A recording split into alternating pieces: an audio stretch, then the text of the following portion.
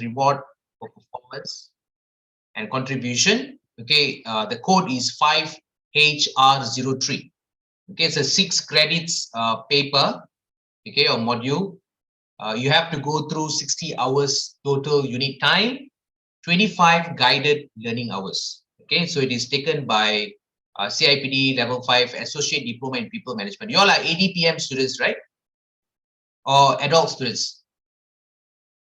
ADPM. ADPM, doctor. ADPM. Okay, so ADPM students, yeah, you have to take this as part of your specialization, right? So this is me. I don't have to show again, lah. Okay, you all know me already. So this module, it is basically 3 days, right? So today is the first day. The second day will be on 4th. The third day will be on 5th December 2021. Okay, so our classes will start as usual, 9 to 5 p.m. Some housekeeping. Today, we will be having our break later at 10:30. Okay, 10:30 will be our break. Then another, that will be like 15 minutes, 10:30 to 10:45. Then our lunch break will be from 1 to 2. Then we'll be having another break at 3:30 to 3:45. Okay, just 15 minutes break, I think we'll do. Okay, so the topics that we are going to cover, okay, for this module, you should be able to understand the impact of reward approaches and packages. Number 2, you should be able to develop insight from benchmarking data to inform reward approaches. So that will be the second topic. And the third topic is basically you should be able to understand the role of people professionals in supporting line managers to make reward decisions. Okay, no doubt this is a diploma. This is like a HND. Okay, if some of you all are taking HND before, you have taken HND, then you all know. Okay, it is at level 5. Right? It's like a degree year 1 kind of level, right? So you will be touching certain part, okay, which can be detailed. So the assessment can be a bit of case study or scenario basis and so on, right?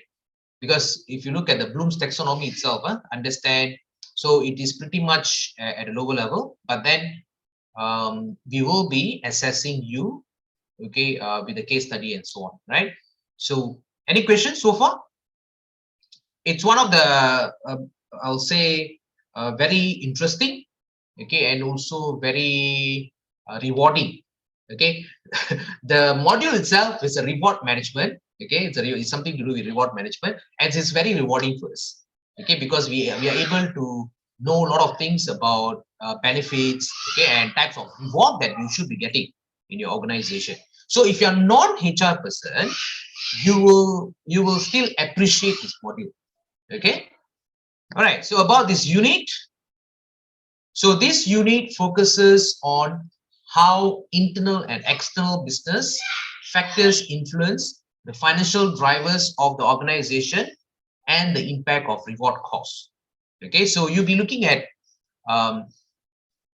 as usual, okay, the internal part of the organization, which can be the culture, okay, the employee itself, the direction of the organization, the vision, mission, okay, the building, the premises, right?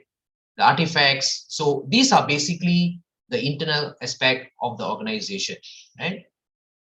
And not to forget, okay, the most important thing is basically the manpower itself, right? And we also have the external environment. Okay, external environment is referring to PESTEL, which is polity, economy, social, technology, legal, and environment, right? So we are looking at how these internal and also external business factors are basically influencing the organization in terms of reward management. Okay, so that is basically one of the main focus. The second focus, it considers the importance of the role of people practice. Okay, again, when you talk about people practice, we are talking about HR, human resources, right? And in supporting managers to make robust and professional reward judgment and the impact of rewarding performance. So when you are managing a HR department, okay, when you are managing HR department, obviously reward is one of the most important function, okay, in the HR department, which you need to manage, unless you are basically a specialized HR person. You see, when you talk about HR professionals, they can be generalists, they can be specialists, okay, generalists or specialists, something like medical doctors. You see, doctors, we have the GP, general practitioners, and we also have the specialists, surgeons, okay, same thing. So among the HR practitioners, some of them are generalists, some of them are specialists, okay. So how many of you all are generalists here? How many of you all are generalists? Shalini, are you generalist or specialist? Specialist. Okay. And Putri, I believe you are specialist as well. I think I'm more of a generalist because I don't come from the HR background. Okay. So, okay. But then you are in charge of HR, lah? No. Oh, you're not in charge of HR? No. Oh, Agnes here. Agnes, okay, Agnes. Okay, you, I mean, so basically you're not a HR person, right? No, I'm not. Okay, but you are managing your downline? Yes. Okay. So if you are managing your downline, okay, which means you are basically running the function of people practice, okay, but then you are basically not into the HR, HR functions, okay. So you are playing the role, okay, some of the role of HR, how to say, people management actually. So there's a different, you see, as a head of department, okay, as a head of department, obviously you have your functional role, okay, you have your functional role. You can be a marketing person, you can be a logistic manager, you can be a production manager, and so on, right? So that will be your functional role. But at the same time, since you are head of department, okay, or if you have your subordinates under you, so you do play some role managing your employees, okay. So that is a people management role, okay, whereby you will be managing their rewards. You might be coaching them, training them, right? You might need to handle some of the employment issues, okay, employment relation issues. So yeah, you do play, but then you are not how to say, playing the ownership, okay, of the function that you are basically taking charge, right? That differentiate HR professionals. HR professionals, they basically own the functions of HR, okay, whereby it consists of all the compensation management, all these functions like compensation management, recruitment, selection, training, okay, industrial relation, safety, and so on, right? So you must know how to differentiate them. Okay, so yeah, reward management is something which is very important because as a HR person, definitely you are involved, okay, not just managing employees as a whole, but also administrating it. But those other managers, which is not in HR department, you are basically not administrating, but you are to a certain extent, okay, you are playing the role of managing, okay, to a certain extent. You are not administrating, you're just managing. But the administrator is basically the HR department, okay. So you should know the differences. So in this particular module, okay, you have to know what is reward management, how reward management is basically being administered, okay, and as a HR person, okay, you should be able to look at types of rewards which is available in the organization, okay, and decision making is another thing that you have to do. Okay, so what will you learn today? Okay, so you will evaluate the principles of reward and its importance to culture and performance management, and how policies and practices are basically implemented in the organization. Okay, so policy making is very important. So when you talk about policies, HR policies, reward management is one of the policy that you should have. Okay, so sometimes in the organization, how many organization is actually using the word reward management, or you all are using the word compensation? Compensation. Compensation. Because in Malaysia, most of the companies we use the word compensation. Reward is quite rare. Okay, quite rare. We do have, but Reward, very rare. reward more to specific compensation. I mean, reward in part of the compensation. Okay, so now, Mike, I will enlighten you. Okay, the differences between compensation, reward, benefits, and so on. Okay, in a while. All right. So you be able to explain, okay, how people and organization performance impacts approaches to reward and the different types of benefits offered by organization, right? So this will be another thing that you'll be learning throughout this particular module. And you should be able to evaluate the most appropriate ways in which data can be gathered and measured and develop insight from benchmarking data, right? So you see, nowadays even reward management is automated for information. It is automated.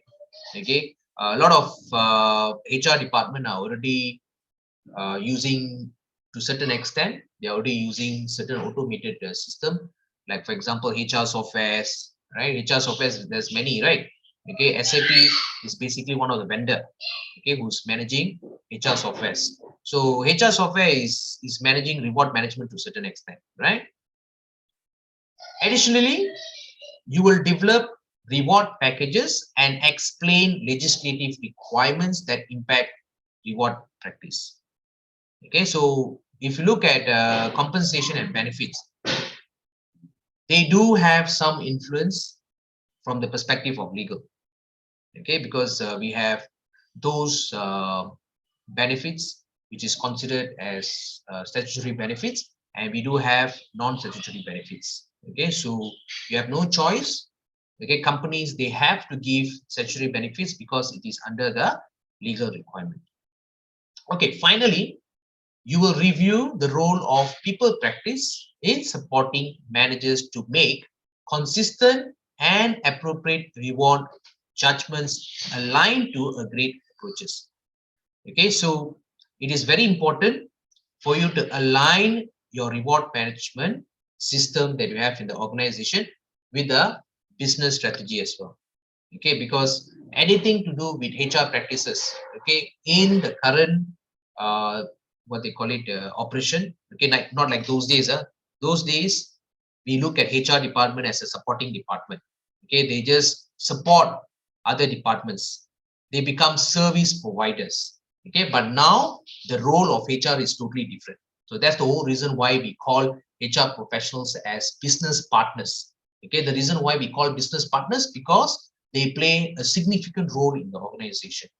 Okay, so all your reward, not just recruitment, training, HR, employment law, employment relation, okay, industrial relation, and so on, but also the reward management, you have to align with the organization's practices, okay, or the organization strategies, right? So that is very, very important. Okay, so let's look at the first part, okay, of this module. So the first one is understand the impact of reward approaches and packages. So we're looking at evaluating the principles of reward and its importance to organizational culture and performance management. Okay, so we are again looking at culture, right? Organization culture and performance management. So I do believe you all know what is performance management. Huh? Okay, so do you get the best value from what your organization spends on reward? Sorry, doctor, excuse me. Yeah. We Yeah. we haven't received our learner assessment brief yet. Will that be sent to us? Learner, the brief, learner Oh. assessment brief is the assignment, is it? Yes, yes.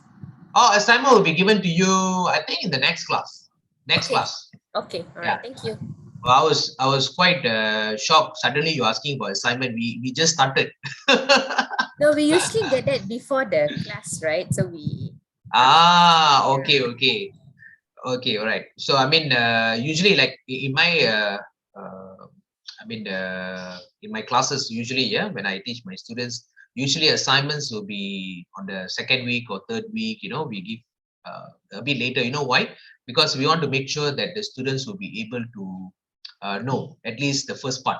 So when they look at the brief, they can understand. But of course, this is totally different approach that we are using. I mean, under CIPD, they might have their own requirements, you know, to be given in the first day or second day. So I think that one, the organizer will actually determine, because as mentioned by Priya, I think you'll be getting it on the second class. Okay, so I'll explain to you, don't worry. Okay, so let's look at the first part, which is evaluate the principles of reward and its importance to organizational culture and performance management. Okay, so do you get best value from what your organization spends on reward? What do you think? What do you think? Do you actually get the best?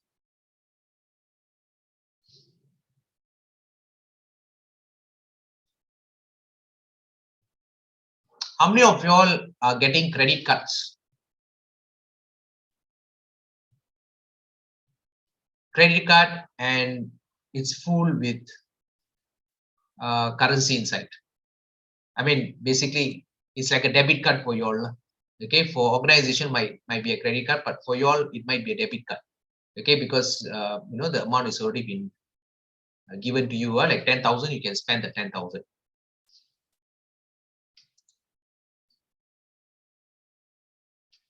Could have been better. Okay, Putri says could have been better. All right. So how about others? How about others? Okay. Okay, only, yeah. Yeah. Okay, never mind. You don't have to worry. So let us see. Okay, what are the rewards that you are potential to get as an employee? Okay.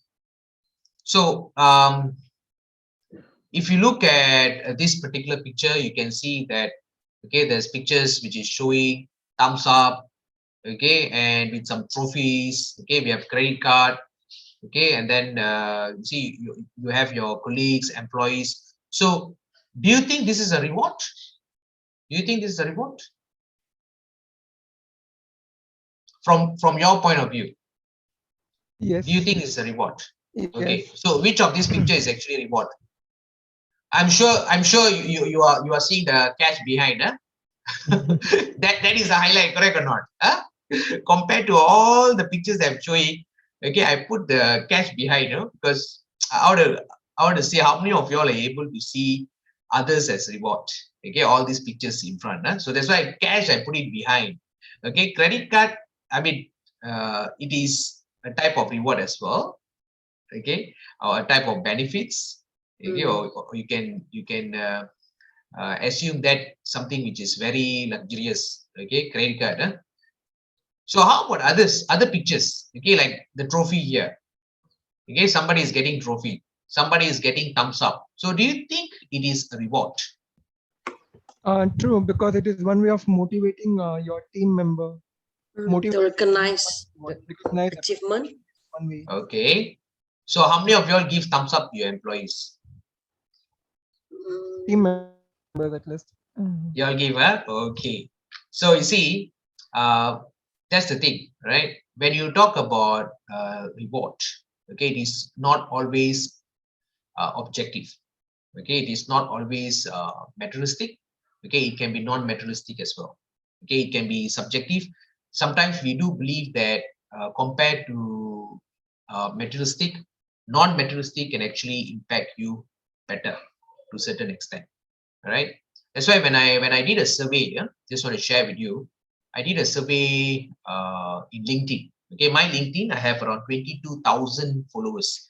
Okay, all over the world. They are all coming from different level of HR. Okay, different level of HR. Some of them are CHRO, SI has CHRO, then as low as admin assistant.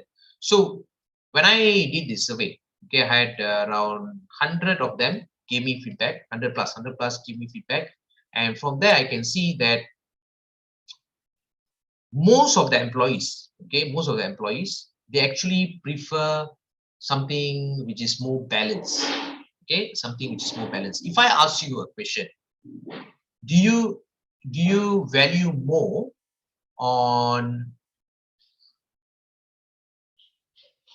benefits or the compensation? What do you think? Which one do you value more? Okay, compensation here is basically salary is more monetary value. So which one do you actually appreciate more? A company which is giving you more compensation or more benefits, or a company which is giving you both equally? What do you think? Both. Both. Both? Are you sure? Are you sure? There Both? should be a balance lah. Balance. Okay, you see here, there's a lot of differences, I managed to get a unique feedback from some part of this world. Okay, so if you look at the continent itself, okay, the American continent, the Asian continent, okay, because my network, it is basically scattered everywhere. So it is a very unique, findings whereby Asians, they actually prefer which one? What do you think? Benefit. Benefit. They Salary. prefer benefit No, or they prefer salary? I think it's Salary. a benefit. Because Okay. benefit, if you look at the long term, I don't know, that is what I'm thinking of. Okay. Actually, okay, surprisingly, okay, I was thinking that they will be going more towards compensation, okay, which is salary, more monetary kind of thing. But then, surprisingly, it's balance. Okay, it's balance. So, in the current circumstances, if you look at most of the employees, they actually prefer something which is balanced. Okay, if you give them more salary, they might not appreciate so much. They want the benefits as well. But if you give them more benefits, less salary, like what the government is doing, they won't even go to the government. Seriously, they won't go to government and work, because benefits is not the only criteria now. Okay, when you're talking about total compensation package, right? They want both balance. They want compensation, at the same time, they want the benefits as well. So it should be 50-50, right? So this is the research that I managed to find. It's very good because you see, analytics is very important because it is something which is relevant for organization to make decisions in the future, right? So if you want to hire anyone in the future, you should look at all these factors, right? Okay, so going back, right? So all these are basically rewards, right? All these are some form of rewards. Even the first picture here, okay, you have your working colleague, okay, you have your bosses. These are also kind of reward as well. Okay, so what is reward? So reward can be pay, benefits, and so on. Okay, and it's very, very important because reward plays a significant role in employees' behavior pattern, right? And reward is something we can actually define as a tool, okay, in order to increase the performance, or it can be also decreasing the performance if the reward is not really good, right? So it can be as much as 75% of the cost of an organization. That's the whole reason why reward management is very important. Okay, it's very important. Every HR managers, they have to ensure that it is managed significantly, or else it will be affecting the capex of the organization, right? So 75% of the cost of an organization is coming from the reward itself. Okay, and all reward carries messages, intentionally or not, intentional or not. So what is reward? Okay, so reward, which is what is this book is about, is basically referring to your references, which I'll give it to you later on, so you can just when you are reading, you try to relate back to the book, right? So I'll use the word to mean the total of all the financial valuable related elements received by employees in the organization. Okay, so when you talk about total rewards, what is total rewards? What is benefits? Okay, what is compensation? So you see, all these different types of terms that we are using, the concepts that we are using, okay, it can be similar. Okay, for certain people, it can be different to certain people. Some organization might be using compensation. Some organization might be using reward. Some organization might be using compensation and management, right? So remuneration is another term, okay, which you might find it in academic books. But actually, remuneration is actually going back to the same term, which is reward. So it is commonly used in the context of remuneration committee, which oversees the remuneration of senior executives and sometimes remuneration policy. Okay, so how many of you all are using remuneration? Any one of you in your organization using remuneration? Maybe in the policies. Okay, if you look back at your policies, maybe your policies might be using this term, remuneration. Okay, it's actually reflecting to the same thing, reward. Financial reward. Okay, so for financial reward is also referring to the same thing, right? So if you look at financial reward, okay, it is basically monetary payments and employee receipts. Financial rewards derive their motivating potential from their exchange function. So money can be exchanged for desirable outcomes, for example, goods and services. Okay, so that's the reason why financial reward is very, very strong. Okay, if you put a money, okay, if you put a money on the table, who will not take it? Okay, of course. What I meant is basically, if you're giving them, right, as a reward, who will not take it? Who will reject? Nobody will reject unless, okay, you have a lot of money with you, okay, or maybe you feel that, okay, money is not something which is, it is not something you're favorable, okay, then you might not take it, right? But everyone in this world, okay, will look at money as something which is an instrument, okay, to motivate them. So material rewards. So what is material rewards? Okay, it is something which gives indirect identifiable monetary value, okay, implying a cost for the organization, although the employees cannot exchange the reward for its monetary value. Okay, for example, training opportunities and presence. So that is material rewards. Okay, so how many of you all managed to get material rewards last year? Sorry, this year. Anybody got material rewards?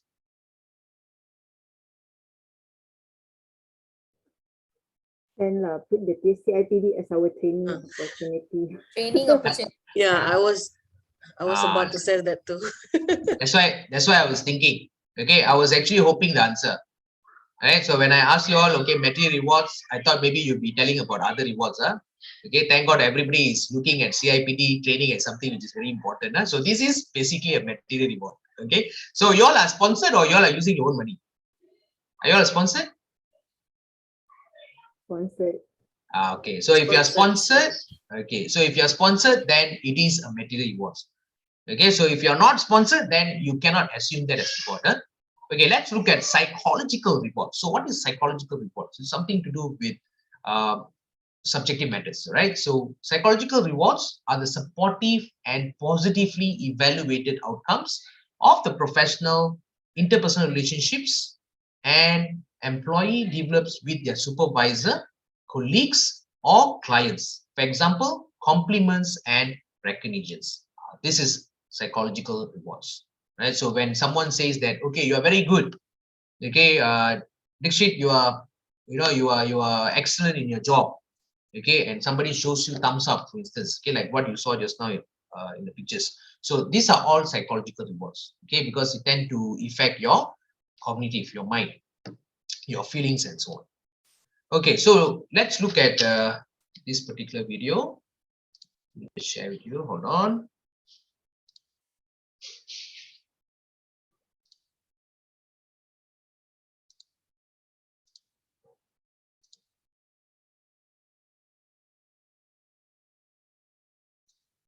Okay, it's giving you an overview of what is meant by employee rewards.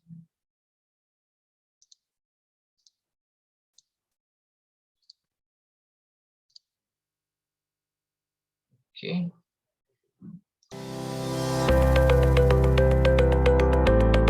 The concept of rewards and recognition dates back to the first Olympic Games in ancient Greece, when the winners were awarded various prizes, statues, and inscriptions. Olympic medals, which came later, are considered to be a great recognition in the sports fraternity. Human nature revolves around the need for appreciation that helps them strive towards their goal, be it on the Olympic ground or a modern-day workplace. With the rise of the millennial workforce and workplace digitalization, delivering instant rewards and recognition has now become an integral part of organizations across the world. Employees now seek meaningful appreciation and a longing sense of gratification, which a tangible reward can rarely accomplish. And it's high time for employers to rethink workplace recognition with a platform that's engaging, innovative, and easy to handle. A platform where you can recognize your employees instantly.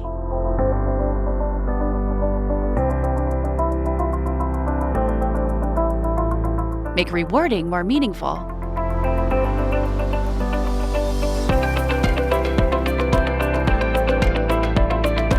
Promote teamwork with peer-to-peer appreciation.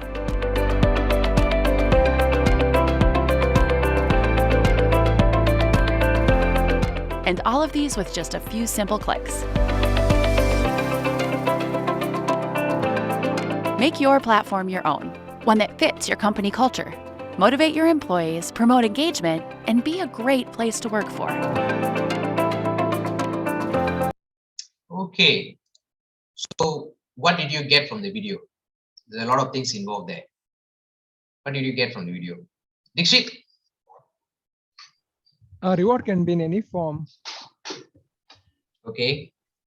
What is the first thing? What is the first thing that you saw? Where is this reward thing actually coming from?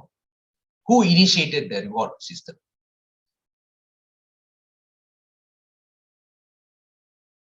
Who initiated the rewards? I mean, which fraternity is coming from? Is it business? Christy, you want to try? I think in the video I saw the use of technology in instant rewarding. I was quite attracted to the instant peer appreciation. Yeah, which is I think something quite new in Malaysia. I don't know. At least it's not being done in my organization. Yeah. Actually, it's not something new. I mean, we have been appreciating people, not necessarily through a system. Okay, we have been appreciating people by just saying, hey, you have done a good job. Okay, wow, this is an excellent work. So we do give an instant appreciation to people. Okay, but maybe we are looking at it something different, something unique, because we don't use any medium before that. Okay, so now we have a medium. It can be due to some constraint that we are having.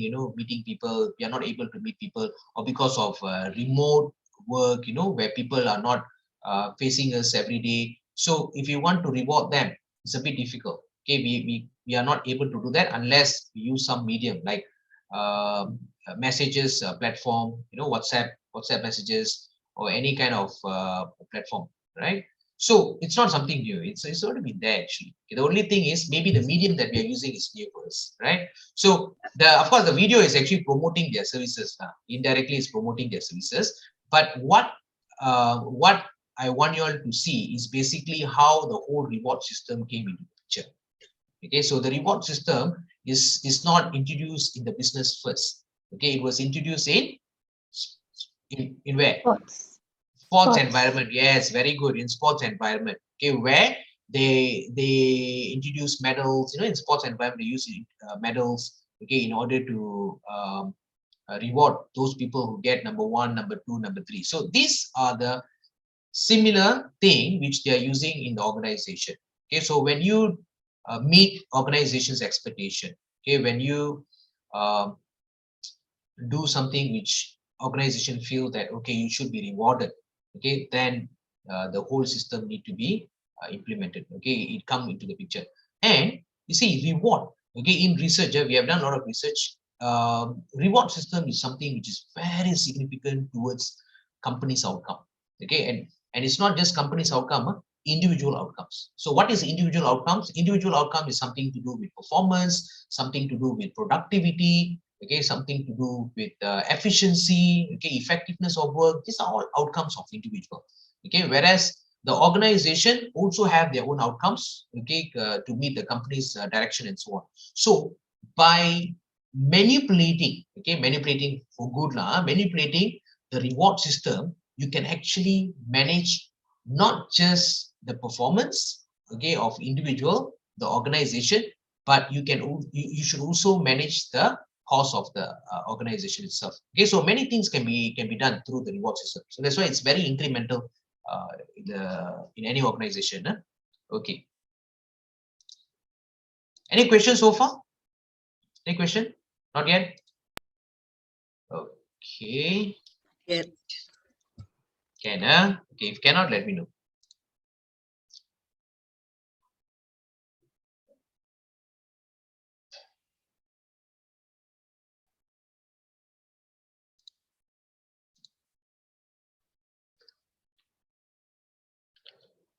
So what is reward management? Okay, so the word reward, you already know. Okay, we have already seen what is the meaning of reward. Management is something to do with planning, organizing, leading, and controlling. So when you talk about reward management, it deals with strategies, policies, and processes, okay, required to ensure that the contribution of people to the organization is recognized by both financial and non-financial means. So that is reward management, right? So it is not just about pay, employee benefits, okay, it is equally concerned with non-financial rewards such as recognition, learning and development, like what you're going through now, okay, learning and development opportunities, and also increased job responsibilities. Okay, so these are all rewards as well. Okay, not always objective, but it can be subjective as well. So these are some of the examples of financial incentive and also non-financial incentive. So when you're talking about financial incentive, it's something to do with pay, allowances, productivity, okay, which is linked to wage incentives, bonuses, you know, the profit sharing, stock options, retirement benefits. These are all financial incentive. Okay, non-financial incentive, career advancement opportunities, job enrichment, employee recognition program, job security, employee participation, organization climate, employee empowerment, right? So these are all non-financial incentives. Okay, so I want you all to list down, okay, besides all these,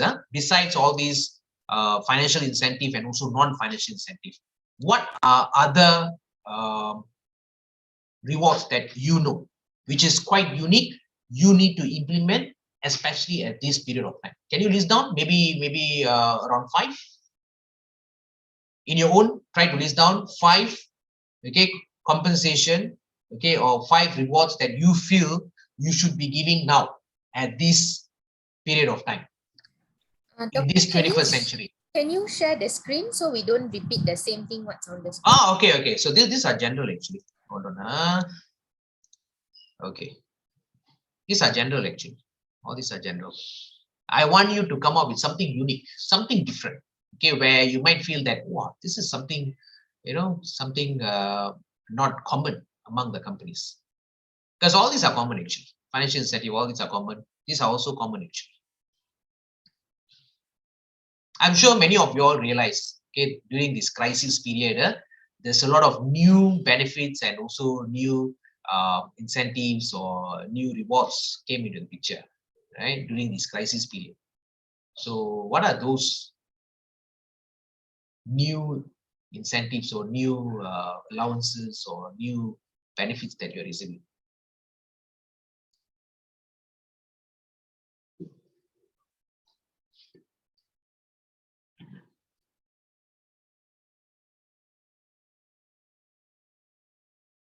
Just list down 5. 5 is okay.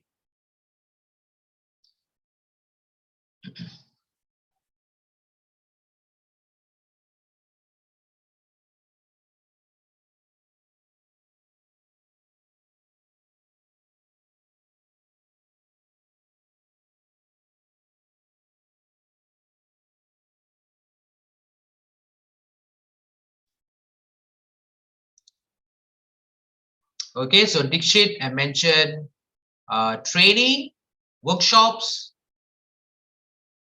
These are common, Dixit. Training and workshop is common. Very common. Yearly family tour expenses. Okay, this is something. Okay, I mean, in Malaysia, it might not be so common. Okay, but in overseas, it can be common. Okay, yearly family tour. Long service reward. Okay, this is from Christy. Long service award. Okay, so that, but this is also not common, Christy. Long service award is something typical. Okay, we used to give actually. Company trips is also something which is typical. Perks also typical, right? Try to think something different, right? You see, you have to be competitive. Remember, reward should be competitive. When your reward is competitive, then people will, will work in your organization longer. Right? Because nowadays, one of the dilemma that many companies are having is about retaining employees. They are not able to retain employees, right? So how to retain employees? One of it is basically by managing your reward system. Okay, EAP services, Shalini, very good. Okay, so flexi working hours. Okay, so you are attracted with Google, Shalini? Of course. Medical benefits, okay, extended to dependents. Okay, but that is, yeah, I managed to get actually my medical benefits. Again, my previous company is also for my spouse and also my children. Daycare facilities, yeah, this is something that we should have. Okay, but it's also not common. In Malaysia, we already have. Maybank has it. Maybank has it. Actually, Shalini, most of the government, they already have daycare facilities. Do you know that? Most of the government in Malaysia, they already start to have daycare facilities. But it is not inside, but it is outside of the premise itself. Okay, Putri have mentioned annual medical checkup for employee. Okay, common Putri. Itu sudah ada dah. Annual checkup. Okay, sometimes they don't tell you, but it's there actually. COVID-19 medical coverage. Okay, bagus. Okay, this is something, it is because of our crisis. Okay, so we have that now. Reimbursement of internet. Yeah, this is what I mentioned the other day. Okay, because I like to, do service. Okay, I like to do service. So I also did service on this internet package. Okay, should we give internet package to all the employees? What do you think? What do you think? If you want internet package, type 111. Type in the message. How many of y'all are? Yeah, how many of y'all prefer? Yes. Okay. I think most of us prefer internet package, especially now. Can you imagine all of us at home, and we are using our own internet? What they call it, package. Okay, we are not given any allowances. How many of y'all are given allowances for internet? Any one of you given allowances for internet? How many of y'all are given? So this is something which I actually surveyed, and thank God. Okay, I had almost 80% says that we should have internet allowances for employees. Okay, because our employees working from home now. Okay, so when you are working at from home, you should be given that allowances, right? And then health wellness program and reimbursement. Okay, yeah, childcare, yes. Free flow COVID-19 self-test kits for staff. Yeah, Christy, we should have that now. Seriously. Okay, because COVID is not something which happened due to our carelessness, correct or not? Okay, it is basically a crisis. Okay, it's a pandemic. So if it's a pandemic, then government need to support this. Okay, so I totally agree with you. Okay, we should be given COVID-19 self-test kits. I think some companies are giving. Some companies are already giving. Okay, and Nick I mentioned here marriage compensation. Nick, dah kahwin ke belum, Nick? Nick, dah kahwin ke belum, Nick? Dah. Dah kahwin apa nak plan nombor 2 ke apa? Okay. So you see, marriage compensation is something which is vital nowadays. Okay, I agree with Nick actually, because you know why? Because marriage compensation, many okay, the new generation, especially the new generation, they are suffering because they don't have much fund to get married actually, right? So what they do is they seek for loan. Okay, whether you believe or not, you are quite shocked, okay, to see people actually getting loan to get married. That is the truth, right? So marriage compensation, yeah, why not? Okay, so we should be given that. And relative pass away compensation, yeah, we already have, Nick. We have that, I think, in many organization. New child born, yes, we have that. New child born, we are giving that. Medical to all family, yes, that is okay. It's also there. Okay, this is what mentioned by some of you all earlier. Company loan without interest, yes, we already have that. Okay, when I was working with KLK, when I was working with KLK, we do have company loan, no interest, and it is given for both vehicle and also for the house. So when you buy a house from KLK, there's a lot of big houses, okay, like Goldfield, you know, the Rawang, there's KLK houses there, nice houses. You can buy it without any interest. Okay, you can buy without any interest, then you have to pay through the company, right? So yeah, that is basically it's there. And Priya, I mentioned here, work from home, okay, get together session, potluck, okay, so these are all events, okay. It can be a type of reward, yes, get together, potluck, you know, it can be reward. Medical COVID, yeah, collection contribution to the staff who have passed away to give the family, yeah, you see, especially now, you see, because of COVID, many of them are, these are the benefits that we need now, right? And thank God government is also giving benefits. Okay, Putri, I mentioned some company give monetary value if staff got married, first marriage. Yes, that's why I agree. I've seen this before. For first marriage saja kan, hanya perkahwinan pertama saja. So, or give money for those who plan to do pilgrimage. Okay, yeah, this one Mekah kan, to go for Mekah Haji, yeah. Yeah, but it's not just for Muslim, you see, even like Indian who do their pilgrimage as well, they can get They give that. also, yeah, that's good. Yeah, I agree with you. My previous company had Hmm. they have like Hajj leave. So if let's say a staff Mhm. who is a staff who's non-Muslim, who reach more than I think 10 years of service, if I recall, Mhm. they will get that same number because Hajj leave is about 40 over days. So they do get that 40 over days and Okay. 10,000 in cash. So they can do whatever they want with the 10,000. Oh, very good. Yeah, but they have to use a ticket lah, a flight ticket, like they're going somewhere lah. Holiday. Yeah. That's very good because nowadays, in fact, you see the flight ticket become very cheap already. Okay, so that is a great advantage. In fact, those days, okay, we are talking about flying, you know, to overseas. It can be very pricey, it can be very expensive. So you might not be able to give, you know, reward. Flying tickets and so on, because it can be airplane ticket, right? It can be very expensive. But now can every organization should do that, and I personally feel, okay, that is a very satisfaction benefit or satisfaction reward that you can give. Okay, a flight ticket, a free flight ticket to maybe Langkawi. I tell you, staff will really appreciate. Okay, those who manage to perform, okay, those who meet the expectation, they got good what they call it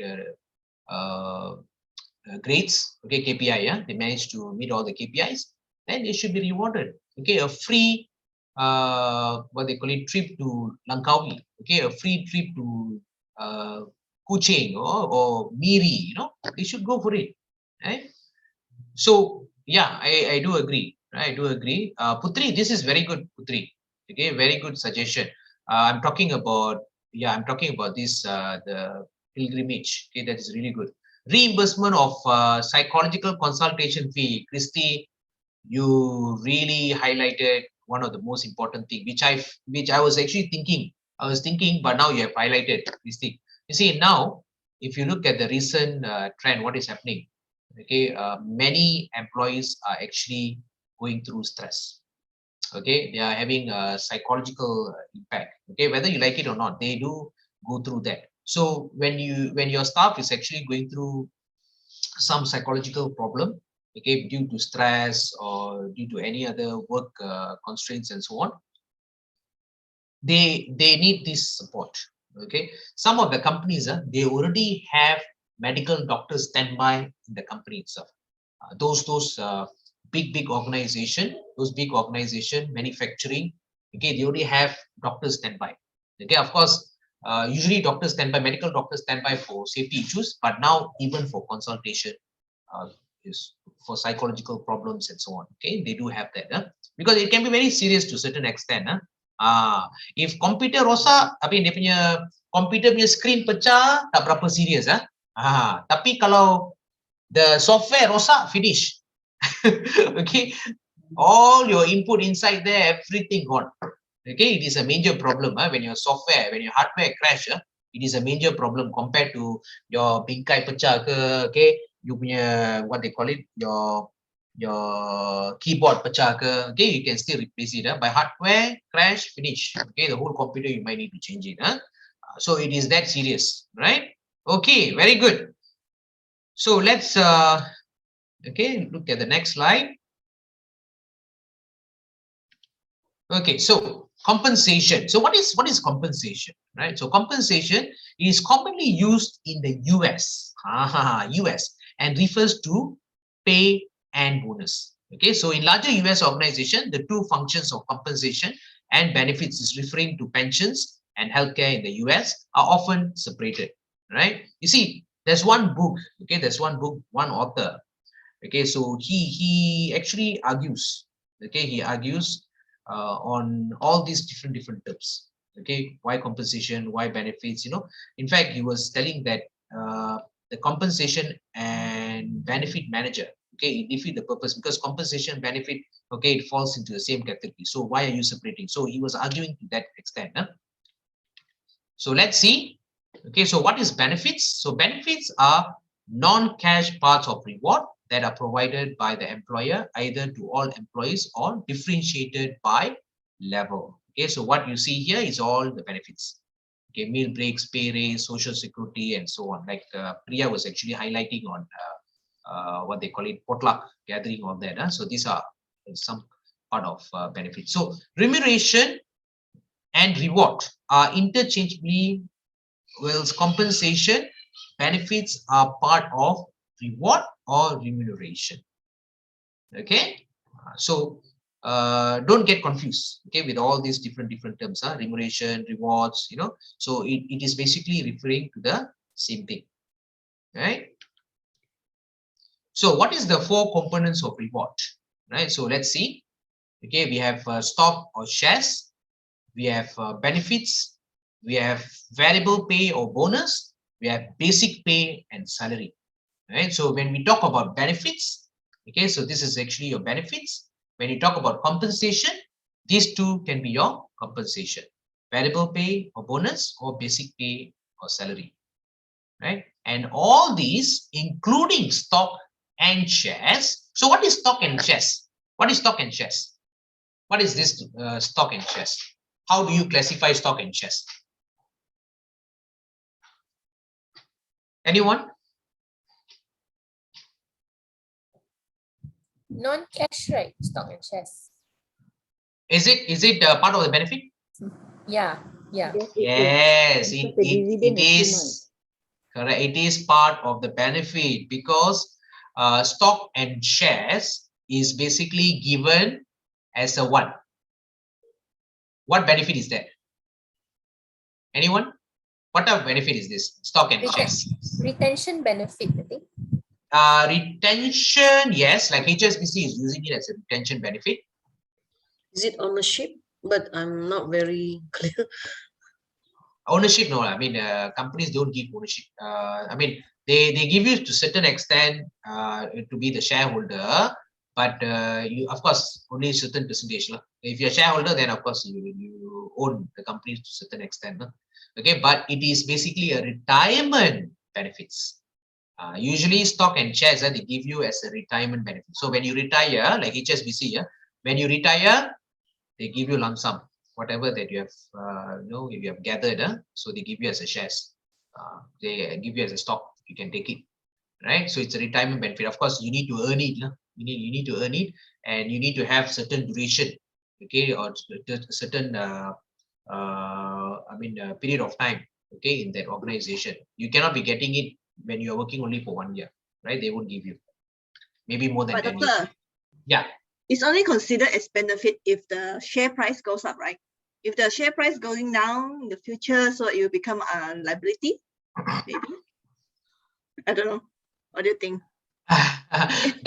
that is basically very subjective. Very subjective. That's why most of the companies which gives stock or shares, these are blue chip companies.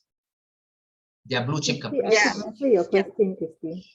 Yeah. So if the company, because where I used to work is that if the revenue is low, they will put a ceiling price. So meaning that the staff will not lose any further than X amount. So they will freeze it. Yeah, that makes sense. That makes sense if you want to give stock as a benefit. Okay. Yeah, so there is a particular clause because you see, like for example, that if the price is high, right? For example, BHP, so staff being like technically they've been guaranteed with at least 2 times what they have been put in the share. So because it is very big, so they can guarantee that technically. So like the amount that they will get back is higher, but if they were to suffer any loss, it will not more than, for example, not more than 30%. They will still lose, but not more than that as a staff. The rest, the company will bear the cost, something like that. Actually, it's true. What Putri is telling is basically true. Okay, so they have a ceiling price. Okay, they have a benchmark. You see, it's something which is a very expensive benefit or reward if you want to give to employees. Okay, so that's the reason why it is not given to everyone. Okay, it is only given to either to top management, maybe at C level, or maybe if you're general, if you're at the top management level, strategic level, then they give you. Okay, or else you must be working there for more than like 10 years, 15 years, 20 years, then they give you. Okay, or else they will not give you, right? And as what Putri says, yeah, there is a ceiling price. Okay, or else this would not be categorized as benefit. Okay, just imagine if the company is actually not doing well, okay, doing loss, then how? Okay, so it might not be what they call it profitable for employees. Okay, if that case, Doctor, I'm still confused. Why the retirement package is under stock and share? Can doctor explain further on that? Why stock is basically retirement planning. This for certain companies, stock is given as a retirement plan because it is basically like you see EPF. When you put EPF, it's like saham kan? Saham, it is actually giving you benefit, correct or not? You are putting certain amount, certain percentage, and in the future that is going to be like your investment. Okay, so same thing. Stock is also part of investment. It's part of investment. So end of the day, okay, when you retire from the organization, so it is giving you a certain amount of benefit, right? So that's the reason. Dia role tu lebih kurang sama macam EPF lah. Okay, but saham tu lebih bagus lah. Okay. Thank you. Yeah. So Putri is mentioning here, Jennifer, you cannot cash out the money immediately. Ya, memang tak boleh. Sama macam EPF. You cannot, like HSBC, cannot. You cannot cash out because that is also another strategy used by HSBC in order to retain the employees. Because my wife is actually in HSBC last time. So what happened? She was earning. Okay, she was given the stock, and she cannot take out. She cannot take out until she leave the company. When she leave the company, then she'll be given. Yeah. Okay. So minimum 5 years. Yes. So it depends on company's rules and regulation. Okay. Let's go next. Okay. So what is the reward management aims? So first, reward people according to the value they create. Right. So that is one of the aim. Okay. Reward people according to the value.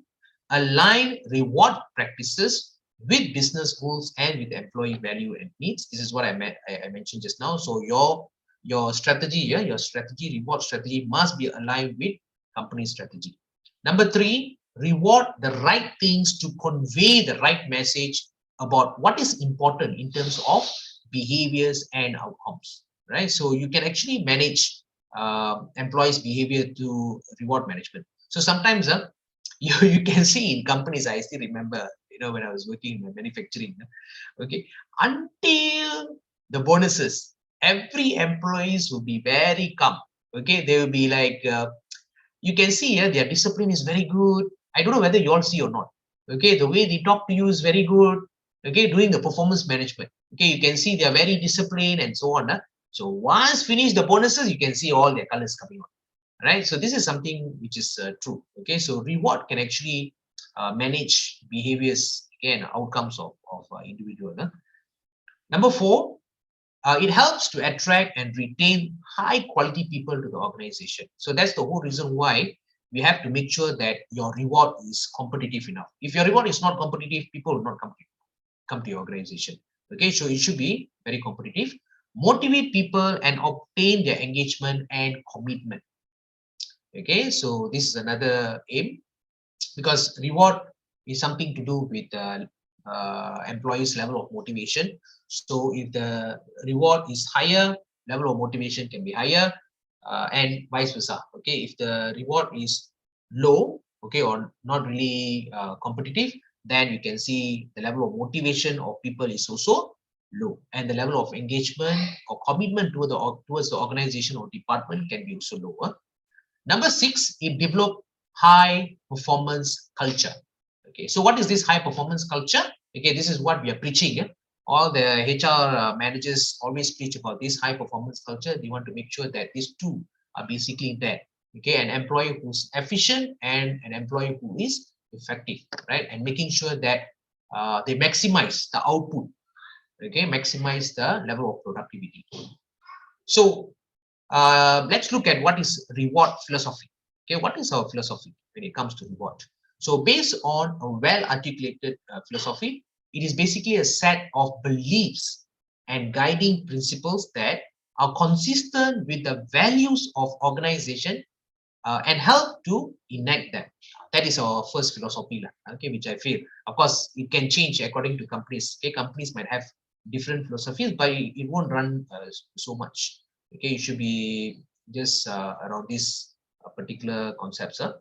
Number 2, recognizes that it must be strategic in the sense that it addresses long-term issues, okay, which is relating to how people should be valued for what they do and what they achieve. So this should be your main philosophies. Okay, so the first one is it should be a set. Okay, it is a set of beliefs and guiding principles. And secondly, it should be strategic in the sense. Okay, so if you ask me, okay, what are the most important what they call it concept that you have to grab from this reward philosophy? These are 2, okay, which I've highlighted in the red color. Okay, so let's look at distributive justice. Okay, so you already know what is reward philosophy just now. Okay, what is distributive justice? Okay, so you might be thinking, why are we learning about justice, fairness? You see, when you talk about reward, okay, it can be monetary, it can be non-monetary, right? And you have to make sure that you don't jeopardize anyone, okay, by giving more reward to someone and less reward to someone.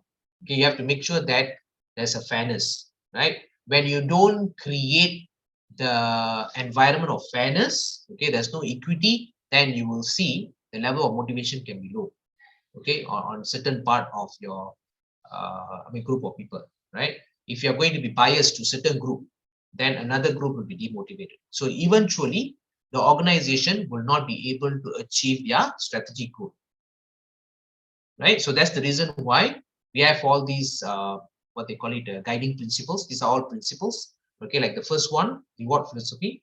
Okay, a set of belief and guiding principles that are consistent with the values of organization have to enact that. So that is very important.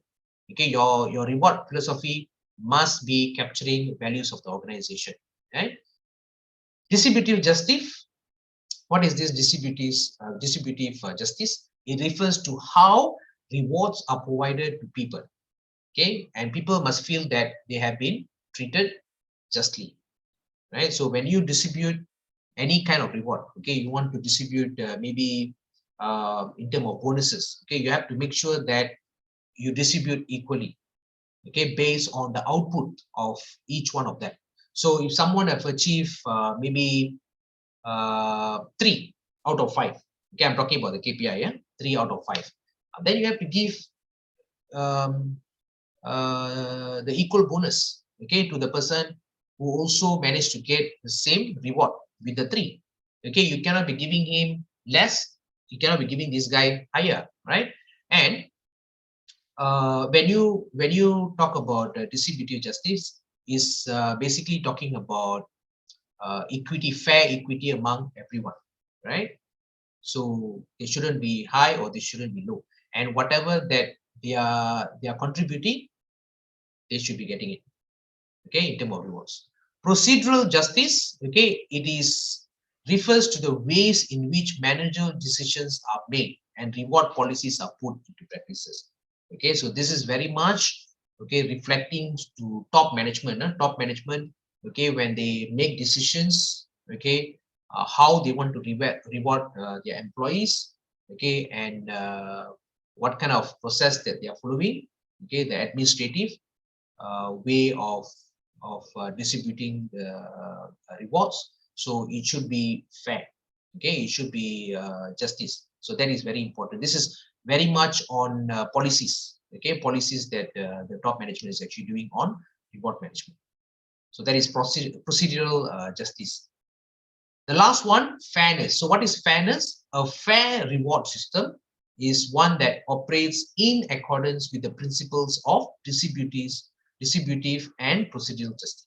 Okay, so when you talk about fairness, it's about these two. Okay, it should be going along with distributive justice and also procedural justice. Any questions so far? You all understood, right? Very theoretical, huh? Very theoretical, huh? Okay, so let's look at equity. Okay, so equity. So what is equity? So this is also one of the principles which is very important. What is equity? Equity is achieved when people are rewarded appropriately in relation to others within the organization. So that is equity. Okay, so you might find that equity, fairness, it sounds to be similar, right? You feel that I think, doctor, is the same thing. Okay, equity is also same, fairness is also same, right? But then conceptually, it is basically different. Okay, it sounds to be same, but it can be different. Okay, conceptually, yeah.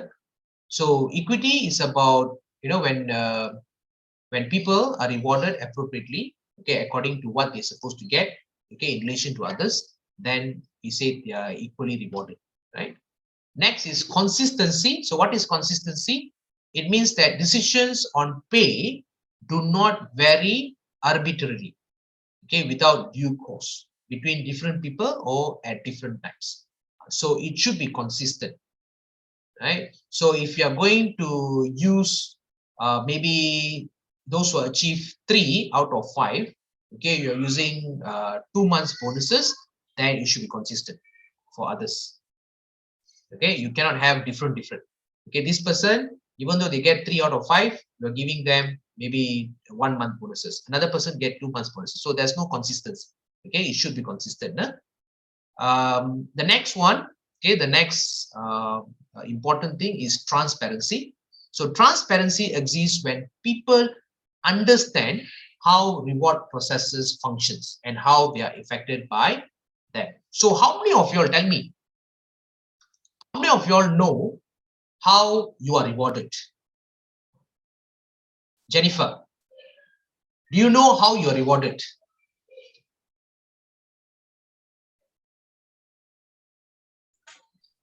Do you know how you are rewarded? No idea. Apalah, ambil saja. Dapat, ambil sajalah. Dapat dua bulan pun cukup lah. Ambil je lah. Yeah? But you're not sure how you are rewarded. It's very important. Okay. You see, by right, okay, by right, every company should brief you. Okay, when you first join the company, yeah, they should brief you. Okay, this is basically the reward management system in our company. Okay, if you are a person who have worked, okay, for 5 years. So how much bonuses you should be getting, you know, you can expect. Of course, it depends on your performance. So all these things should be shared with you, right? It shouldn't be something which is hidden. Okay, I know when it comes to reward management, when it comes to bonuses, it's all hidden, correct or not? Shalini, am I right or not? Huh? Yes. Most of the time it is hidden, I'm telling you. Okay, they won't even tell us. Okay, if you get 3 out of 5, how much bonuses they should be getting. Even when you compare with people, you'll be shocked, you know. Hey, you also got 3. I also got 3. How come mine is higher, yours is lower? You see?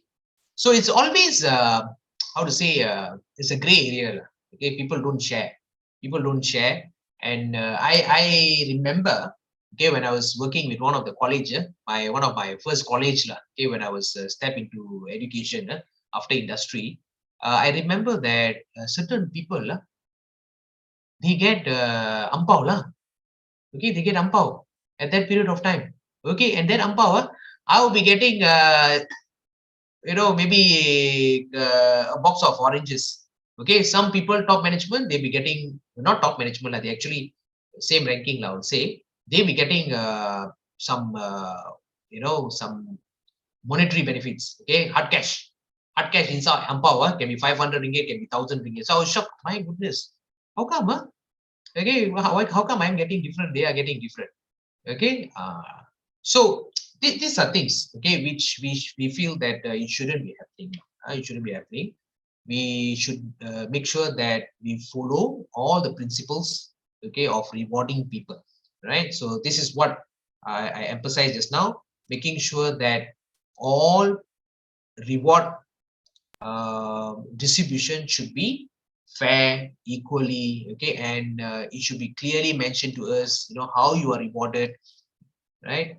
And nothing should be hidden. Okay, it should be transparent. And strategic alignment. So what is strategic alignment? Okay, strategic alignment of reward practices ensures that reward initiatives are planned by references to the requirements of the business strategy and are designed to support the achievement of business goals. That is strategic alignment. So strategic alignment is something which every HR manager should know. Okay, because if you don't strategically align your reward management with the business strategy, then you will not be able to see the output. Okay, like for instance, I give you an example. You are giving a credit card, okay, to a white collar, sorry, to a blue collar. Are you actually strategic enough? Is your reward management is done accordingly? A credit card, you know, to a blue collar, finish.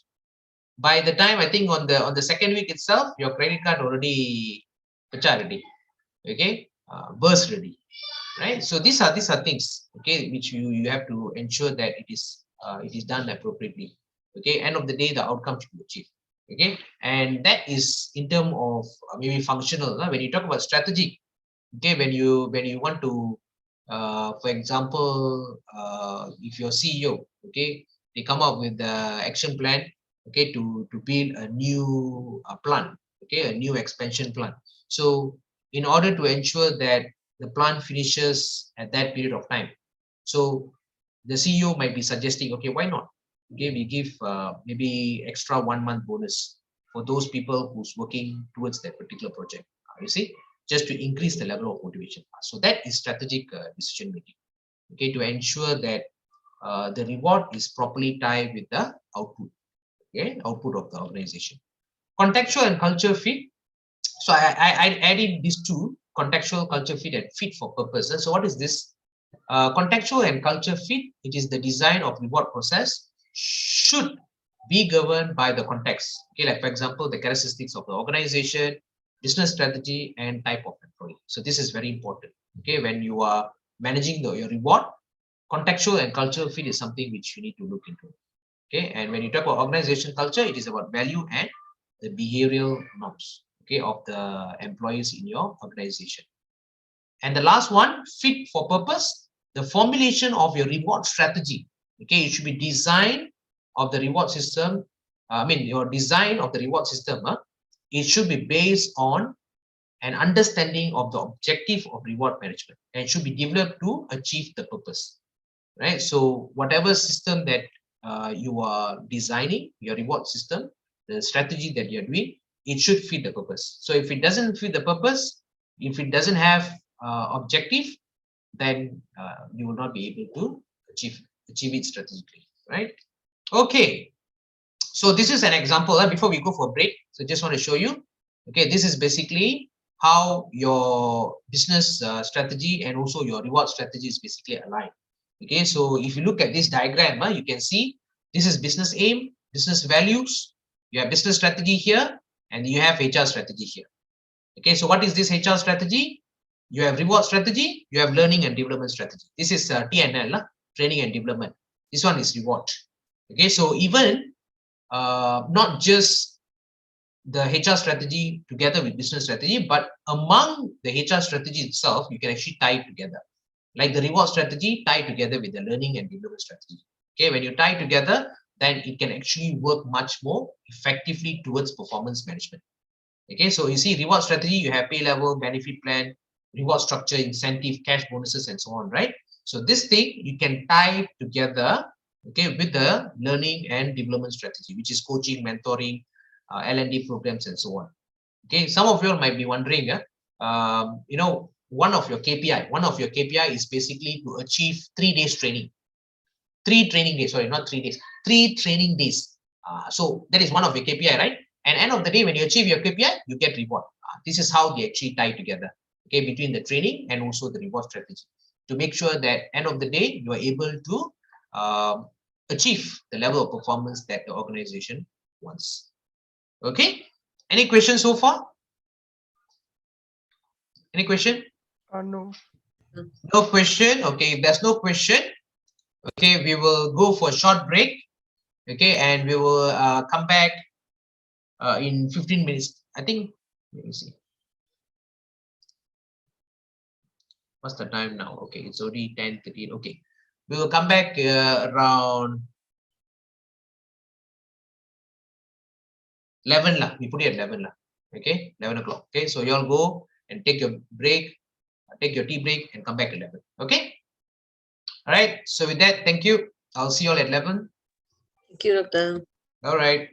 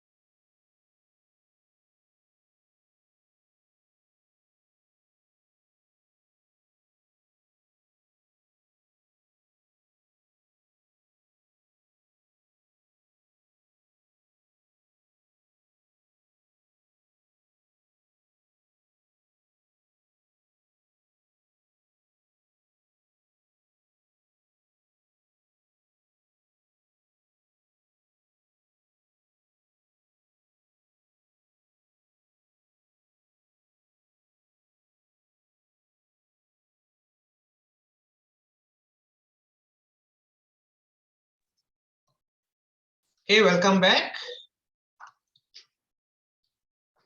Can you all hear me? Yes, Doctor, can. Boleh dengar, eh? Okay. All right. Okay, let's continue. I hope you all had a good break. Tea break. Yes, Jennifer, tea break. Yeah. Let me know. Okay, bagus. All right, let's continue. Okay, so you see, before we went for break just now, we have actually seen the concepts of reward. Okay, reward. What is reward management? Okay, different perspective of reward management from different angles.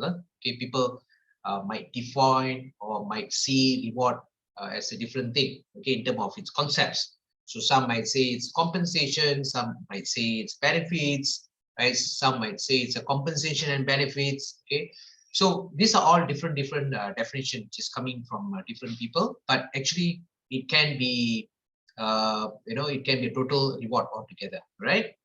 So and another thing that we have gone through, okay, before the break just now, is basically the principles of reward management. So some of the principles, what are the important principles of reward management?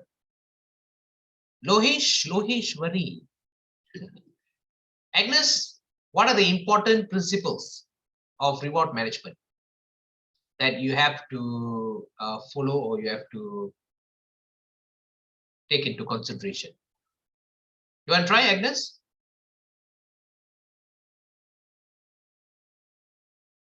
Are you there, Agnes? Okay, we gave chance to Priya. Okay, Priya.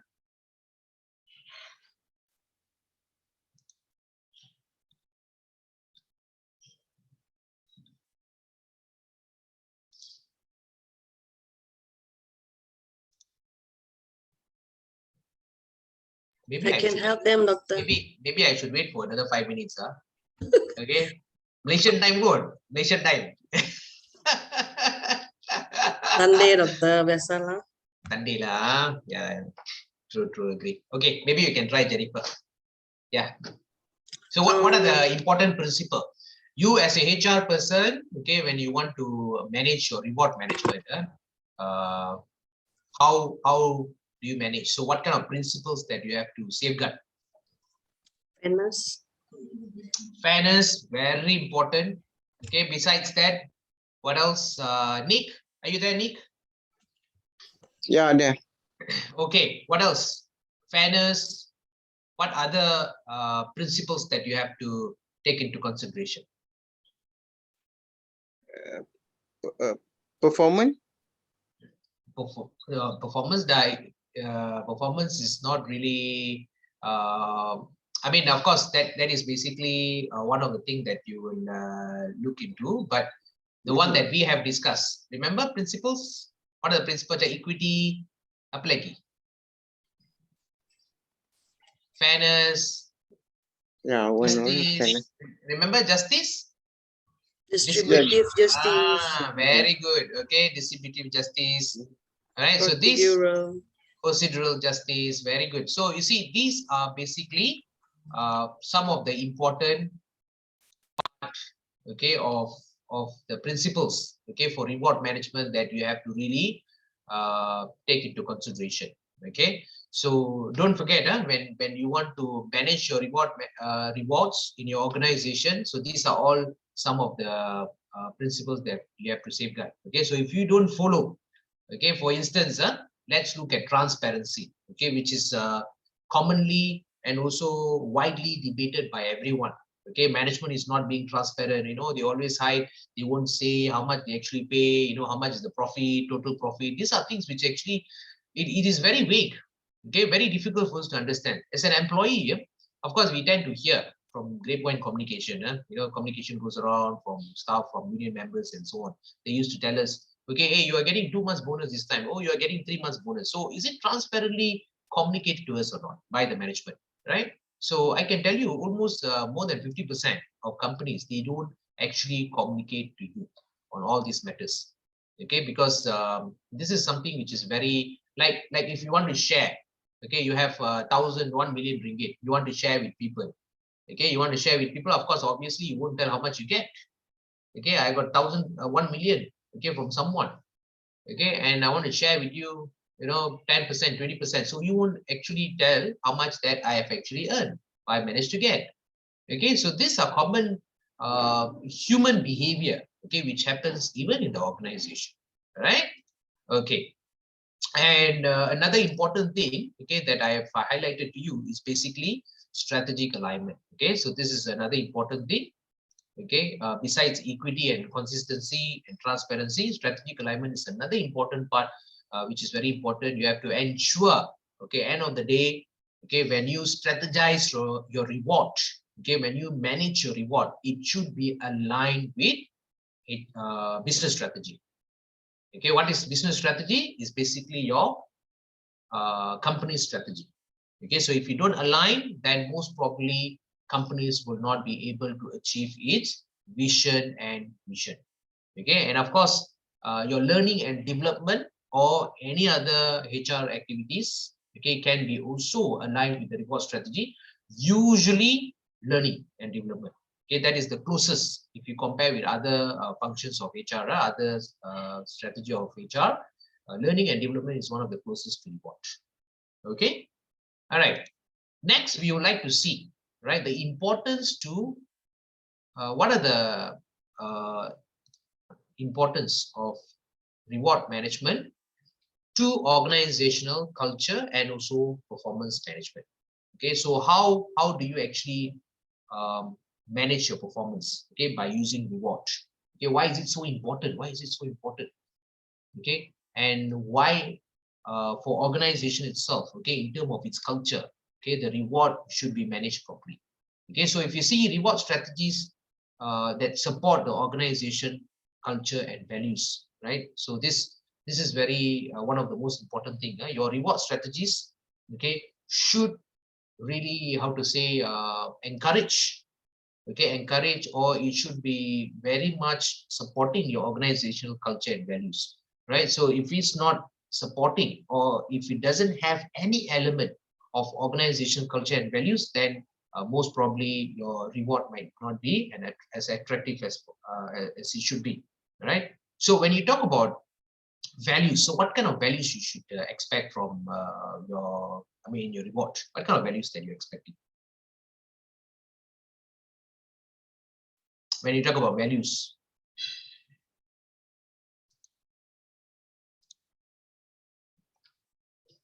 What are you expecting? Anybody would like to try? Yeah. Commitment. Commitment. Okay.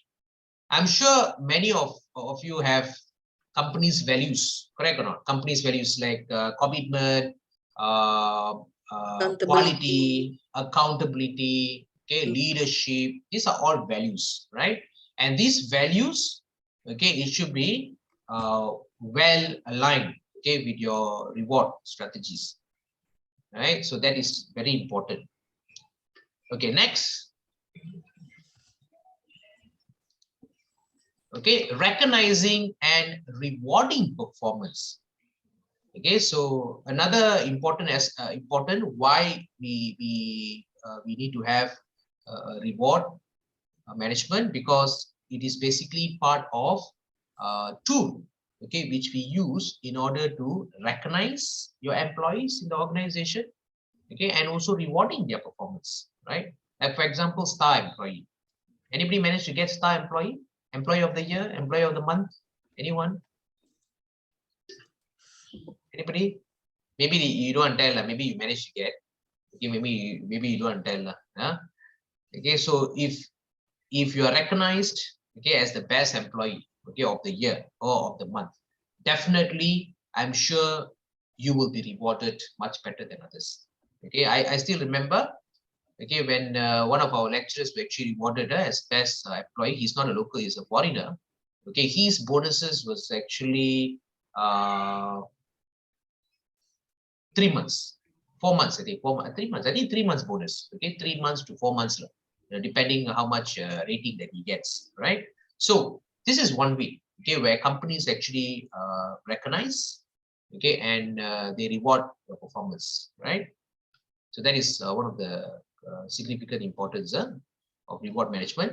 And of course, reward management is also used as a tool to stimulate performance, okay, by rewarding for value created. Okay, so this is like what I mentioned earlier. Okay, this reward is also used. Okay, the compensation is also used as a tool.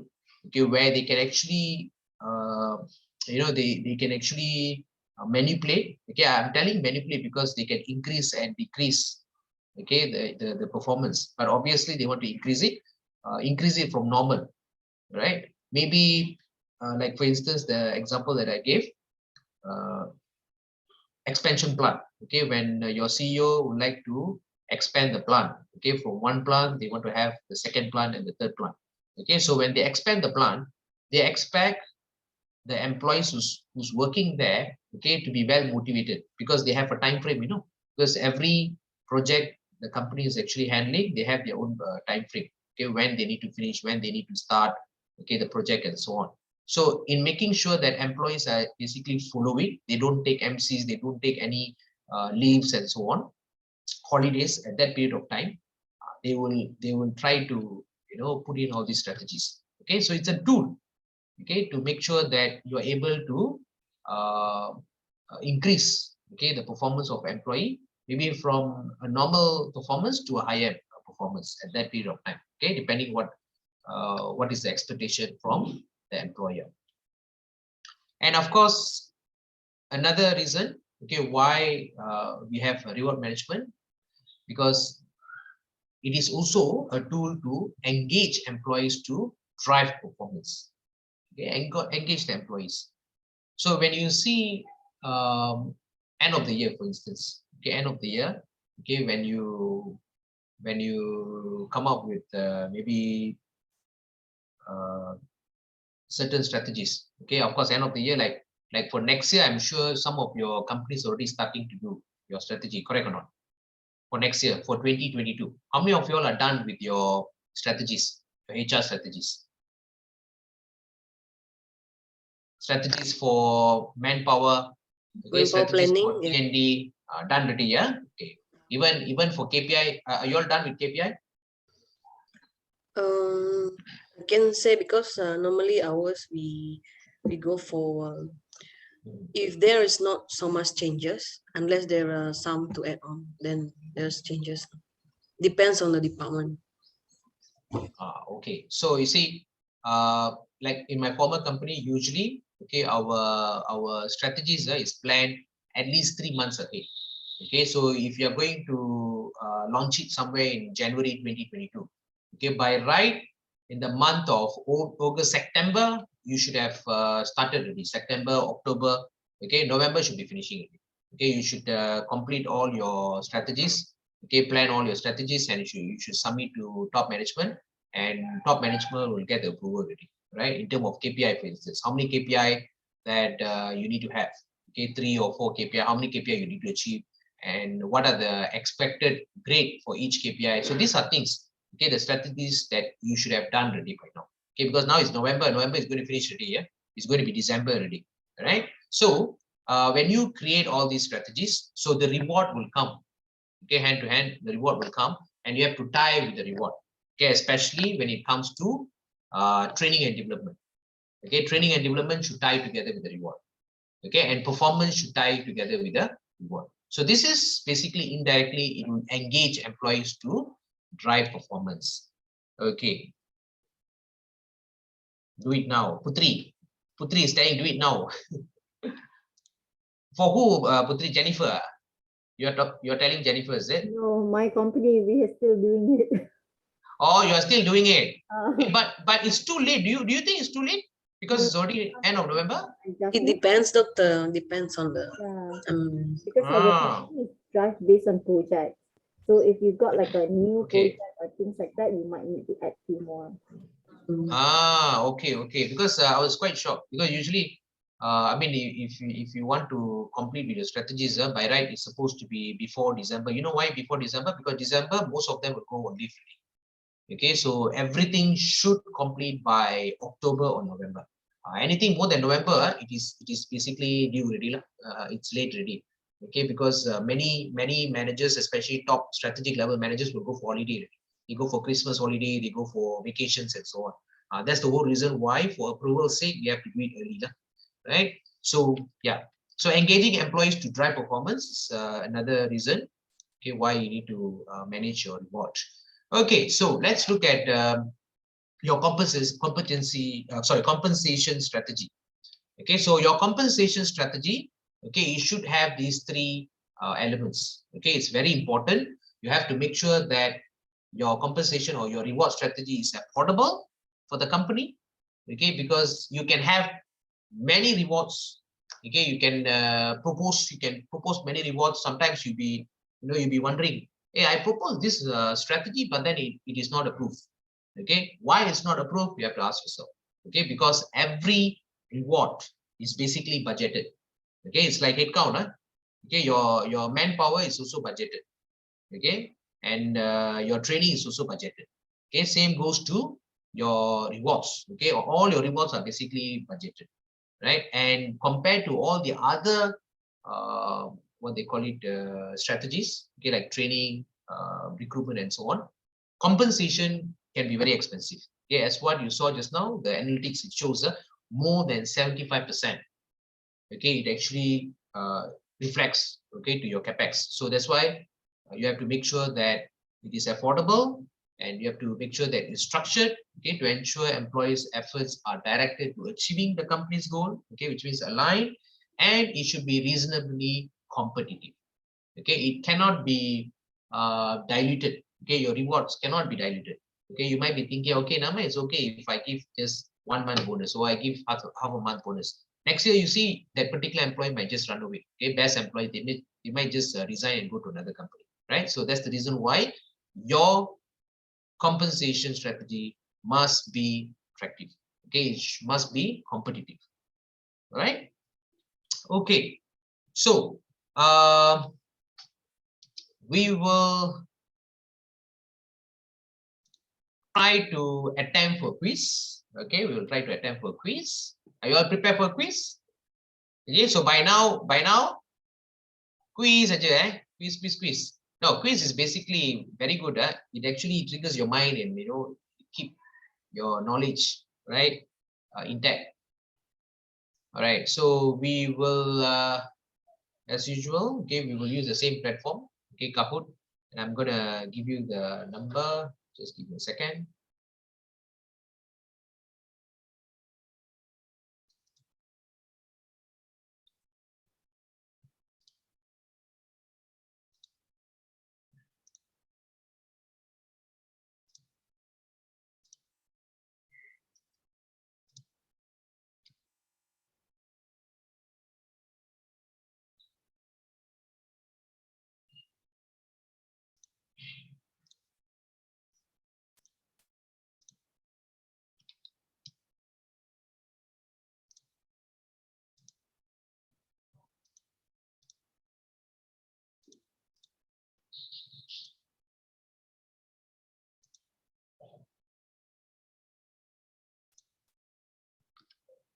Okay, are you ready? Okay, this is the number.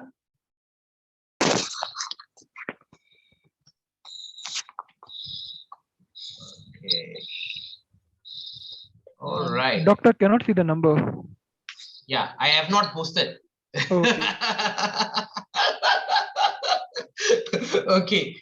All right. So that's the number 2525266. Nice number. Huh? Nice number. Nombor ekor pula. Macam nombor ekor. Okay.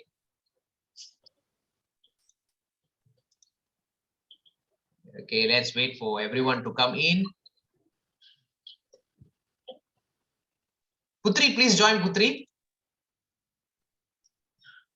It's a different field.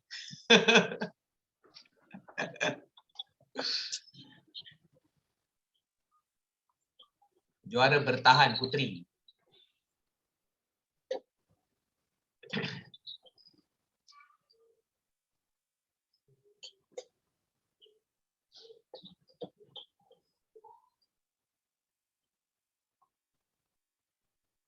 Okay, so we are getting everyone here. Today the name seems to be a bit different. Okay, we have bronze pigeon, we have dynamic unicorn, okay, we have magic wallaby, Stella giraffe, melodic unicorn. Okay, so today is a bit different. Nick, what did you choose, Nick?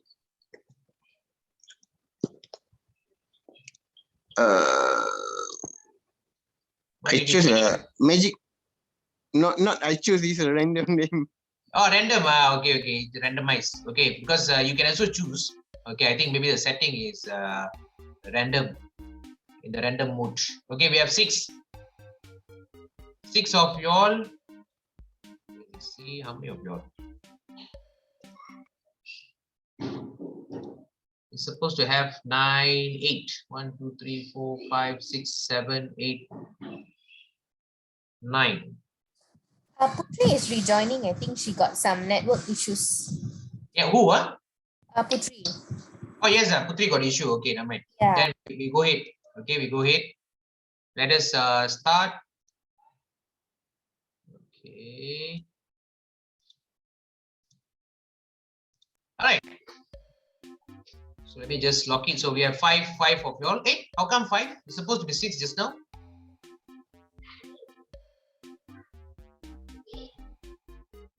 Are you all in? Anybody still not able to come in? I'm in. I'm in. Okay, so we have 6 ready. So I'll lock it. All right. So let us start. Okay, so this is CIPD reward management questions. Okay, so let's look at question number 1. An organization contributes to the bottom of Maslow's need hierarchy through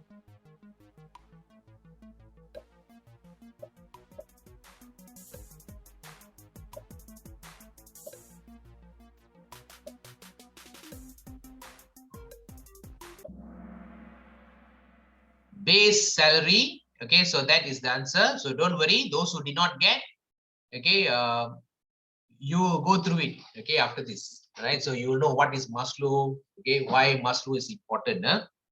Okay, next. Okay, so let's see, Stella giraffe. Okay, 932. Let's go for question number 2. Rewards should be aligned to the organization's goals. True or false?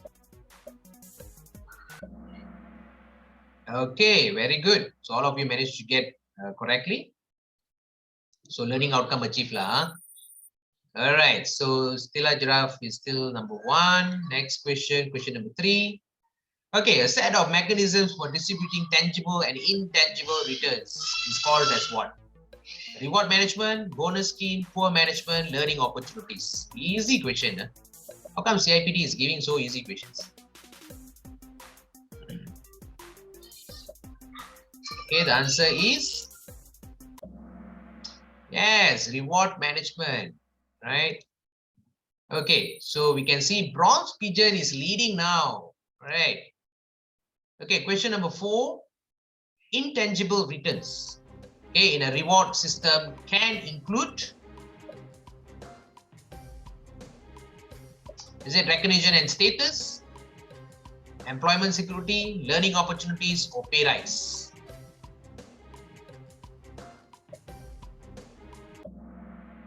Okay, so we have a fair distribution. Okay, some of you all say recognition and status. Okay, and some of you all say pay rise. No, so it should be recognition and status, employment security, and learning opportunities. So there's 3 answers here, right?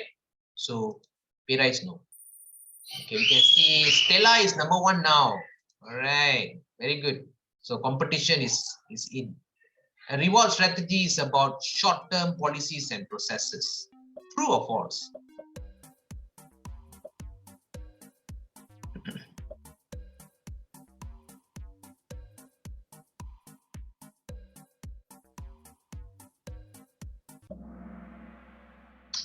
Okay, a reward strategy is about short-term policies and process.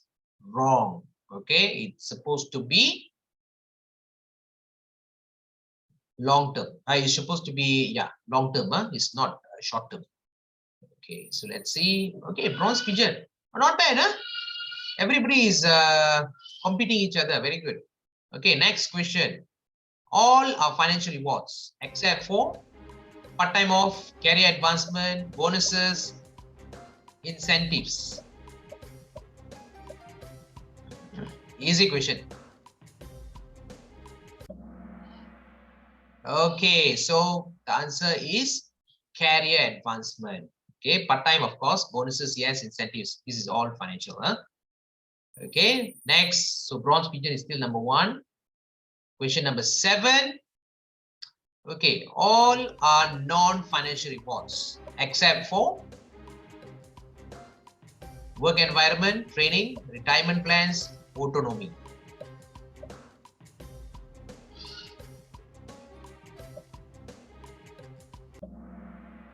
Okay, the answer is retirement plans.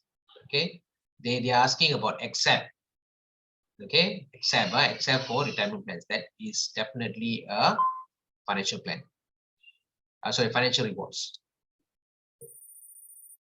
Okay, bronze pigeon is still number 1. Okay, question number 8. Job evaluation. Okay, it's a method of determining relative importance of number of different jobs. This one is something to do with compensation also. Okay, but maybe later on we'll be looking at it. Okay, but you should be able to get it right, because it's common actually. Job evaluation, yeah. Okay, the answer is true. Okay, it evaluates. You see, job evaluation, which means it compares between one job to another job. Okay, so it's common. All right, so bronze pigeon is still number 1. Last question. Bonuses aim to encourage future performance. Incentives aim to recognize past performance. Okay, so let's see whether it's true or false. A bit confusing, huh? For some of you all, I see. Okay, so false. Okay, so bonuses aim to encourage future performance. Incentive aim to recognize past performance. So by right, bonuses is what? You say encourage what? Past performance, actually. It is basically a result from the past performance. It's a result of past performance. Okay, so the answer is false. Okay, so let's look at who gets number 1. Okay, number 3 is melodic unicorn. Number 2 is bronze pigeon. And number 1 is dynamic unicorn. Who's dynamic unicorn? Okay, good. Shalini, yeah. Christy, I'm dynamic unicorn. Oh, Christy, yeah. Okay, Christy. Congratulations. Thank you.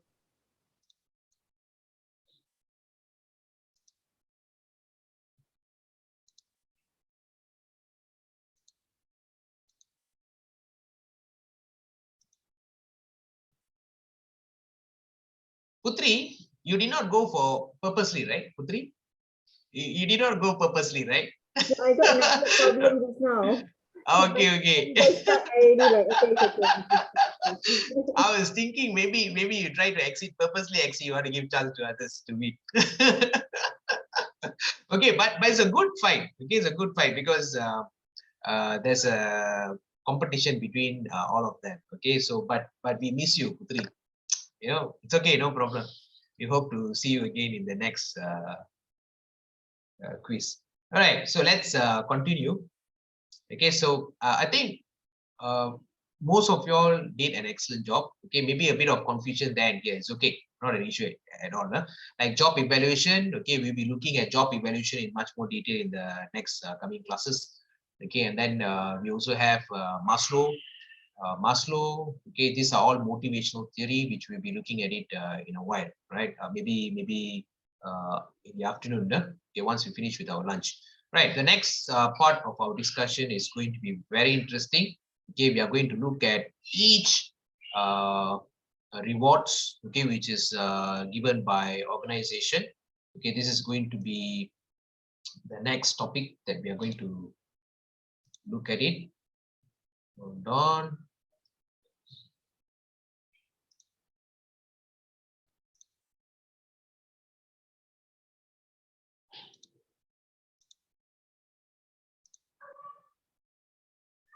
Okay, can you all see? Yes, doctor. Okay, thank you. Okay, the next one, okay, we'll be looking at 1.4. Okay, compare the different types of benefits offered by organization and the merits of each, right? So if you look at types of benefits, okay, whatever that you have mentioned earlier, okay, you have actually jotted down, right, some of the benefits. So there's many more benefits out there. Okay, benefits is something which is always what they call it being explored, okay, by scholars, right, and also by a lot of academicians, right, and many industrial practitioners. Okay, they always try to explore what will be the best benefit that you can actually give to your employees, right, because they feel that benefits is something which they have to really take into consideration in making sure that they'll be able to see the sustainability and also the performance is basically high, right? But you see, when you talk about compensation and benefit, let's look at Malaysian context. When you talk about compensation and benefits, compensation is always something to do with what, and benefit is something to do with what. I got an answer from someone just now. Okay, I think Jennifer mentioned that. So when you talk about compensation, it's always about what? What is the significance relationship? It is something. Salary. Okay, when you talk about compensation, yeah, I mean, it is about salaries, you know, incentives and so on, but it is always related to what? What is the outcome of compensation? Performance. Very good. Okay, compensation is always related with performance. So when you increase your compensation, your performance can be higher, right? And when you decrease your compensation, performance of your employees can be lower, right? So that is basically the positive relationship between compensation and also performance. But when you talk about benefits, what is benefits and how companies is using benefits as a tool? As a tool for what actually? What is the outcome of benefits? Retention. Very good. Okay, very good. Increase the performance. Okay, so you see, from the practitioner's point of view, okay, we always look at benefits as something which is a tool to sustain the employees in the organization. So when you see a companies which is actually giving more benefit, employees tend to stay there, right? Because they feel that, okay, you know, when I'm sick, or at least companies giving me leave. Okay, of course, when you talk about leave, there's statutory leaves and also non-statutory leaves. If you give benefits other than, you know, statutory benefits, okay, like for instance, maybe you are giving maybe the numbers also, even if you give more, it can be a very good benefit for certain employees, right? Like paternity leave. Okay, paternity leave, if you look at a certain company, they don't offer. Many companies, they don't offer paternity. They only offer maternity leaves, okay, for mothers, okay, who just leave it. But how about paternity leave? Do you think paternity leave is very important? Okay, is it something significant at this period of time? Okay, and when you look at the current situation during the COVID-19, one of the benefits that you should be giving to employees actually working remotely, okay, they should be getting maybe internet services, you know, they should be getting some allowances to manage, I mean, to maintain their PC, okay, to maintain their laptops, you know, these are things, unless if you are giving the facilities, okay, if you are only giving the facilities as part of the benefit, then it's okay. Or else, then you should be considering all these things, because these are things which is very important, especially at this period of time, right? So compensation and benefits, okay, it has two different outcomes, okay, or you need to look at it significant. I mean, you have to distinguish differently, okay, in Malaysian context, and each type of compensation that you have and also the benefit, it actually carries a different level of what they call it impact, correct or not, towards certain individuals. Do you agree with me? Certain benefits giving certain impact to certain level of employees, and same goes to compensation. Do you agree with me or not? Yes, doctor. Yeah, definitely. Okay, like for instance, when you talk about benefits, maternity can be relevant to maybe female employees. Okay, female employees, okay, who just got married, and then they got pregnant and they want to deliver. Of course, okay, maternity will be relevant for them. And maybe for male employees, maternity might not be so significantly relevant for them. Okay, because unless okay, they're female, then they feel that okay, I'm given this benefit, right? But when it comes to paternity, maybe it is relevant to male employees, right? And then when you talk about car park, okay, car park benefits, certain employees like white collar employees, they're given a proper car park. Okay, they're given maybe a car park with roof. Okay, whereas those blue collar employees, they don't have such facilities. Okay, they are not given such facility. They can park anywhere outside of the organization. Okay, or maybe they have a car park, but then it is not designated, or maybe they don't have a roof, right? So these are things, okay, which can actually differ, and it can actually create advantages and disadvantages to the employees, right? I still remember when I was working with KLK. I always emphasize because KLK is one of the places that I worked for more than 5 years, right? So when I work attached with KLK, I still remember that only executive and above are given car park with a roof. Okay, non-executive, they have to go outside. Okay, and they have to walk down. They have to walk down, and their car park is a bit further. Okay, compared to those executives, right? So these are organization which have traditional mode of operating, because they have been there for many years. Okay, I think more than 10 years they've been there. Okay, more than 10 years, I think 15 years by now, 15-20 years, right? So these are mode of operandi since those days, right? But maybe now you can see some differences, because employees are not seen as just worker, but they are seen as stakeholders, right? So when you treat your employees as a stakeholder, certain things should be equal. Okay, if you are giving maybe certain facilities, okay, it should be equal. Whether they are blue collars, white collars, you should have that facilities, like smoking room. Okay, and you have to start to think a bit positively, right? So when it comes to smoking room, for instance, like in certain manufacturing environment, they do have a designated smoking room. So do you think a smoking room should be separated between the management and non-management? What do you think? What is your point of view? No, it shouldn't be separated. Yeah, Why? agree with Why? that. Why it shouldn't be separated? When you create this kind of separation, like example, like the car park example, like you're already putting a line between management and employee. So there's always going to be a line, and that kind of invisible authority. So employees will always feel that, okay, maybe they might not speak to the management or their bosses openly. It's like a fear, it's a line of fear, like that, like authority, or you cannot go and talk like that. So I think it create, maybe last time it's different, but as we grow now, with the Gen Z coming into the workforce, I don't think it's relevant. I don't think, putting this kind of line, like separating exec, non-exec, like certain companies, I know they give medical benefits different. Agree, because if you get sick, you get sick. Not like if you're a boss, you get less sick or more sick. No such thing. Very good, very good. I totally agree with this. So this is where you see the factor of human rights is playing a very important role now. Okay, Christy is telling that should ban smoking, okay, at working place, right? This is still very vague, Christy. I mean, of course, we can tell that, but you see, I mean, from a holistic point of view, okay, from holistic point of view, sometimes it is something unavoidable, especially when you are when you're having employees, white collar, I mean blue collar employees, even white collars, right? This is something that they, how to say, I'm not smoking, so I will not be able to actually tell you, illustrate further on that. I don't smoke, okay, but those who are smoking, I'm not sure. Nick, do you actually smoke, Nick?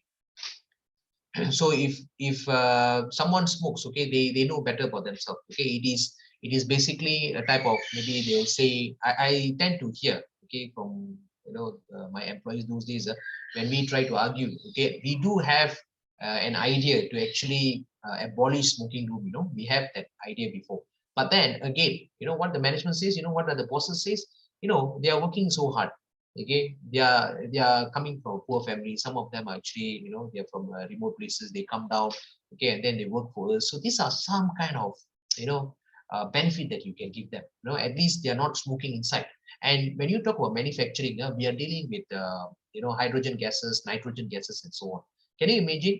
Okay, if the employee is actually really good, but then this is the only thing, okay, that he can't tolerate. He just smoke, and if he smokes inside, it is much more dangerous than smoking outside.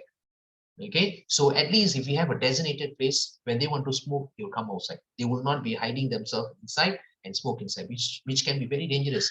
Okay, a small leak, okay, in a plant, hydrogen plant, can explode the whole place.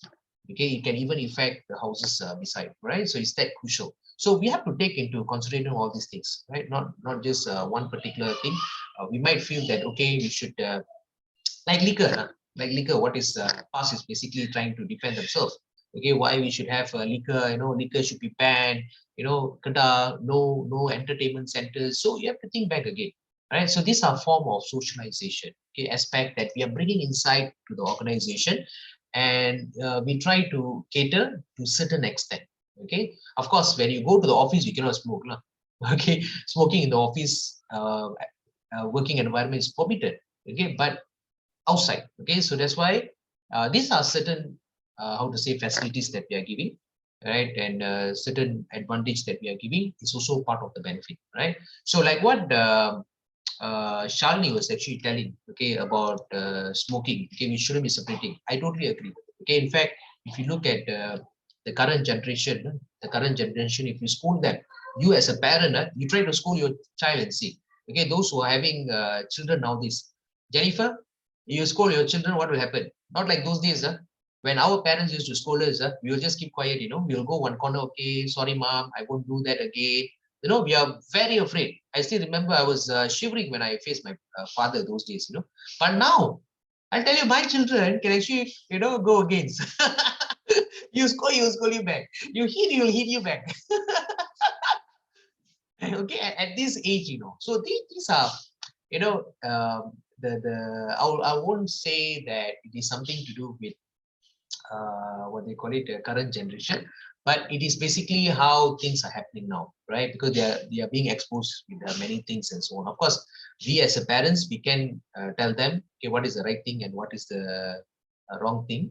Okay, but then against, okay, it is governed by a lot of things. Okay, those days I remember teachers scold, parents will keep quiet. Now teachers scold, parents will also scold, not scold the child, scold the teacher. Okay, so this is what happening, right? So same goes to the practices in the company. Okay, practices in the company, we have to really look back again, right, and see whether is it appropriate or not appropriate to implement certain things, especially when it comes to rewards, right? Because rewards can give very significant impact to employees, right? Who you are giving, when you are giving, where you are giving, how you are giving, right? So these are 5W1H which you really need to take into consideration, right? Okay, so we will have a group activity now. Okay, I will break you into group. Okay, so I'm gonna show you these are lists of rewards that we have. Can you all see the screen? Yes, Yes, sir. can. Okay, right. You see, okay, these are types of benefits. Types of benefits that we have. We have monetary and non-monetary benefits, performance-related pay, profit sharing, gain sharing, share ownership, payment by results, bonus schemes, commission, pensions, healthcare, insurance cover, right? Sick pay, enhanced redundancy pay, career counseling, company loans, season ticket loans, okay, movie tickets, can be movie tickets also. Now this movie ticket is also part of benefit. I still remember it is reward, okay, it's reward and it can be benefit to certain companies. Company cars, what is this, fees to professional bodies, okay, enhanced maternity, paternity, adoption leave, child care, sports, social facilities, right? So these are different type of benefits, okay, that we have, right? So, and I've actually,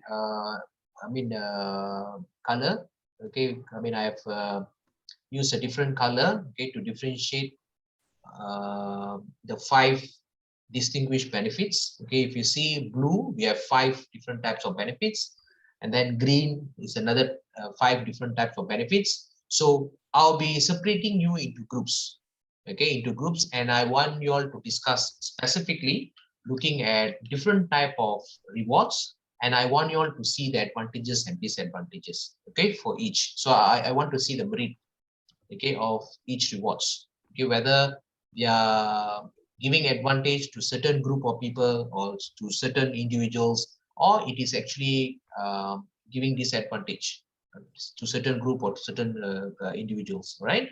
So can we do that? Okay, let's list down type of rewards. Okay, let's take 5 types of rewards, okay, each group, and then you try to discuss whether that particular reward is giving advantage or disadvantage to individuals or to group or maybe to the company. Okay, so of course company, I don't think so, because company is the one which is implementing. Okay, definitely to certain extent it has some advantage, but let's look at individuals and groups, right? So how this type of rewards is giving the impact. So let's break into the group. Hold on.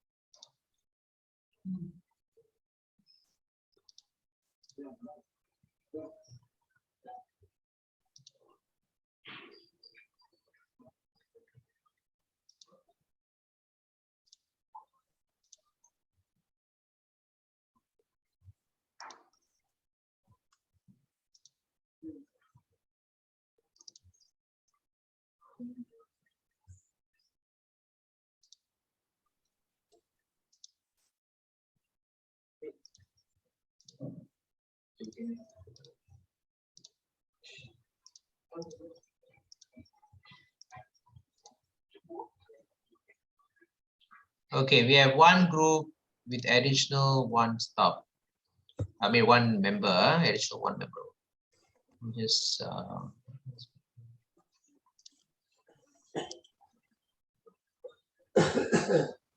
okay. All right. So I'll open the rooms now. Okay, and all of you can will be assigned. Okay, in a group, and I will publish, okay, the questions in a while. Huh?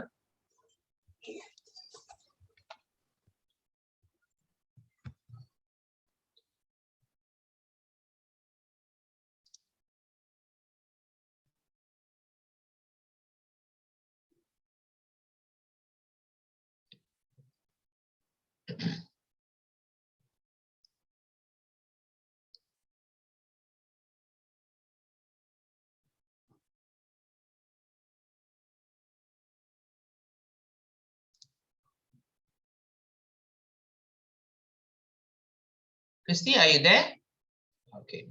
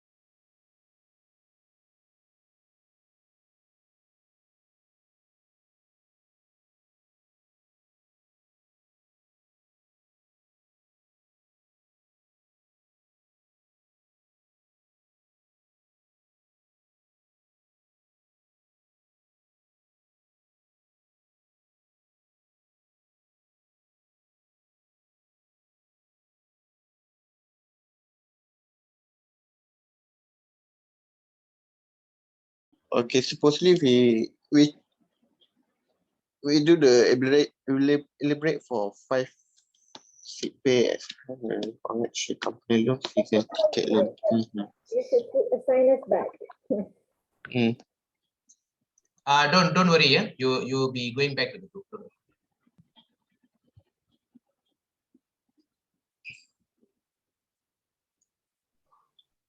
So we got 5 people, doctor.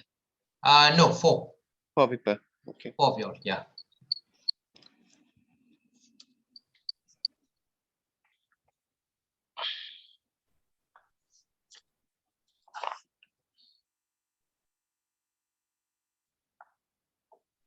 Not enough time. No, we will put you back in the group. Don't worry. Okay. Yeah.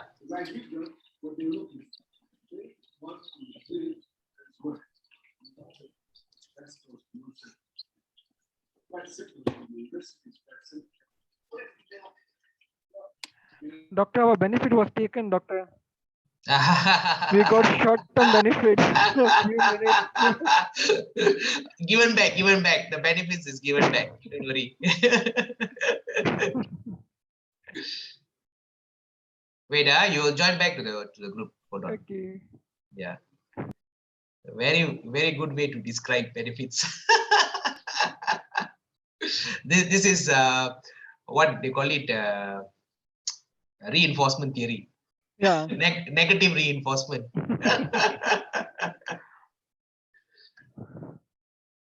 Okay, why you all are still here? The system want us to be here. Okay, we have done, I think. Oh, you're already in the group. No. Me and Jennifer, we were with Shalini. Yeah, not supposed to be with Agnes. Wait. We got the benefit of other employee. Wow. Okay, are you all in the group now? Not yet. No. We don't want extra sharing, you know. We don't want to share our benefit with anybody. How come you all are not there? Okay, I think just now our team member, Mr. DJ, myself, and Shalini. I don't know Piria and Lohes. I supposed to be with Agnes. Okay, it shows here not joined. You're already in the group, but it shows here not joined. So I'm not sure why. Hold on. What is happening? You see it shows here not joined. Oh. You all are supposed to be in the group already, but it's showing not joined.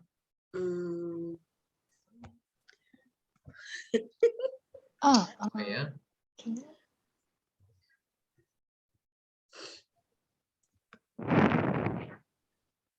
Yeah, Priya, why? Yeah. I think, or maybe doctor wanna close back and then doctor wanna open back. Close and okay, they'll be coming back again. Yeah, I think there's a problem because Agnes just messaged in the group and she said she's alone. She's alone. My goodness. Luckily, the three of us here. Benefits. I had the same issue. That's why I left the now benefits of doubt already. Benefit. Okay, let me close. She'll be getting promoted, you know, alone. There is no transparency, doctor. Okay, let me close. Hold on. I tell you, this is the disadvantage. Okay, disadvantage of. I thought there is no transparency. Only Agnes is getting promoted. Promoted to another level, yeah. Yeah, and I was alone there. I was wondering what's happening. So there's a problem with the system. I don't know why. Let me just. Maybe the system confused already. System confused. What is this people? You know, I just put them inside. Now they want to go outside already. Now they want to go inside again. I better put them. I better hang myself.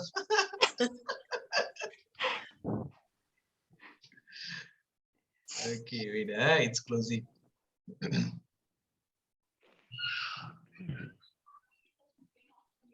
Okay. All of you are here already?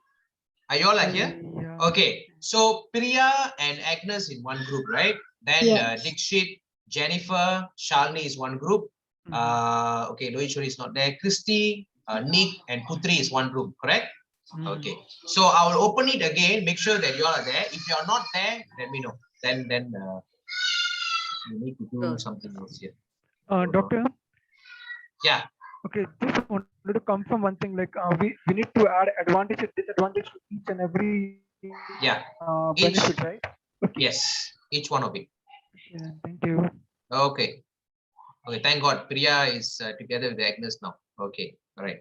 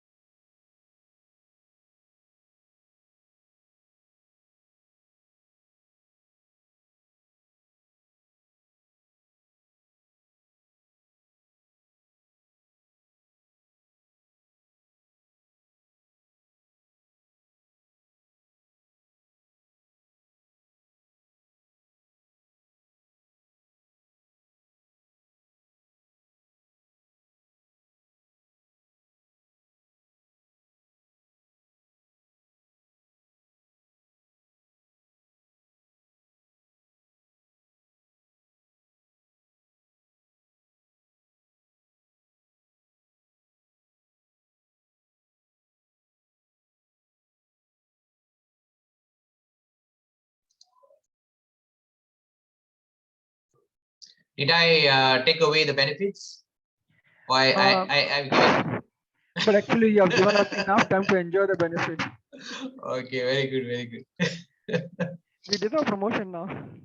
Promotion, huh? You see, so you see, when you are given more, you're actually happy. Yeah? So there's a very significant correlation. You see, Jennifer is with a very huge smile over there. Because we have issue later we share. Okay, sure, no problem. And okay, because she'll be sharing the issue which I have, no, raised. You can chip in later. Yeah. No worries. Okay. Okay. All right. So anyone still missing, still left out in the room? I don't think so. Okay, so everybody is safely out from the room already. Yeah. Okay, we shall continue. Okay, with our discussion. So I hope you are given sufficient time. So it seems when I went in, all the groups are basically very much efficient. Okay, so I've given you a lot of time also. Again, and my apologies for technical errors. Okay, in between. So I hope the output is already good enough for us to discuss. Right. So we'll start with first group. Okay, let's welcome Priya's group. Priya, do you have to share? Okay, your input. So Priya was actually, Yes. she was given performance related pay, profit sharing, gain sharing, share ownership, and payment by results. Okay, so these are basically the types of benefits that we are given, and yeah, this is basically the results. Okay, so let's hear from you. Okay, so we have 5 points, but we Only managed to do 4. No problem. You Miss help out. Agnes? Yeah. Yeah. Yep. Okay.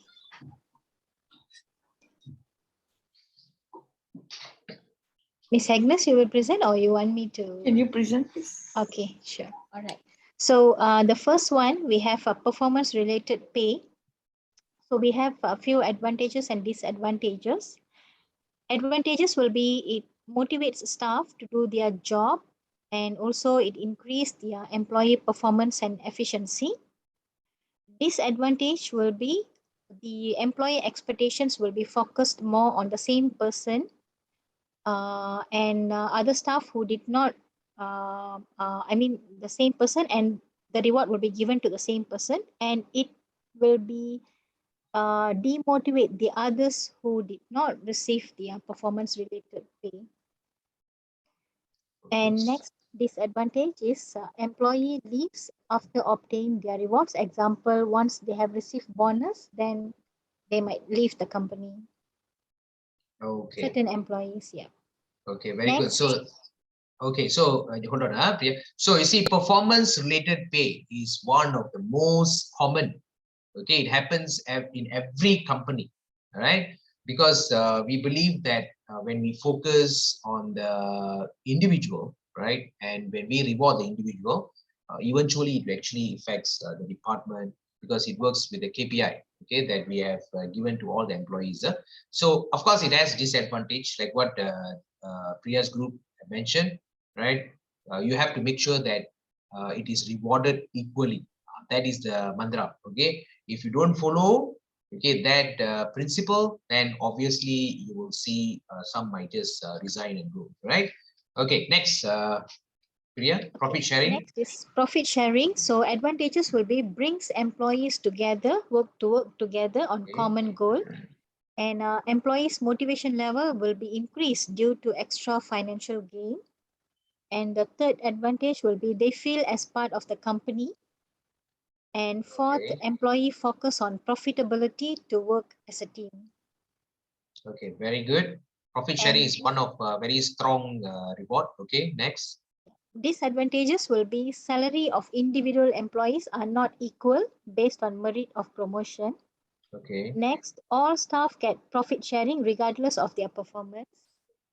And the next is the employee tend to not focused of their product quality since all are more focused on completing the task faster. So you see, yeah, thanks. Profit sharing, you see, profit sharing, like what I told you, all right, it is basically some initiative, okay, which is coming from the top management to ensure that employees are also feel belonging. Okay, they feel appreciated. Okay, like if you have a cake, okay, and part of the cake you give to a piece of cake, you give it to your employees. Okay, so they feel appreciated that, okay, with all the cake that I have, the employer has, they are giving some of it to the employees, right? So that is very powerful reward, okay, for the employees to motivate them. Okay, next is gain sharing.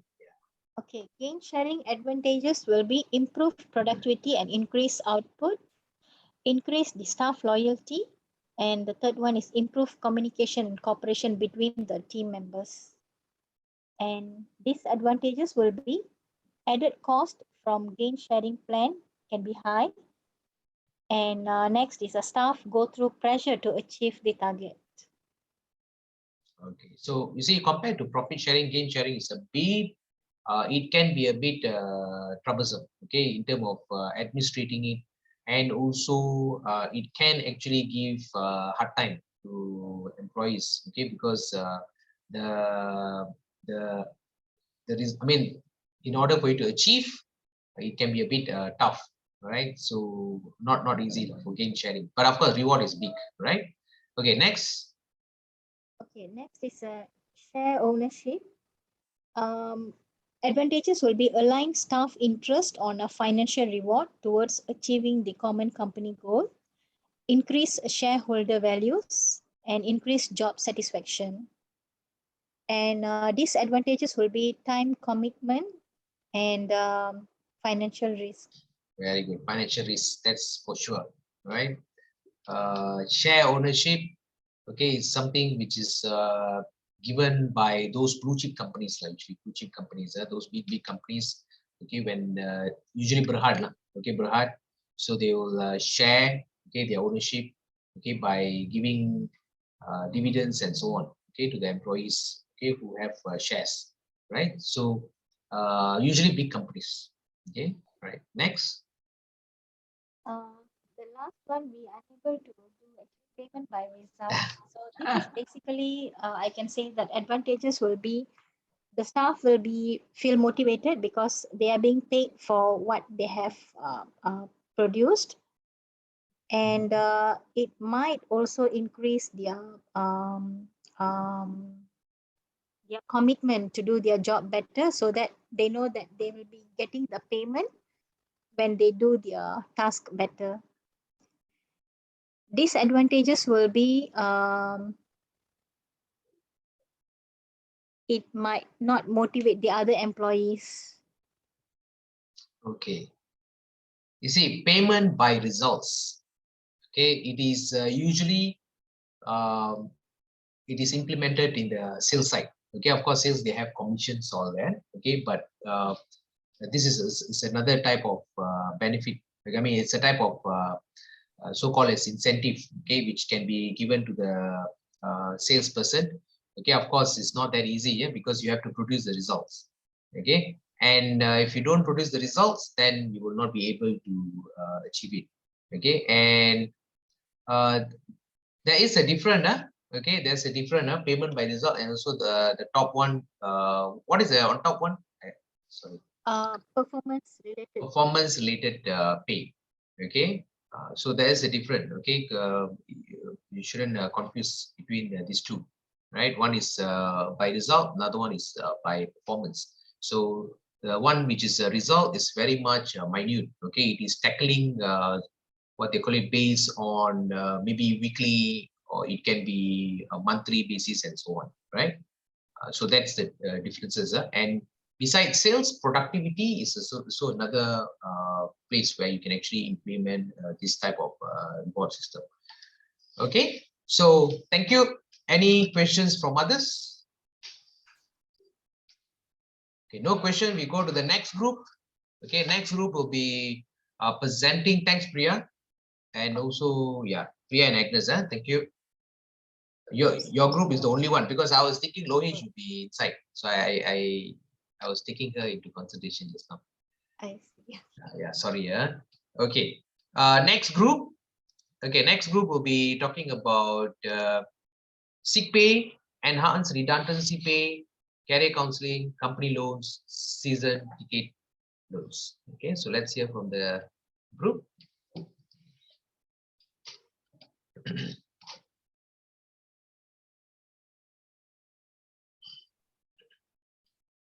Whose group is that?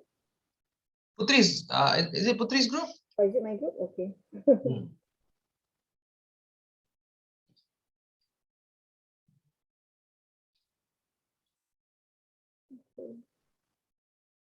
Okay, wow, but pictures are Putri. Nick or Christy, do you want to talk?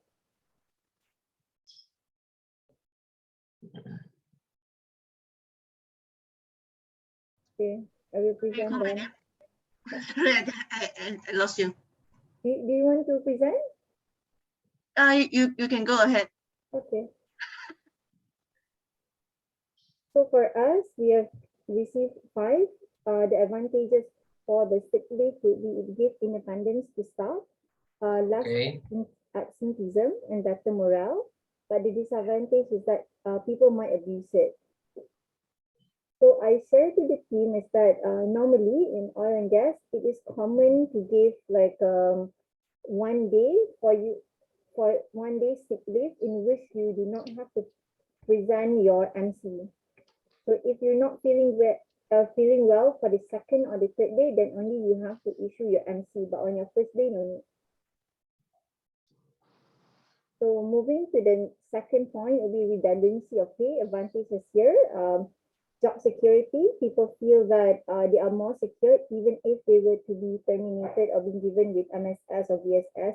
They will still got like an amount that allow them to sustain for a bit, rather than just the usual law that provided.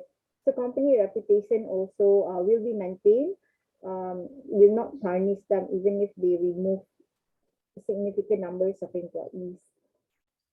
Disadvantages will be the financial burden. Company have to pay extra despite they already at the financial struggle.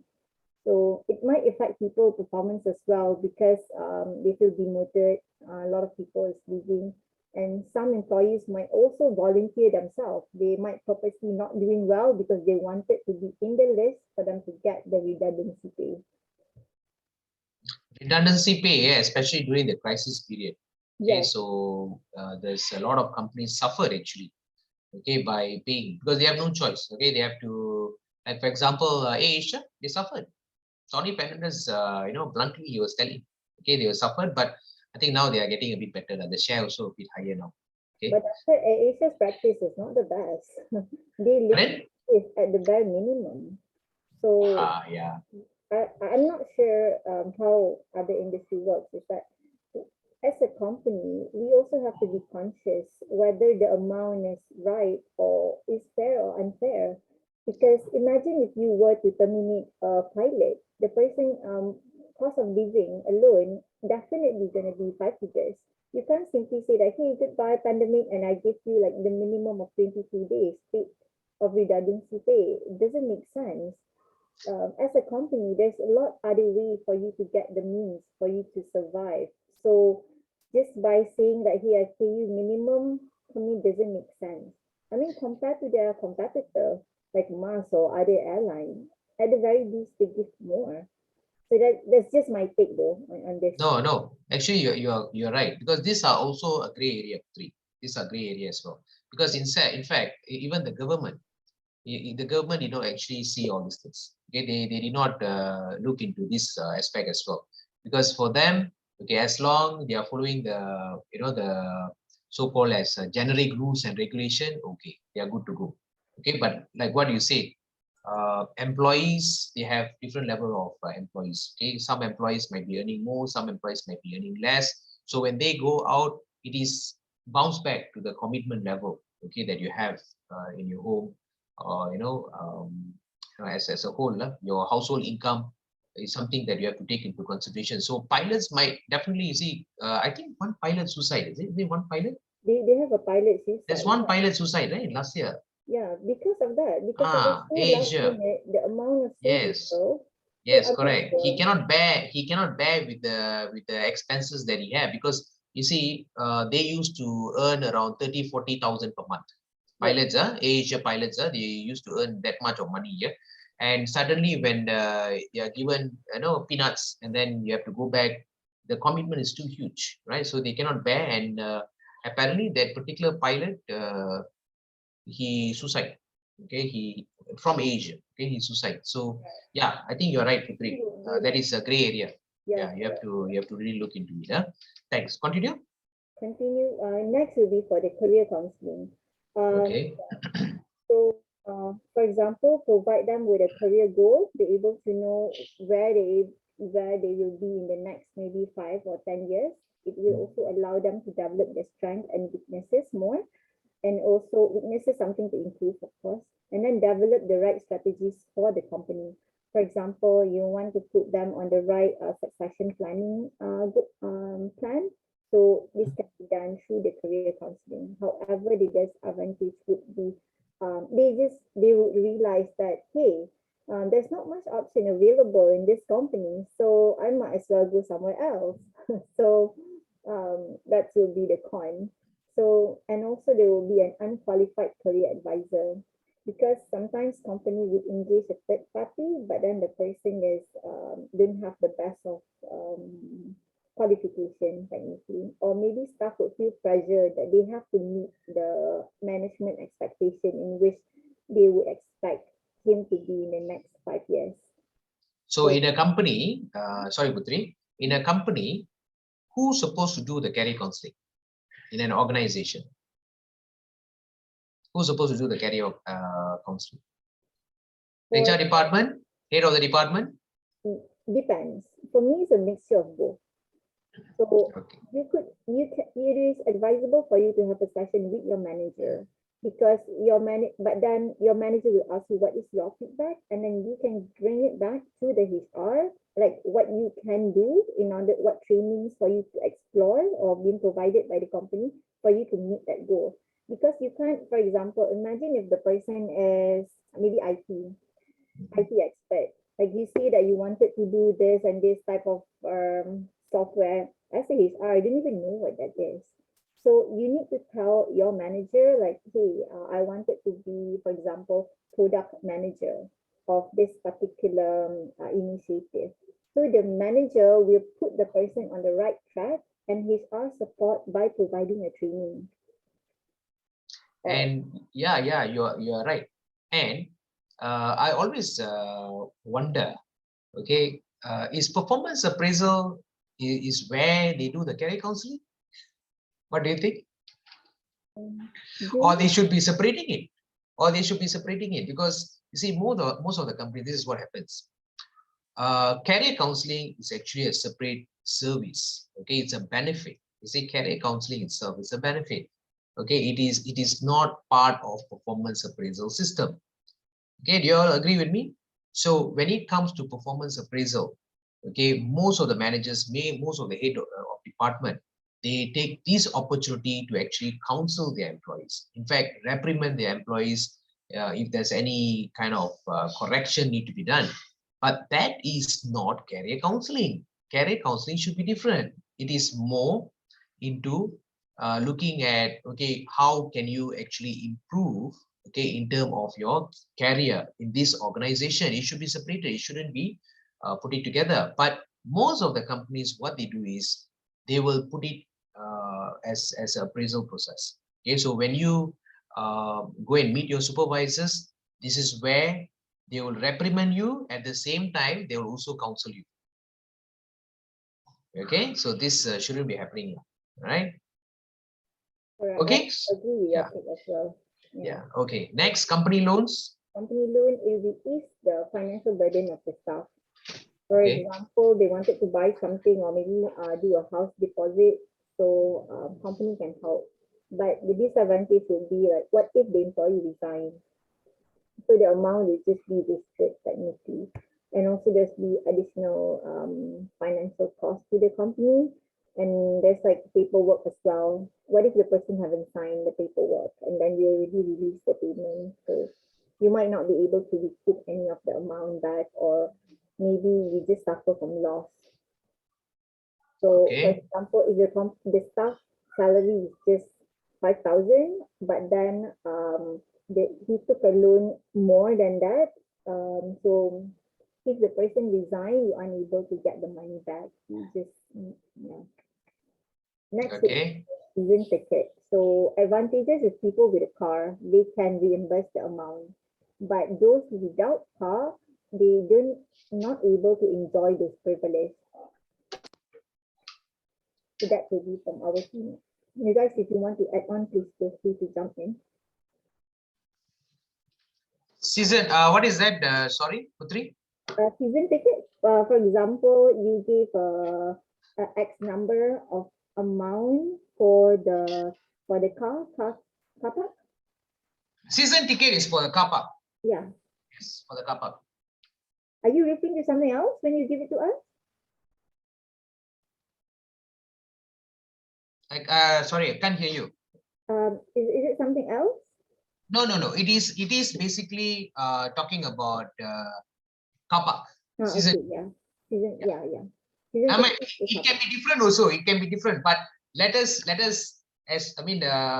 from our side, let's look at it as the advantage which is given at the car park, okay, season ticket. Because if you ask me, right, we are also given so-called as cinema ticket, okay, or airplane ticket. So there's so many ways you can define it, but this season ticket is basically, yeah, it refers to the car park. Yeah. Like in my company, we have like an annual home ticket for the non-local. So they and their approved family members can go back home to their hometown. And then they can claim it once a year. Once anniversary year has reached, they can claim that, in which they're able to go back to their hometown. Okay. Yeah. Okay. So yeah. So these are all the benefits. If you ask me, compared to all the benefits that you have actually listed down, okay, of course, sick pay is something which is it falls under the so-called as compulsory. Yeah, it is compulsory. It is statutory benefits, right? Redundancy pay, okay, is also benefits. Most of the companies, if you see, they have it, and it is also compulsory by the government if you are going to give VSS. Okay, so there's an act, Employment Act, which says that you need to have that. Okay, career counseling is, of course, it depends on the organization. Like what I said, okay, some companies might just misuse it. Okay, it is disadvantage for us actually. Okay, they thought that okay, they can actually give counseling during the appraisal time, but that is not the way to do it. Right? Many companies will take it upper hand. They will just create some shortcut. Right? Company loans, yeah. Okay, it's a very good benefits. Okay, especially for blue collars. If they have car loan, housing loan, it will be very good, right? And season ticket is okay. I mean, it is something okay that you are giving to employees. Certain places, okay, like my previous working place, right? They give us season ticket. Okay, they give us some discounts, right? Some employees, they got a free car park, right? So depending on the levels as well. Huh? Okay, so let's thanks Putri's group. Let's go for the next group. Stomachs already hungry already, yeah. Jennifer, dah lapar dah. Got biryani at home, you know, today. Got biryani at home. Wow. Okay. So our group, I will help to share the point. Okay.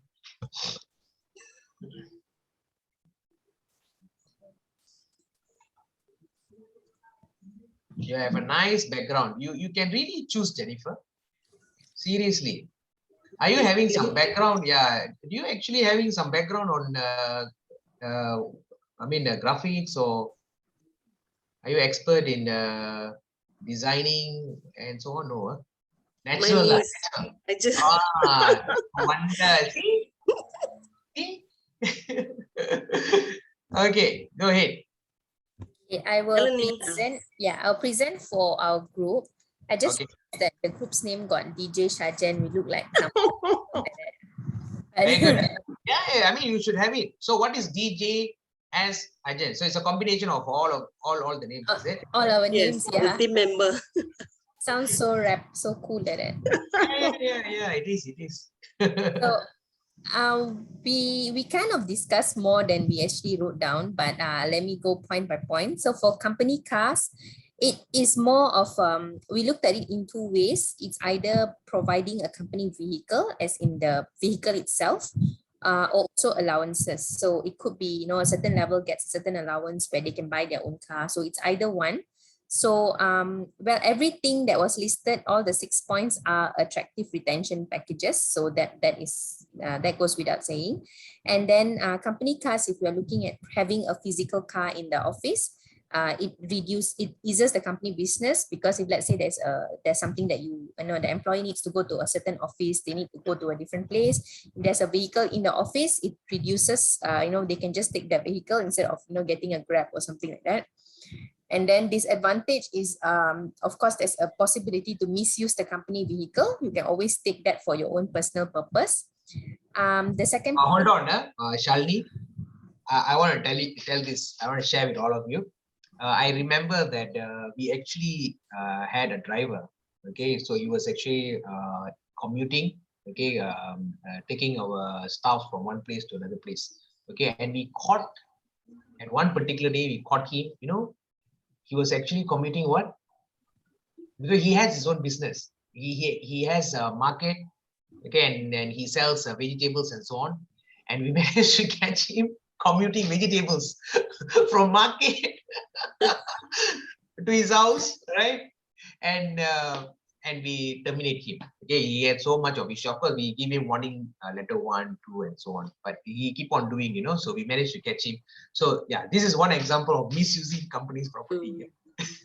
We had that in my previous company, but the only problem, it was misused by the upper management. Pick their children from school, pick their wife from here, friend's house, but upper management cannot do anything. So there wasn't any action taken.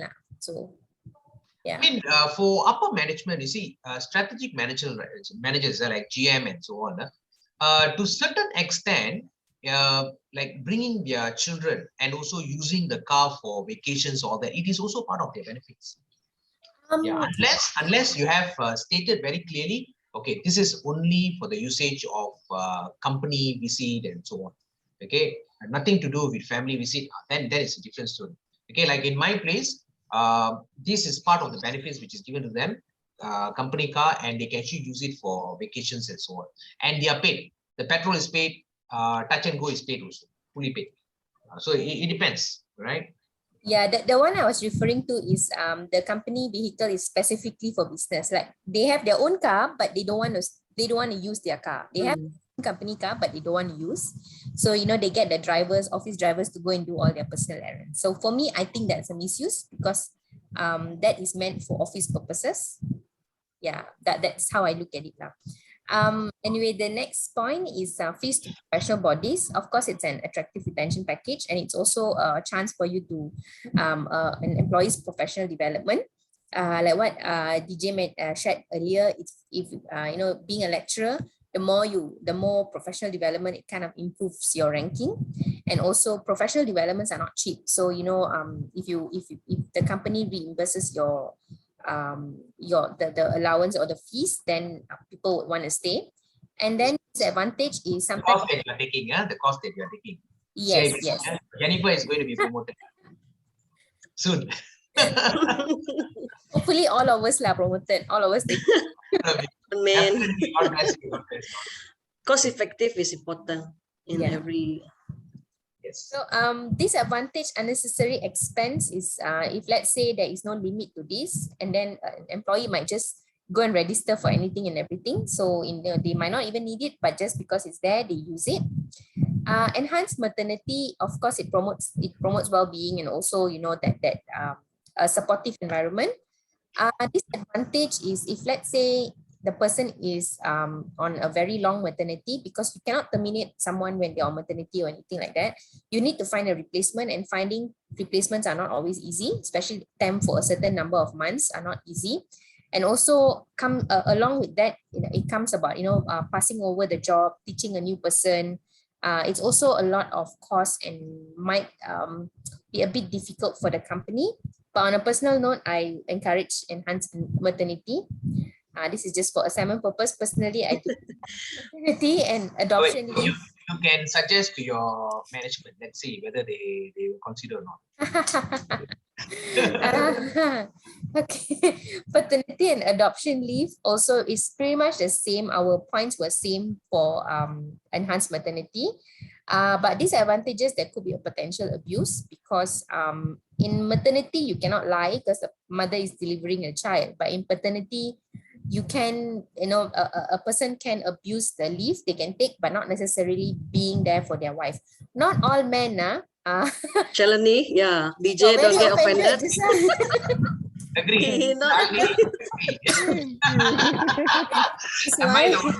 I the only father here? Nick? No, I'm here. Okay. Nick is also here. Yeah, of course.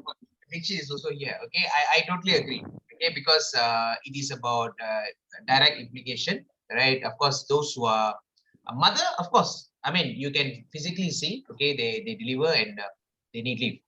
Okay, for a father, okay, you see, it is definitely going to be very subjective. You know why? Because nowadays, we have what they call it, assistance. Like I'm sure Chinese, they have support. They have what they call as not bidan. They don't call it as bidan. No. What is the name given to them? Midwives. Pardon? Midwives. No, midwife is, of course, they come to deliver, but they don't do all the cooking. Is it confinement center? Confinement center. Services, confinement services. Okay, so when you have confinement services, it is all taken care. Okay, the mother is taken care in terms of cooking. Like Indians, we have those services. Of course, we will give it to the grandparents, or we will give it to the relative. Okay, but Chinese, they have confinement services. Okay, they have these services where they pay almost like 10,000, 20,000 to this lady. She'll come in, she'll cook, she'll take care of the mother. Okay, she'll take care of the child, and everything is paid off, right? So in that sense, I agree with Shalini. Okay, it's very subjective. Okay, sometimes you give paternity, but you will see the person might just go around, okay, for other purposes, right? Doctor. Yes. About this, I don't agree. Yeah, no, I don't. You know what? It is so offended. It's not for you, DJ. Okay. No, That's why it's potential. No. I'm just, I wanted to share this. Like last year, it was lockdown. Like last 2 years. So it's difficult because that time you cannot call anybody in. Nobody can go out. So the whole responsibility comes on the father side. So during that time, we cannot have this confinement assistant or anybody. Otherwise, like what you said, very true. The Indian family, they do follow, like grandmother, grandfather, or anybody can come in, can help, during the confinement period. But actually, during the lockdown, this was a difficult time, for us. Very, very, very true. That's why, because this is case by case, right? Case by case. So during the lockdown period, of course, obviously, I mean, we cannot call anyone to come in. So the burden falls to the father, okay, and also to maybe to the grandparents and so on. So we have to take care. Okay, yeah, agree. Okay, next. Repeat about it. Shalini, I'm telling you, the debate will not stop. True. Okay, so another point is, like, I think personally also, I think paternity leave should be at least 2 weeks. A lot of companies give about 3 days to 5 days, which I think longer. Adoption leave is also important. I know we don't have it here, but in countries like Australia, they're trying to implement adoption leave because it is a very something they talk about. And then childcare, the same as above, it is an attractive retention package and also promotes well-being. And also disadvantage, it could be a potential abuse because childcare can come in many forms. It could be just a cash given in cash, or maybe like a nursery like that. So it could be a potential abuse. Sports and social facilities. This also promotes well-being. Another point is it increases people engagement and performance, because you're more motivated to when you go to, let's say your company has a gym, you go to the gym, you're talking to other colleagues, you're not confined, you are meeting other people, being social. Disadvantages is like abuse of working hours. If there's no guidelines in place, staffs might just spend too much time in the gym, or just basically abuse the facilities. Dixit and Jennifer, you want to add anything? No, I You think you have covered it covered all already. everything. Yeah, true. Anyone else? No. You cannot be asking this question at this period of time, especially closing to one. Everybody's hungry. Okay. So if you answer, you Lucky us. they will add they will not add any points. Okay, so I guess these benefits are quite interesting. Okay, what was discussed by this group.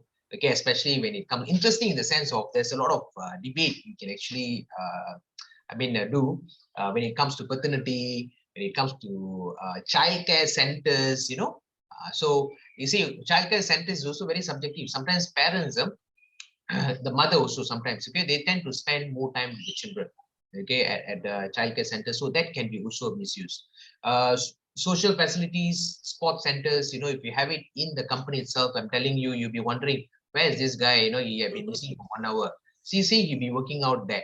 Okay, why he's working out extra hours? Because there's another pretty girl, okay, working out at the same time, right? So these are things which might happen. I'm not telling something which is not happening. This has happened.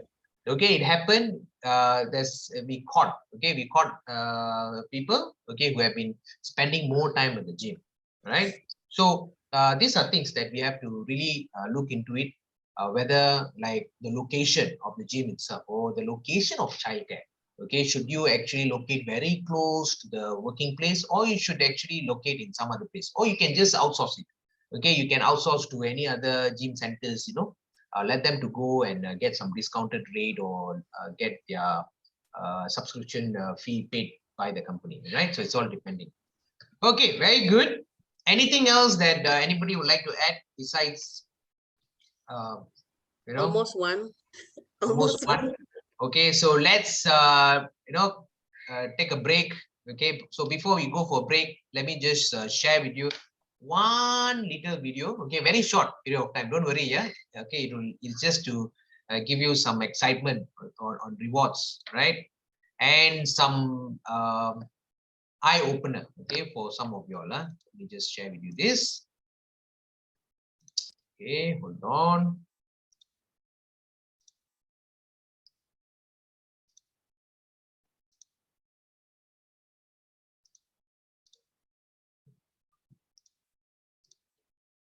Where is this video?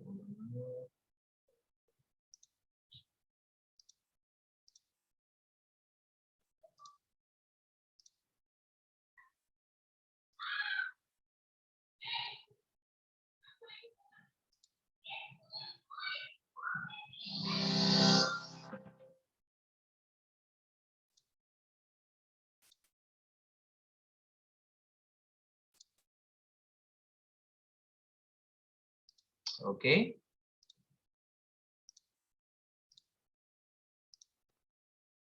Okay, can you all see the video? Okay, nah? Okay. Top salesperson is Sarah. Again. For the 8th month in a row. Come and get your reward, Sarah. Sarah's really good at sales. The thing is, so is the rest of the team. They're just not as good as Sarah. Don't you think their efforts are also worth some recognition? What's that? No budget for more prizes? Recognition isn't about big prizes. You need to speak to YouWin iWin. We know how to encourage your entire sales force to meet those targets. The secret isn't big prizes, it's relevant rewards. Rewards not just for your number 1 or even your top 3. Rewards for all of your sales force that deserve recognition. Rewards that they actually want. You won't even need to take time off your busy schedule to source rewards. Leave that to YouWin iWin. We'll take care of all the little details. Like, we bet you didn't think about who will deliver Sarah's big prize, huh? Our reward fulfillment offering comes in all shapes and sizes. We can offer your sales team a digital catalogue of goodies or gift cards, tailored experiences like sipping champagne in a limo while being driven to the spa, trips to that tropical island. Wouldn't you like that, guys? You win, I win. We make your Salesforce's wishes come true. Because with us, you will win. For more information, visit. Have you ever thought there is a outsourced service for rewards management? There you go. Okay, so you see, we were thinking that rewards all this while is basically managed by our own company, right? For your information, there's many companies out there which is actually managing rewards, okay, for their partners, okay, partners and also their clients, okay, which is actually corporate companies, right? So just want to let you know that those companies, okay, if you feel that, okay, I feel that I don't want to manage rewards, okay, sometimes it can be very tedious, it can be very complicated. You can outsource it to third party to manage it, right? Like even the electronic softwares can also manage your reward to a certain extent, but of course it is what they call it. It is something that you have to buy, and it is something which is built in your HR software. All right. Okay. So let's with that, let's take a break. Okay, and we will come back at 2. All right. So thank you, and see you all at 2 o'clock. Enjoy your lunch. You too, doctor. Thank you. Thank you. I'm enjoying my biryani after this. Thank you.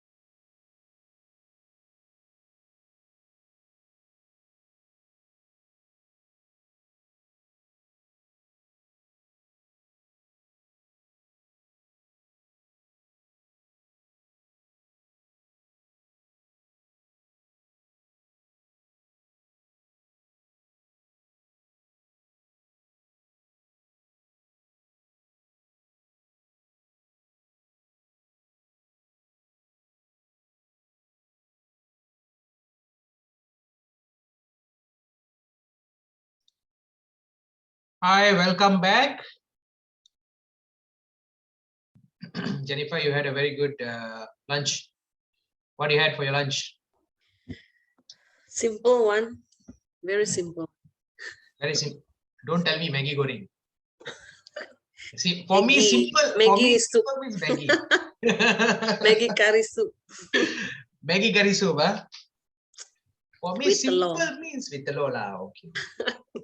Because I still remember, when we sometimes when we have no time, rushing for classes, all that. Sometimes, my wife also, sometimes she's not in. No choice. Like the other day, lah, Maggie, take the Maggie, straight away go Yeah. to class. You are here or you are in Miri, Jennifer? You are based here or you are based in Miri? Kuching. Okay, now you are at Kuching now, is it? Yes, yes. Okay. All right, Agnes, are you there? Putri. Hello. Dah makan ke? Biryani hari ni. Wow. Biryani hari ni. Wow. That's nice. Biryani udang. Wow. Okay. My wife, she can cook lah. She can cook very well. Sometimes she'll do all kind of dishes. This is Dixit. What we call this, Dixit? Good package. Family benefit, huh? Family benefit. So it's a combo pack, family pack. Combo. Combo DJ combo Okay like in my case, evening I'll cook, morning, afternoon my wife will cook. That's teamwork. nice. Teamwork. That's Teamwork, nice. teamwork. Very good. Very good. She cannot say, your food is not delicious. I cannot say her food is not delicious. Mutual understanding. Win-win situation. Win-win situation, huh? Very good. I mean, complete each other. Yes. No. No. You see, I still remember those days during my parents' time. I think I'm sure others agree also. Especially Indian culture, for your information, when one of the criteria for women to actually get married, successfully, is know how to cook. That is the criteria, those days lah. This was like maybe 50 years ago and so on. Okay, but thinking about that, we might not realize, okay, maybe the current generation, we might be thinking, all these are old style, old mentality and so on. But when we think back with this crisis period, all this current situation, we are thinking maybe our parents those days, they might have only thought back to all basic. this. Back to basic. These are what we call cycle theory. Everything comes back, and what we thought those days might be outdated. It might be something which we never realized that it might be a reality. They might have already gone through that cycle. Okay, and we thought they are actually the first cycle. They might not be the first cycle. They might be already the last cycle. You don't know about it. Because our history, our human history itself, there's a lot of part is missing. There's a lot of part in human race, our history, a lot of part is missing. Okay, like for example, if anybody asks who actually built the pyramid, that's a very good example. Who builds the pyramid? Anybody knows? Okay, so these are things which happened way ago, those days, and the technology that they use. Okay, I mean, there's not even proper technology they use to build the pyramid. So these are things which we are still wondering. Are we actually living in a modern world, or are we actually living in a world where it is going down, where we might have already passed through the good age and we are going down to a bad age? So we don't know. Okay, so everyone is here already? All right, so let's start. Okay, before the break, okay, what we have gone through is basically the principle of motivation, which is very important. Okay, principle of motivation, or I'll say that is the pillars. Okay, pillars of reward. Okay, the principle of reward management. So pillars are very important. In order for you to build a good house, a good building, you have to make sure your pillars are strong. Okay, so same thing, the principle, okay, for reward management is basically whatever that I've told you, the fair, okay, the fair among distribution, reward distribution. Okay, you have to make sure there's a utility. All right. Utilitarianism is also another part, but we don't really touch here.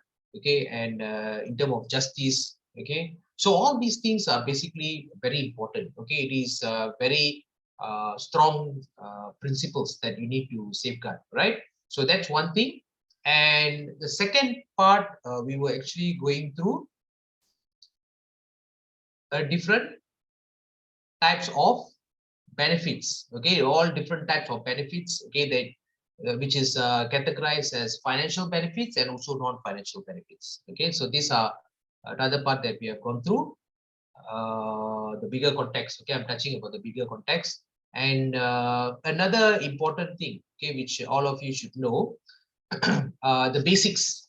Okay, so now we are touching about the basic. Okay, so we have already know what is reward. Okay, what is reward management, all the principles that you need to have. Okay, you have to make sure that, okay, when you apply reward, you have to make sure that it is strategically aligned. So talking about all these things, okay, so what is the fundamental? Why reward becomes so significant in the working environment? Even in sports, why they use this reward system? Okay, what actually motivates people to react whenever you have all these so-called as financial and non-financial benefits in front of them, okay, or rewards in front of them?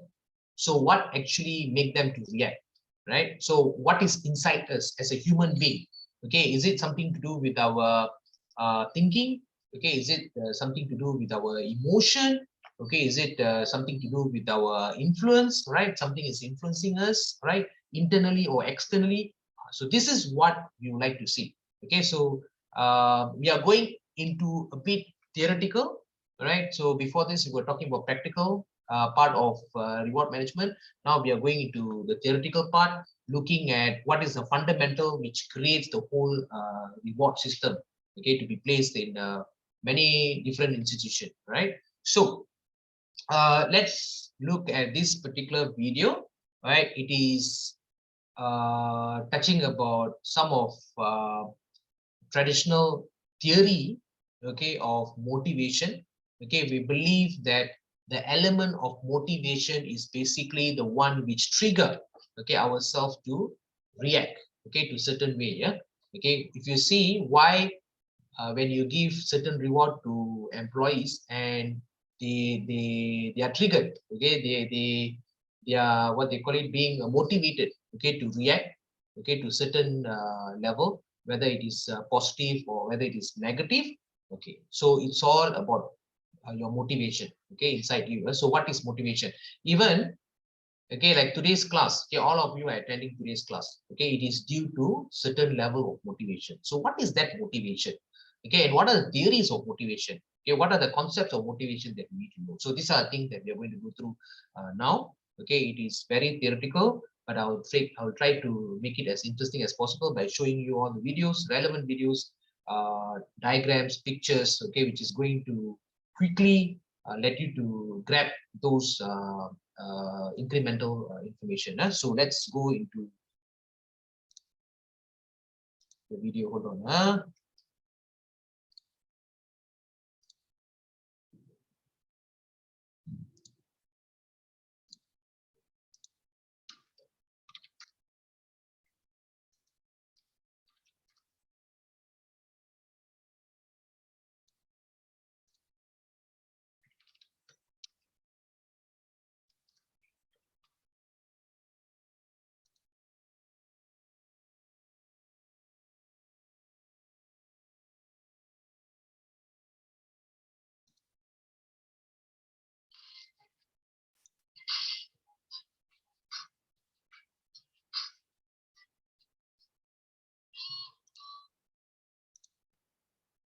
So I'm going to share the screen.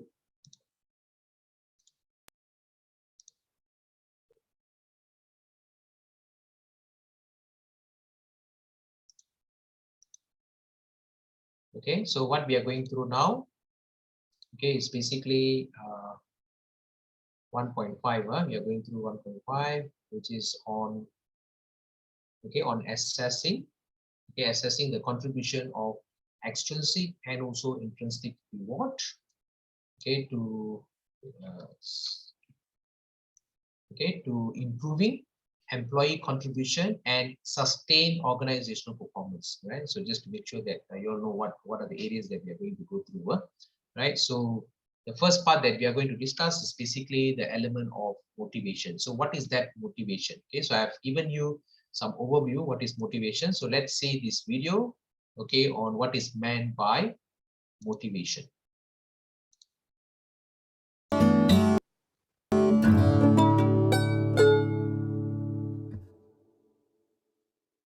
Let's take a look at motivation. Motivation is the internal process leading to behavior to satisfy needs. Have you ever wondered why people do the things they do? The primary reason people do what they do is to meet their needs or wants or to bring happiness to themselves. So motivating is about answering people's often unasked question, what's in it for me, by helping them to meet their own needs and wants while achieving organizational objectives. Effective leaders are good motivators as they influence others, as they satisfy their own needs and followers' needs to benefit the organization, which is the goal of human relations. Managers often view motivation as an employee's willingness to put forth effort and commitment to achieve organizational objectives. This is often called employee engagement or organizational citizenship behavior.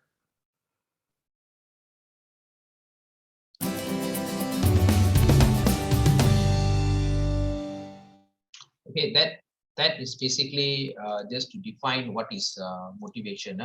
Actually, there's another.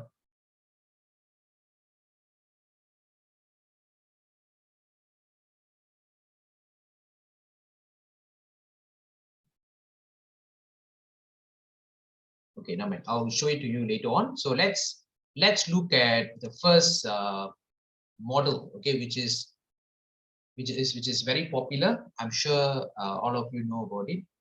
Okay, what do you think some of the theories which is related to motivation? The very popular theory that you know, or model that you know. Maslow? Okay, very good.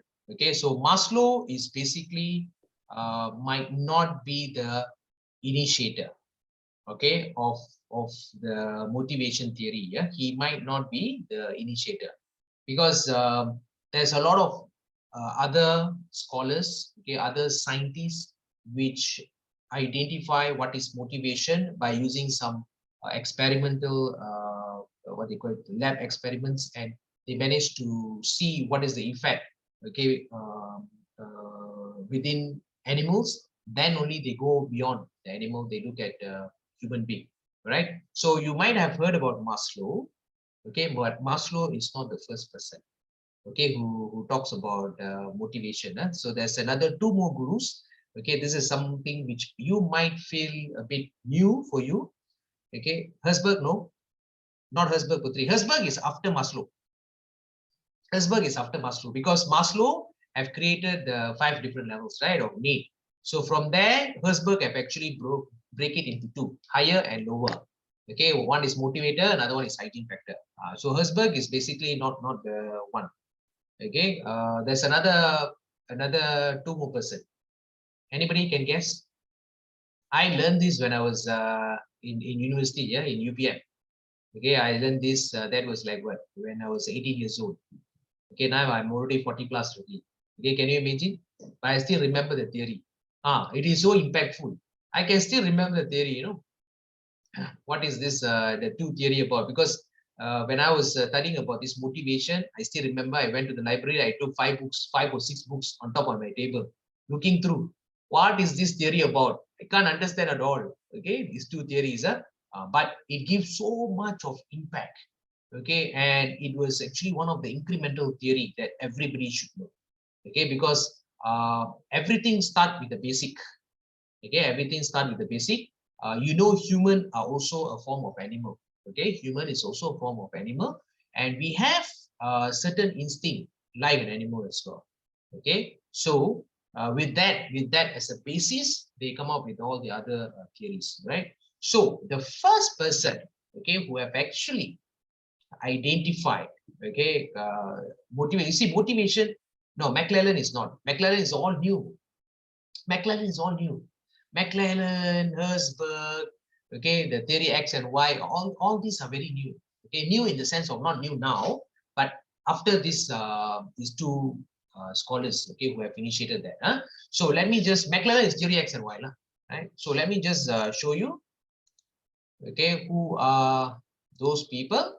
Okay, so these are people who's not in HR field at all. Okay, you see, motivation, the word motivation itself, okay, it is a concept not from HR, it is coming from psychology, right? So we borrowed, okay, we borrowed the concept, right? It's from the psychology. So let's see, Pavlov classical conditioning. Okay, let's hear from this video. If I explain, you'll be very bored. Okay, so let the video to explain. Yes, you'll be very bored because you tend to misunderstood also. So let's hear from Pavlov, right?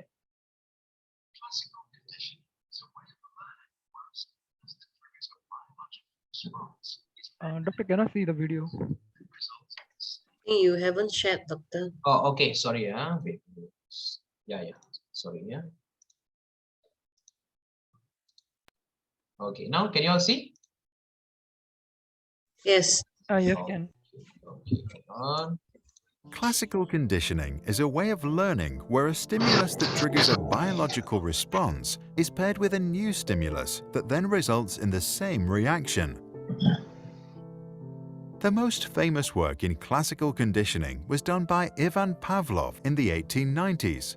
During this time, Pavlov did a lot of research around the digestive processes of dogs.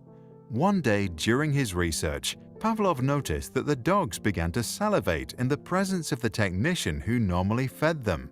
He wondered if the technician was a trigger that stimulated a response associated with food.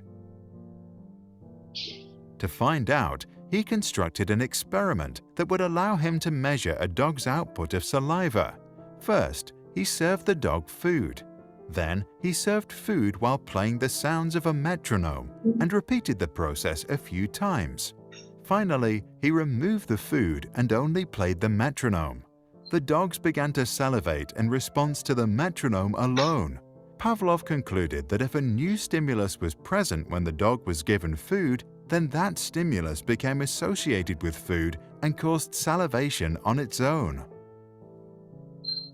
When he published his findings, Pavlov called the food an unconditioned stimulus because its effects on the dog were not learned. Instead, they triggered an unconditioned response that happened naturally and completely out of the dog's control. The metronome is at first a neutral stimulus. Through the process of repetitive pairing with food, the dog learns to connect the two. This means that the neutral stimulus becomes the conditioned stimulus, and the response to that, a conditioned response. He also reported that 1. Learning occurred most rapidly when the interval between the sound and the appearance of the food was short. 2. The saliva produced by the sound differed in composition from that produced by the food, which means that the conditioned response was not an exact replica of the unconditioned response. 3. While there are several forms of conditioning, such as forward and backward conditioning, classical conditioning cannot create new behavior or be used for training, but instead triggers involuntary biological responses. 4. We can almost entirely undo the conditioning. This happens through extinction when we repeatedly present the conditioned stimulus in the absence of the unconditioned stimulus. So, what occurs inside the brain? When a dog sees the food, the signals from the eyes and nose stimulate the brain, which activates the salivation glands to secrete saliva to aid the dog with the digestion. When a dog hears a sound, the ears send a signal to the brain, which takes note but has no reason to activate anything. When the two different neurological processes are being activated simultaneously, new synaptic connections occur between the auditory stimulus and the behavioral response. Over time, these synapses are strengthened so that it only takes the sound to activate the pathway leading to salivation. You can try this popular classroom exercise. Take a friend, sit down and relax for 2 minutes. Then allow your partner to check and record your pulse rate. Your partner will then tap a pencil on the desk 5 times. Right after, stand up and hop on one leg for 30 seconds and then check your pulse again. Repeat the procedure 4 times, having the partner record all data. After relaxing for the 5th time, your partner will tap the pencil 5 times as usual. Now, instead of getting up for your exercise, only check your pulse. If the conditioning was successful, your pulse rate will rise even without engaging in exercise. What do you think? Does classical conditioning always work? If so, are commercials a form of mental manipulation, and should we limit advertising in public spaces?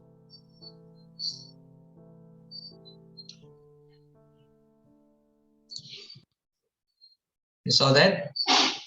Okay, so this is basically what we call as classical theory, of motivation, but they also contribute to many different areas. Not just one. It's also about learning, cognitive also. Cognitive also they go into many different areas. Not just motivation, but also about learning, because it's also something to do with cognitive. Cognitive means is something to do with learning. Yeah. So I don't know when they changed to that different one. Because when I was learning at that period of time, Pavlov was actually using this bell. He was actually using a bell. Not the other one, right? So they were actually using bell, and he tests by using the bell. Whenever he bells, even though there's no food there, the dog will will produce the saliva, right? So this is what we call classical conditioning. So we also have another one, which is B.F. Skinner. B.F. Skinner, he did on mouse, if I'm not mistaken. So I can also show you that. Hold on. Operant conditioning is based on the idea that we can increase or decrease a certain behavior by adding a consequence. For example, if the dog poops We on a can't see the screen. Yeah, you haven't shared the Oh yeah, hold on. Always have this problem because because I'm using different what they call it software every time. See. Microsoft, sometimes Microsoft Teams, sometimes I'm confused. Hold on. Okay. All right. So this is another theory. Which is after Pavlov. This is another scholar which is actually contributed. On what we call as reinforcement conditioning. Reinforcement. So his one is called operant conditioning. That one is classical conditioning, right? So this is something to do with rewards and punishment. So let's see this video. So the dog does it again, or operant conditioning is based on the idea that we can increase or decrease a certain behavior by adding a consequence. For example, if a dog poops on a carpet, we can either provide reinforcement so the dog does it again, or punishment so the dog stops. Both reinforcement and punishment can either be positive or negative, which means we have 4 possible ways to teach this dog a lesson. We can draw the 4 options in a table. If reinforcement is positive, we add something pleasant, like a cookie, to increase the likelihood of a behavior. If reinforcement is negative, we still want to increase the desired behavior, this time by removing something unpleasant, like the leash. If punishment is positive, we add an unpleasant response to decrease behavior. When punishment is negative, we also want to decrease behavior, now by removing something pleasant, like the comfy carpet. If we stop any sort of manipulation, the conditioned behavior will eventually disappear again. This is called extinction. Operant conditioning was first studied by Edward L. Thorndike and later made famous by the work of B.F. Skinner.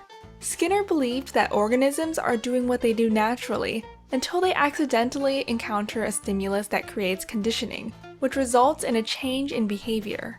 To test this, he placed a rat inside an operant conditioning chamber, which later became known as the Skinner box. Among other things, inside the box was a lever that would release food when pressed. Conditioning happens in a 3-term contingency, today known as the ABCs of behavior.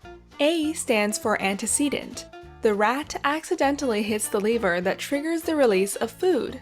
B stands for behavior and refers to the response. The rat keeps pressing the lever. C stands for consequence. Food keeps coming out. The strength of the response to the conditioning depends on the schedule of reinforcement. If there is always food after pressing, the rat behaves predictably. If the food is released randomly, the rat behaves erratically like an addict. Skinner, born in 1904, was a professor of psychology and subscribed to behaviorism. He argued that you can only study behavior that is visible, and anything happening only within the mind is either a misconception or irrelevant to science. He thought free will was an illusion because behavior is either random or a reaction to the environment. His work became the foundation for behavioral therapy, military drills, and animal training. You can try this classroom exercise on positive reinforcement. Okay, so don't worry about the classroom exercise. You can do it yourself. Okay, no need classroom. You can actually test it with your own kids. Correct, Jennifer? Did you ever try the reinforcement theory? Did you ever try? Anybody have tried reinforcement theory? I tried, sir.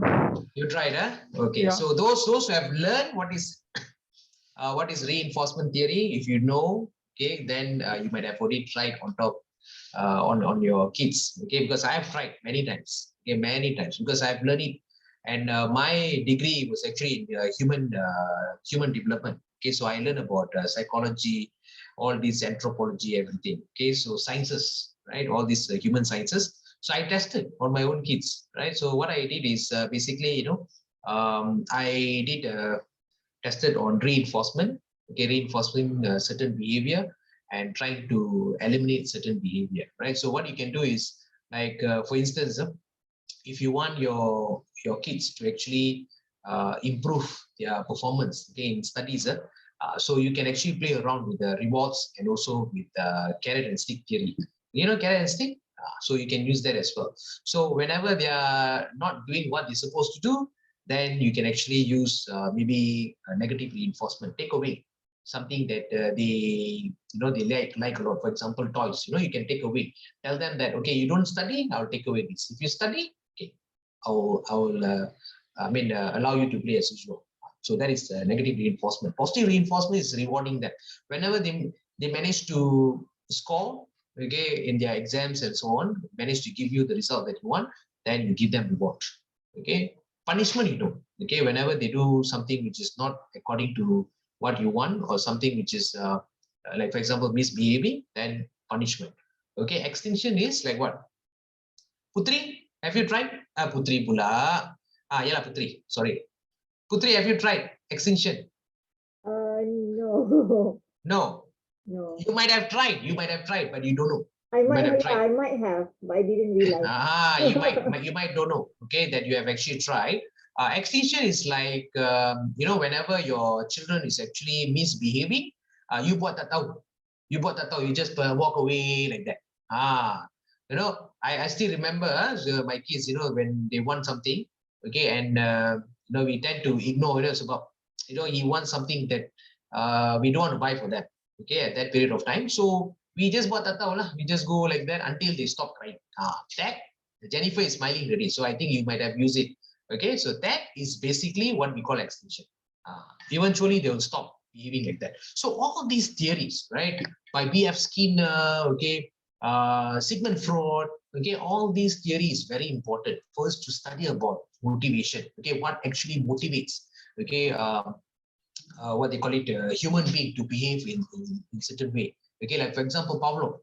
Okay, you can see how dogs, okay, is basically producing saliva, okay, when it sees food, and when the food is not there, they are still produce saliva, right? So this is basically some kind of reinforcement which you can actually relate to reward management. Okay, you can reward. If you ask me, okay, which one is something which is more significant towards what they call it, reward management? Okay, not the classical, but the contemporary. The contemporary is more relevant, okay, compared to the classical, because classical, it's very much purely on what they call it, very much on pure sciences. Okay, it is very much on the human behavior, okay, rather than employee behavior, right? So we'll be looking at the contemporary theories, okay, like for example, Maslow hierarchy of needs is something which is very popular among not just human sciences, but also among business, right?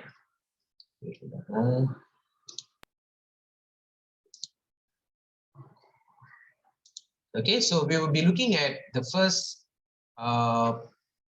theory, okay, which is relevant, which is very much used in our HR, human resources, which is called as Maslow hierarchy of needs.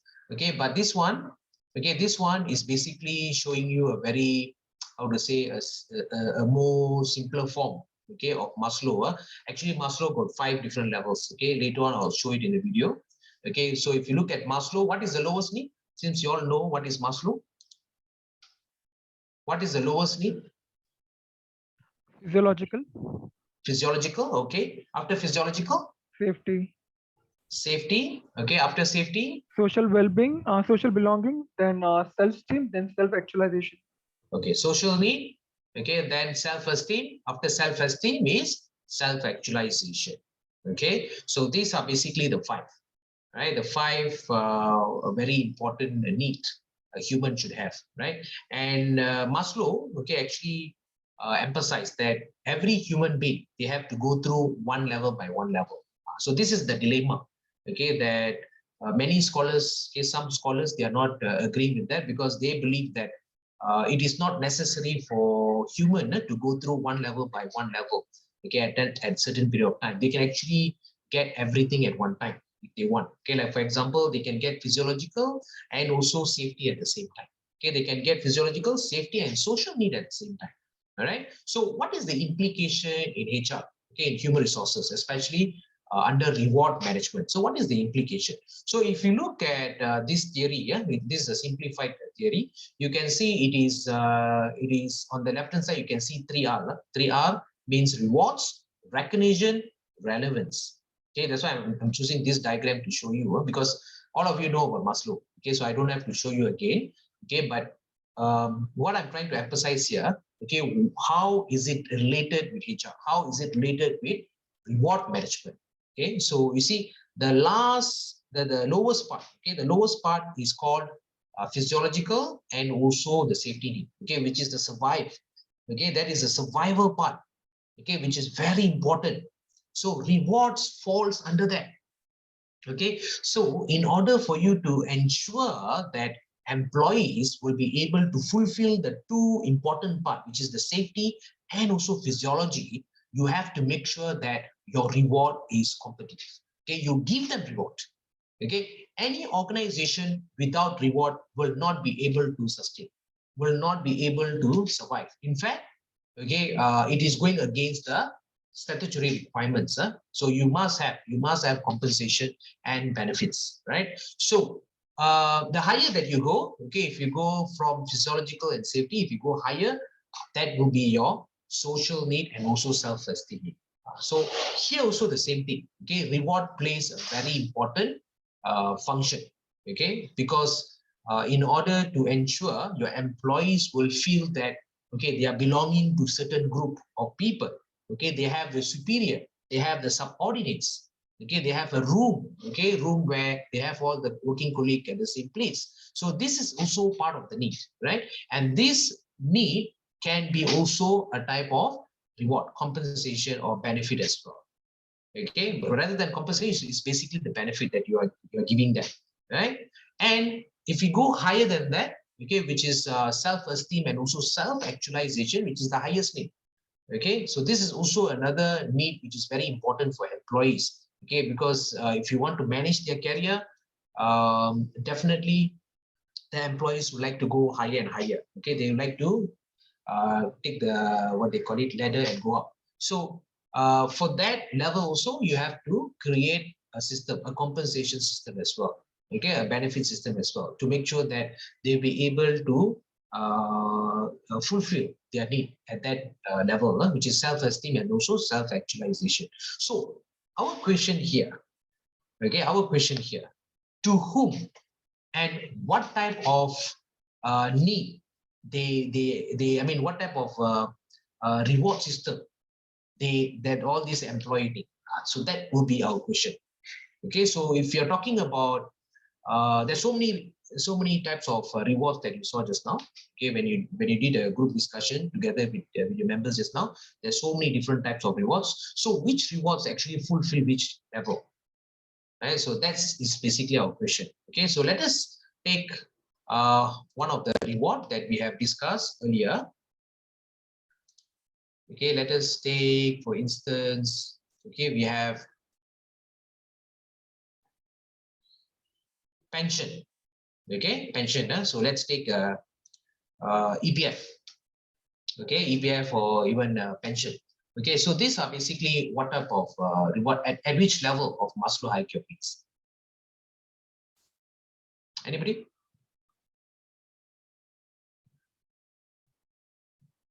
Okay, what we are doing here, okay, is basically trying to realize, okay, what type of rewards or what type of compensation and benefits should be given, okay, to certain level of employees at certain for certain need, okay, for certain need. So you know that basically there's two needs. Okay, one is the lower need, another one is higher need. Even if you look at Herzberg theory, okay, you have divided into two. One is motivator factors, another one is hygiene factors. Okay, higher and lower need. Right. So when you talk about lower need, so what type of rewards needed at the lower need? The reward which can give the safety, security. Yes. Okay. The security, like pension, security. Insurance. Very good. Okay. In fact, your contract, your employment contract also falls there. You know. Okay. It is basically the security need. Okay. Your employment contract. Other than that, what else? Okay. If you're talking a bonus, okay, so bonus will fall under what? Bonus? Esteem. Bonus, okay, very good. Self-esteem. Okay, bonus will go under self-esteem because it is rewarded when you achieve something, right? Okay, when you achieve something high. Okay. And how about insurance? Insurance? Security, sense of security, safety. Lower level need. Okay, insurance is lower level need. And there's also like, for instance, okay, let's go for maybe your working colleague. Your working colleague? Belonging. Okay, that is social need. Okay, belonging, social need. Okay, and how about CIPD program? Self-actualization. CIPD is self-actualization? I feel, yeah, true. Yes, okay, because it is something to do with the higher level. It's a professional certification. Okay, so yeah, it very subjective. Sometimes it depends. Okay, whether you are going for which level. Okay, so like for instance, you see in education we have diploma, we have certificate, we have masters, and so on. So in that level itself, okay, we can actually divide into two. Okay, some can be self-esteem. Why self-esteem? Because you know, compared to generally, you manage to achieve something, so that would be self-esteem. Okay, and if you achieve something extraordinary than others, then it is self-actualization. Okay, like for example, PhD will give you self-actualization. Okay, higher level of motivation. Even in your organization, if you are a manager, maybe it will give you self-esteem kind of satisfaction or need. But if you go higher than that, if you are CEO of a company, for instance, then it will give you self-actualization. Okay. So actually, for your information, this is a secret. Okay, I don't know whether you all know or not. Actually, Maslow got 6 levels. Do you know that? How many of you all know that? Dixit, do you know Maslow got 6 levels? No, we have used only 5. I heard Why? we use 5, right? Why do you think it's 5, not 6? Because once you reach self-actualization, after you don't need anything. You don't need anything else. So you don't You do don't. anything You else don't after wish. that. You don't wish for anything actually. Are you sure? It Okay, may so be like this is this is sorry. the hidden secret. Okay, this is the hidden secret. Okay, you see here, every human being, okay, every human being, they will struggle their levels best to achieve something in their life. Okay, they try to, you know, achieve the first, of course, to have a good food, to have a good house, you know, good car, and then they will try to socialize. You know, they want to have a life partner, they want to have friends. You know, so you might be thinking, sir, is it life partner is because I have this question. Some students ask me, sir, because these are the, you know, some of my students, adult students, who's single forever. Okay, so they ask me, sir, I don't think so. You know, getting a partner is basically one of the needs. So I tell them, okay, you don't have partner. Do you have anybody else in the house? Oh yeah, I have a cat. Okay, I have a cat. I have a dog. Yeah, that is social need. Why are you treating cat and dog differently? Okay, that is part of the social need, right? So everybody need to have something, okay, in their life. It can be as small as pets, okay, as big as human being and others. So social need. So after they fulfill their social need, they will try to go higher because they feel that, okay, I need to be different, okay, than others. Okay, I need to, not to say different, I need to be someone, okay, in the society, okay, like rest of them. So they try to achieve their self-esteem. Then after achieving self-esteem, they try to go beyond that, beyond their capability, doing something new, doing something different. Okay, try to achieve the highest level. Then they go for self-actualization. Okay, this is where position, you know, role in the society, all this will play a significant role, right? So after that, what do you do? After achieving all these things? I'm not sure, but is it like related to salvation or something? Okay, so you see, when you achieve all these things, okay, the next thing you will be, yes, Putri got it. You will coach others. So what is that actually, coaching others? If you are a filthy rich person, you have everything in your life, you have cash, filthy rich person, you will try to donate, correct or not? You'll try to give away, you'll try to create a company, you'll try to, you know, employ people and so on. You see, giving away, okay, your wealth, sharing your wealth. Okay, same goes to knowledge. You see, you get your PhD, then you will try to share, you try to publish papers, you try to teach, you know, you try to do training, that and this. You see, so this is the highest level of need actually. So if you see, Maslow actually has 6 needs. Okay, transcendence is the highest, transcendence. Okay, that is the highest level. Okay, but this is hidden. It is being high because you see, in America, they don't want you to share. Okay, they give importance to individualistic. Okay, when it comes to sharing, they don't let you to share. That's the whole reason why you see, children at certain age, they go out from the house. They don't stay with their parents. Okay, they don't encourage. So when they go out, they will build a house, they will build a car. I mean, they will buy a car. Okay, and they will have their own the refrigerator and all the facilities in the house. You see, then only the theory of capitalism would work in US. This is the whole reason. Okay, so actually, transcendence is the highest. Just to let you know, just want to share with all of you. So very difficult to find that. I managed to find, okay, I managed to go into all the theories, okay, because that's what I do.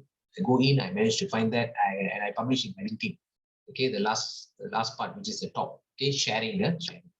That's what we do. Most of our human beings, we do that. Okay, we share, even among our family members. Okay, when we have wealth, we share with who? We share with our children. Okay, and we give away to our children. Okay, so going back, okay, to motivation. So different levels. So if you look at Maslow, okay, Maslow is a motivating theory, and it is adopted. Okay, it is adopted in human resources because it has some elements where you can relate to human resource, especially reward management. Okay, especially reward, because every level, okay, human tend to meet a certain need. So when they try to meet certain need, you can actually use certain things to trigger. Okay, like giving certain need, take away certain need. No, so you can do that, right? Okay, so when you talk about employment, so what is the basic need? Salary, okay, or the one that you mentioned just now. So salary is the most incremental, okay, at the lower level. So when you tend to what they call it, use salary, okay, as a tool to motivate, definitely. Okay, so this is the whole thing about it. Okay, the next theory. Okay, let me share. Sharing is caring. Okay.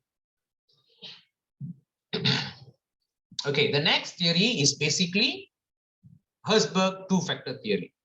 Okay, Herzberg two-factor, or not Herzberg two-factor theory. This is expectation theory. Okay, by Victor Vroom. Okay, Herzberg is another one. We'll look at Herzberg later. This is Victor Vroom. Okay, Victor Vroom expectation. Expectation theory, right? So this particular theory, okay, theory of expectation. It talks about effort. It talks about performance. It talks about reward. Okay, there's some other elements involved, right? But I don't want to talk about all those things because that is something to do with what they call it, psychology, right? So let's don't touch about that. So let's look at these three things: effort, performance, reward. Okay, so if you look at the effort, okay, so the employee believes that effort will result in acceptable performance. Yeah, so that's what most of our employees believe. Okay, so I need to put my effort and I'll be getting something based on the effort that I put.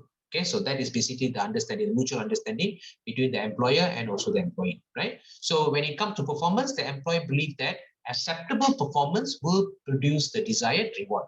So when you put higher performance, you will get higher reward. When you put moderate performance, you will get moderate result. When you put lower performance, you will get lower reward. So this is basically the understanding. Okay, so based on that, where employer will be able to reward you. So the employee's value, okay, is basically rewarded by the employer. Right? So this is basic understanding. This is also a motivational theory, yeah, by Victor Vroom. Okay, expectancy theory, we call it expectancy theory. And we also have another theory which is called as Herzberg's two-factor theory, okay, or two-factor principle. So we have two motivator factor here. One is we call it hygiene factor. Another one is motivator factor. Okay, motivator and hygiene factors are two.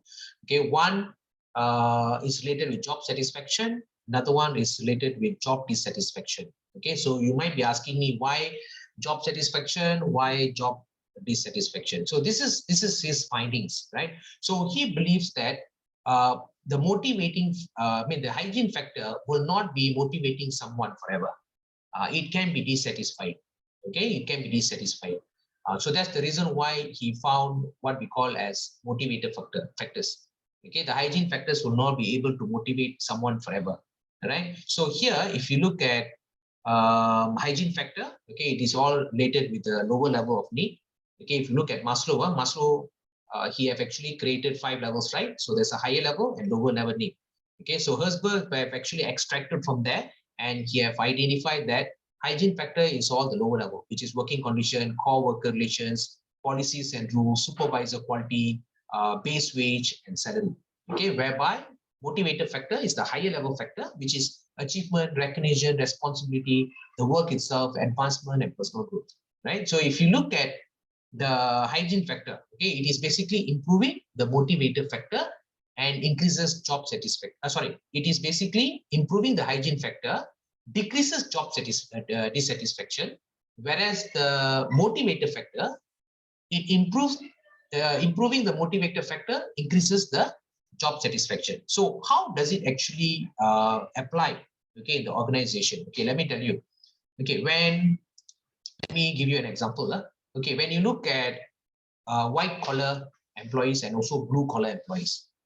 Okay, so white collar employees can be executive and above. Okay, let's take those who are at the strategic level. And we have the blue collar employees who's actually at the factory level, no, where they're basically ordinary employees, right? So when you have money, okay, as a tool to increase the level of motivation, okay, to increase the level of performance, when you give this money to white collar, do they appreciate?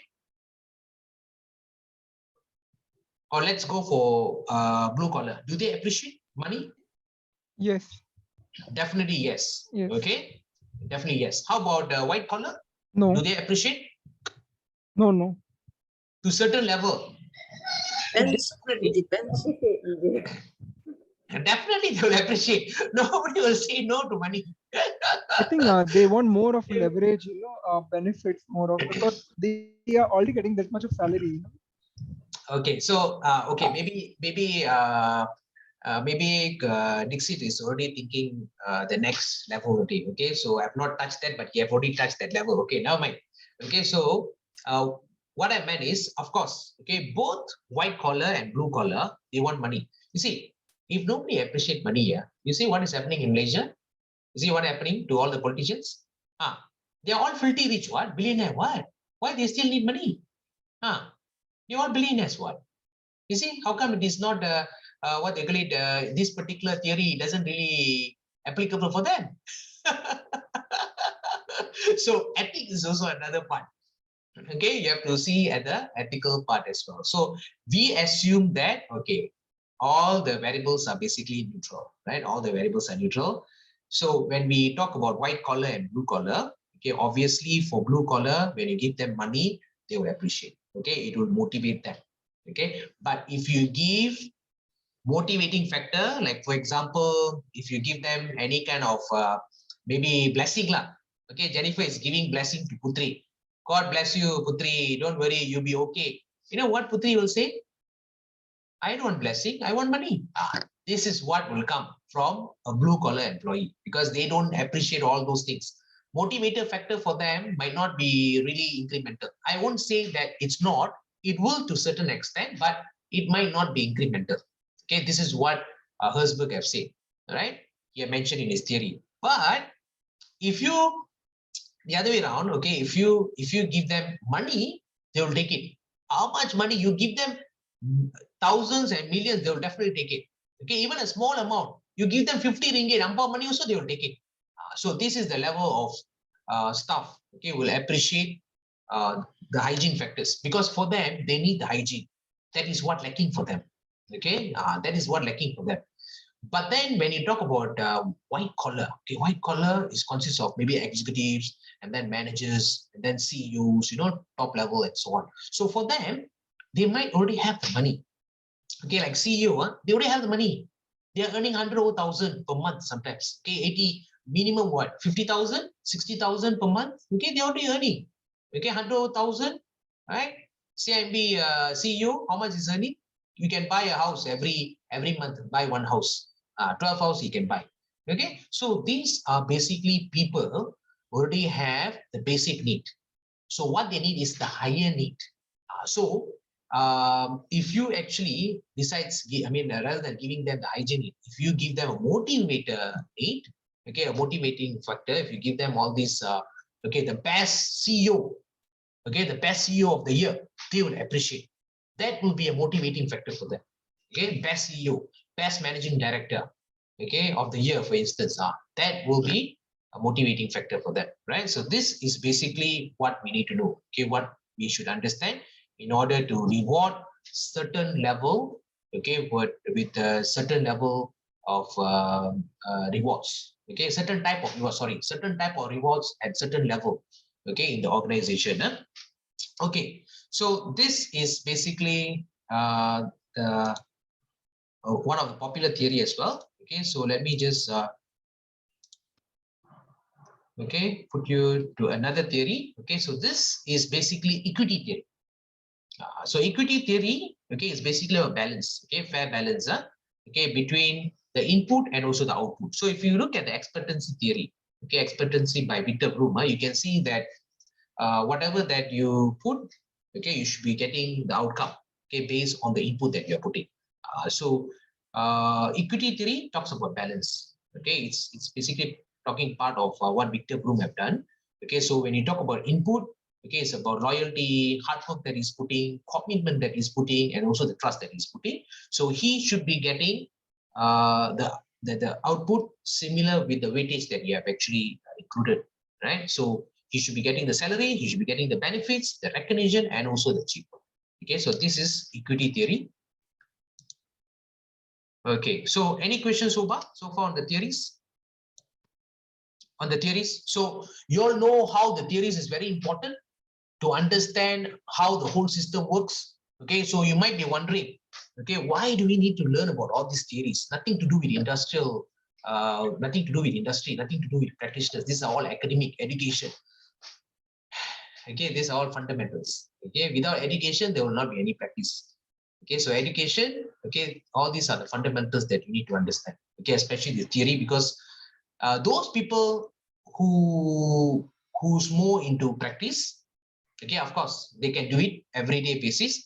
But those who knows about the fundamental, how this particular practice exists, he can do something extra.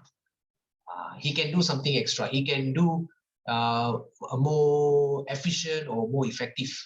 I mean, he can actually increase the system to be much better. Okay, or re-engineer the whole system, the reward system. Okay, rather than just repeating back the same thing again and again. All right. Okay. Any question on the theories? Any question so far? No. No. Everybody understood? So let's see, Shalini. Understand. Okay, no question. Okay, I will ask you a question, Shalini. Okay, if you have your staff, okay, if you have your staff who's just enrolled, okay, just recruited, not enrolled, recruited, okay, as your employee, okay, what will be the first thing that you give him or you give her?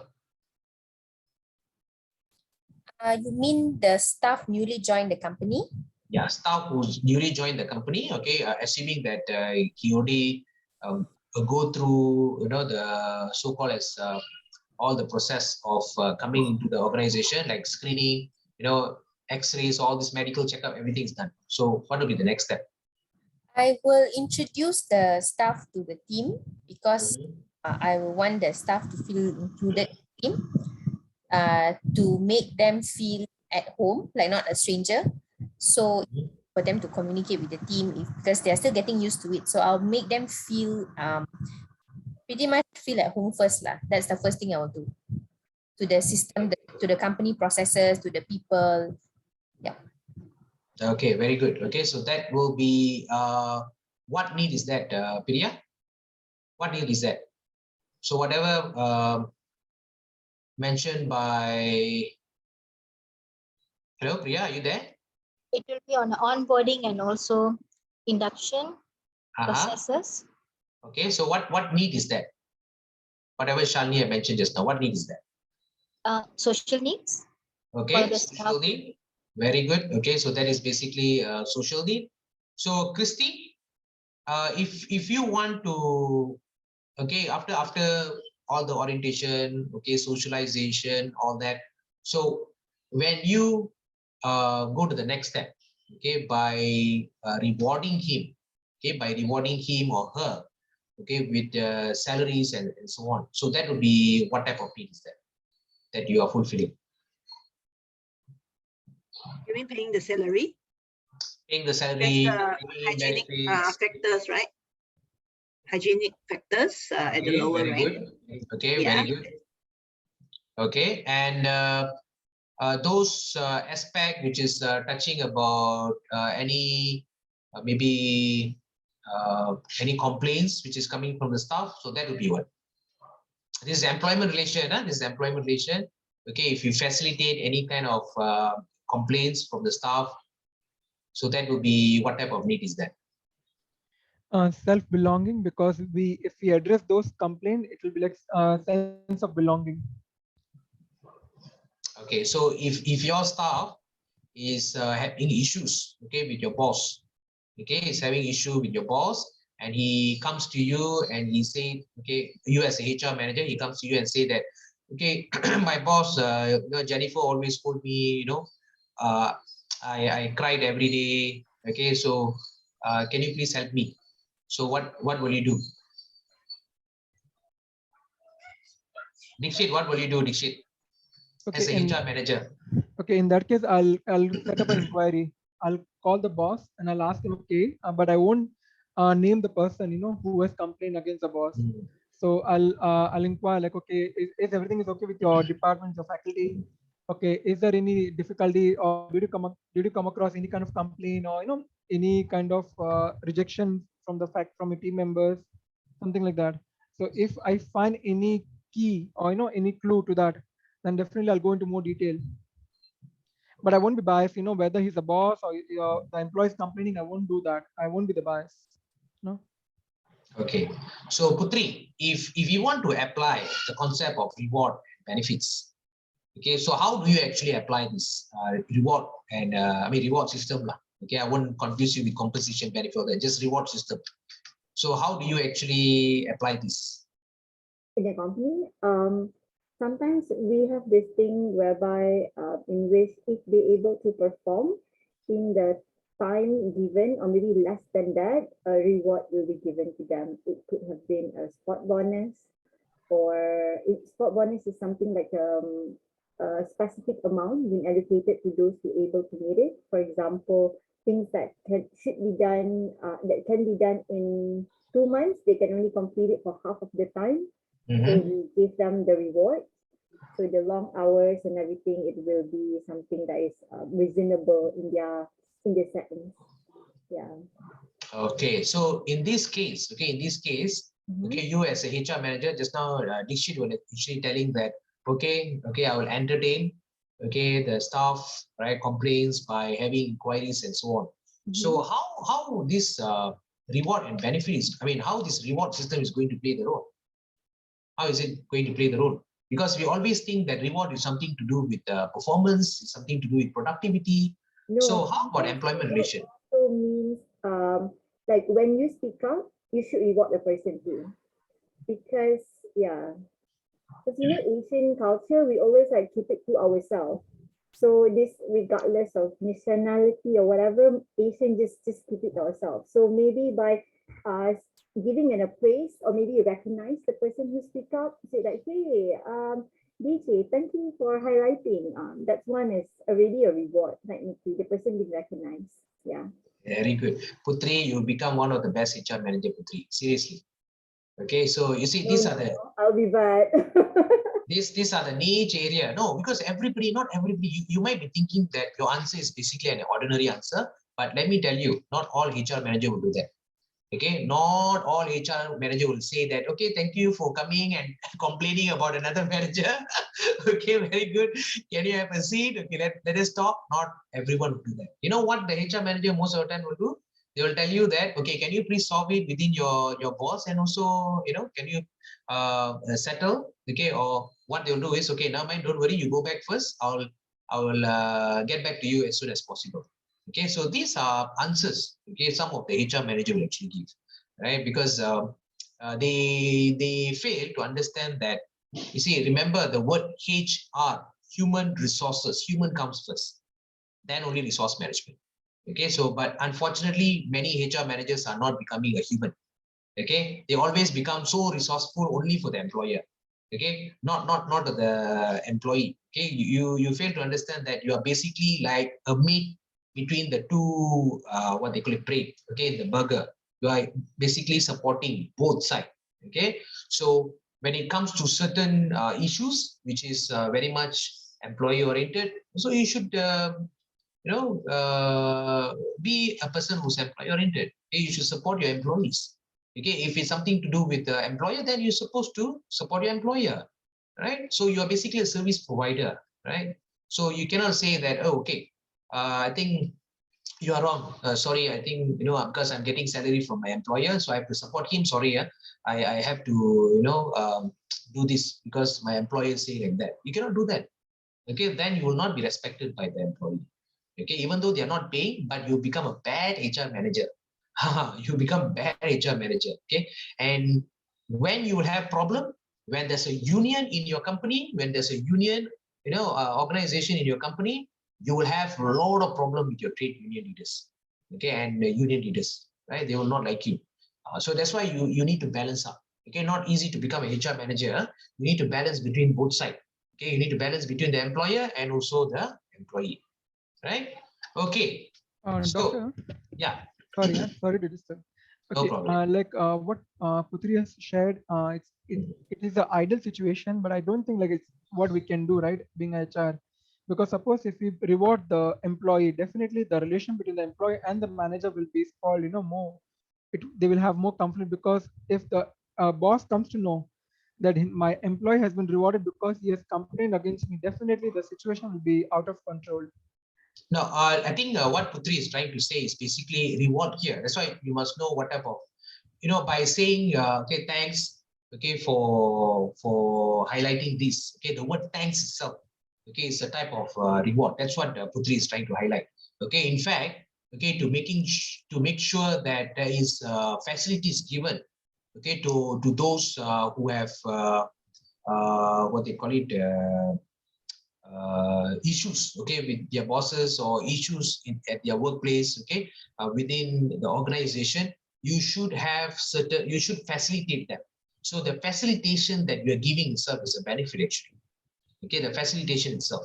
Okay, an appropriate room for complaint. I mean, to file a complaint, for instance. Okay, a document that you have, a system that you have in order to channel certain complaints. Right. So this itself is actually a benefit that you're giving. Right, so these are all higher level of thinking. Okay, when you talk about what they call it, benefits, okay, rewards, right? So these are all another level that you have to think. Okay, not always about salary, not always about bonuses, increment, and so on. Okay, because these things also plays a very significant role, incremental role in making sure that your employees will be able to retain in the organization. As simple as, okay, just imagine to make a complaint. Okay, you don't have any forms. Okay, you don't have people to attend. Okay, even don't talk about companies. Okay, talk about in any retail shop. Okay, Aeon. Okay, you as a customer, you go to a place where you're not satisfied. There's some salesperson who have actually make you upset and you want to complain, but you don't have that complaint form. You don't have customer service. Do you think that you'll be demotivated? Definitely, right? So when you are demotivated, so you are actually not giving the benefit that he's supposed to get in order for him to channel all the complaints. So same goes to between the employer and employee. Okay, so you should prepare a place where all these things can be channeled, and it can be going to the right person, and you'll be able to manage and come back. So these are all benefits as well. Okay, which many of us are not seeing that. Okay, we feel that it is basically something that it's an ordinary thing. Okay, you should have it. Okay, nothing to be hoo-ha about it and so on, right? Don't think every companies have that. Some companies don't even have a system where employees can go and complain. Okay, so that's the whole reason why sometimes the system collapse. Okay, because it is not taken in a proper manner, right? Okay, any other questions? Please do ask me. Oh, Okay. no, thank you. No others? Okay, good to go. All right, so we shall take a break. Okay, we should take a break. Okay, because we have a lengthy discussion. Let me take a break and we'll come back after 15 minutes. Okay, 1-5. So now time is 3:10. Okay, 3:25. We'll be back. Okay, so let's go for a short break.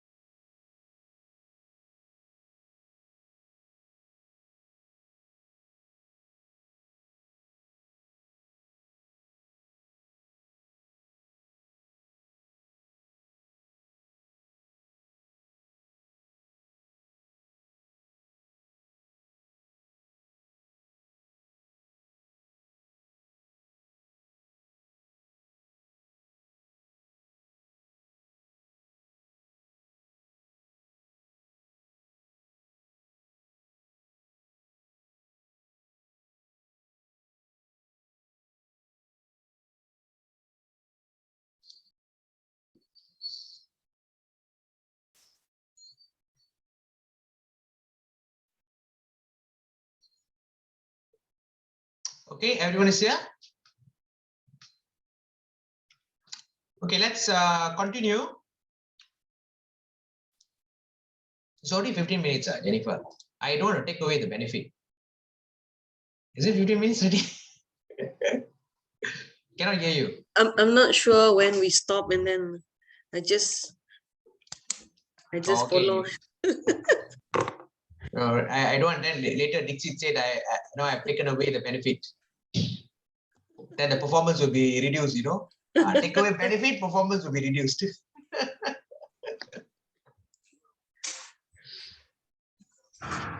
Because normally Priya will put there what time. Yeah. But it's okay, no problem. Yeah.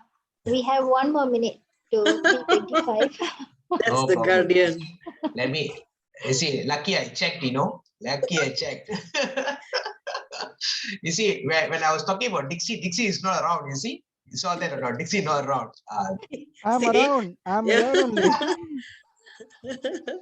No, I was thinking that, maybe I'm taking away your benefit. So that's the reason why you're not around. No. That's why I just Priya is grab a coffee. important. The guardian. So good. We have just what you shared, a few minutes back about the reward system. What my colleague, Putri, she shared. Actually, very true. If this can be done, then it's easy. Then no need to, have that whistleblower policy. No need to go to that extent. Right? Yes, because you see, whistleblowing is always about this. Because destructive. It's very destructive. Yeah, when you are not heard, okay, when you're not entertained, okay, and when management try to hide, okay, because of some hanky-pankies, that's the whole reason why there's whistleblowing, right? So if you actually manage, okay, this so-called as this conflict management, okay, in a proper way, then I think you won't have any issues, okay, because they know that, okay, there's somebody, who's entertaining me, they are hearing to my concern, and there's things have been done to correct the whole issue situation. So that's why I feel that any kind of complaints, okay, coming from employees, you should entertain. That's the whole reason why we are calling them as a stakeholders.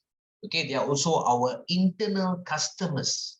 They are not our external, but internal customers. Okay, so as a HR person, you definitely need to manage them well, right? Or else your name will be tarnished.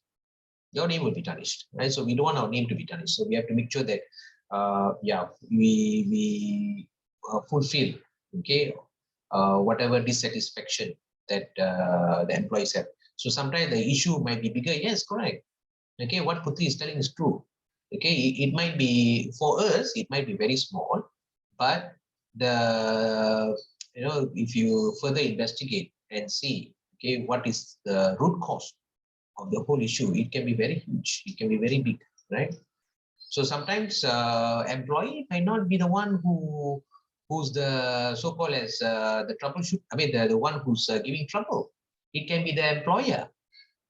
Okay, so employees always, employees, not necessarily employees are always right. Okay, at certain time, employee can be right. Okay, right. So let's, while taking your coffee, okay, don't worry. Okay, while taking your coffee, let's watch, okay, video on Maslow hierarchy of needs. Okay, not just about Maslow. This is a video which tells you about the relationship between Maslow and also employment. Okay, so it is very relevant for us. So let's see the video.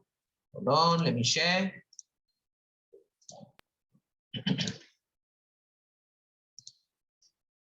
Okay, today a lot of videos, because something which is very historical. Okay, it's good if you see videos. You don't get bored. Okay. Let me know if you're not able to hear or see. Yeah.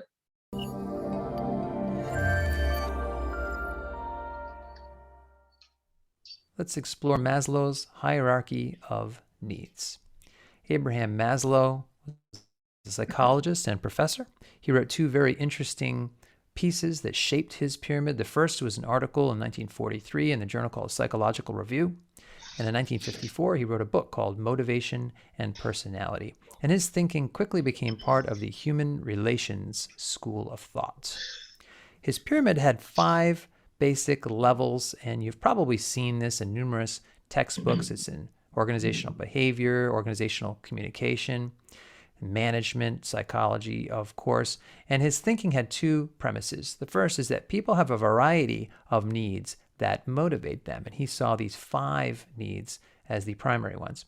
We are then motivated to meet our basic or lower level needs before we pursue our higher order needs. He thought the lower level needs were the first 3 levels on the pyramid, and once we met these, we could be more concerned about pursuing those higher order needs. So let's unpack each level. At the bottom, we have our physiological needs.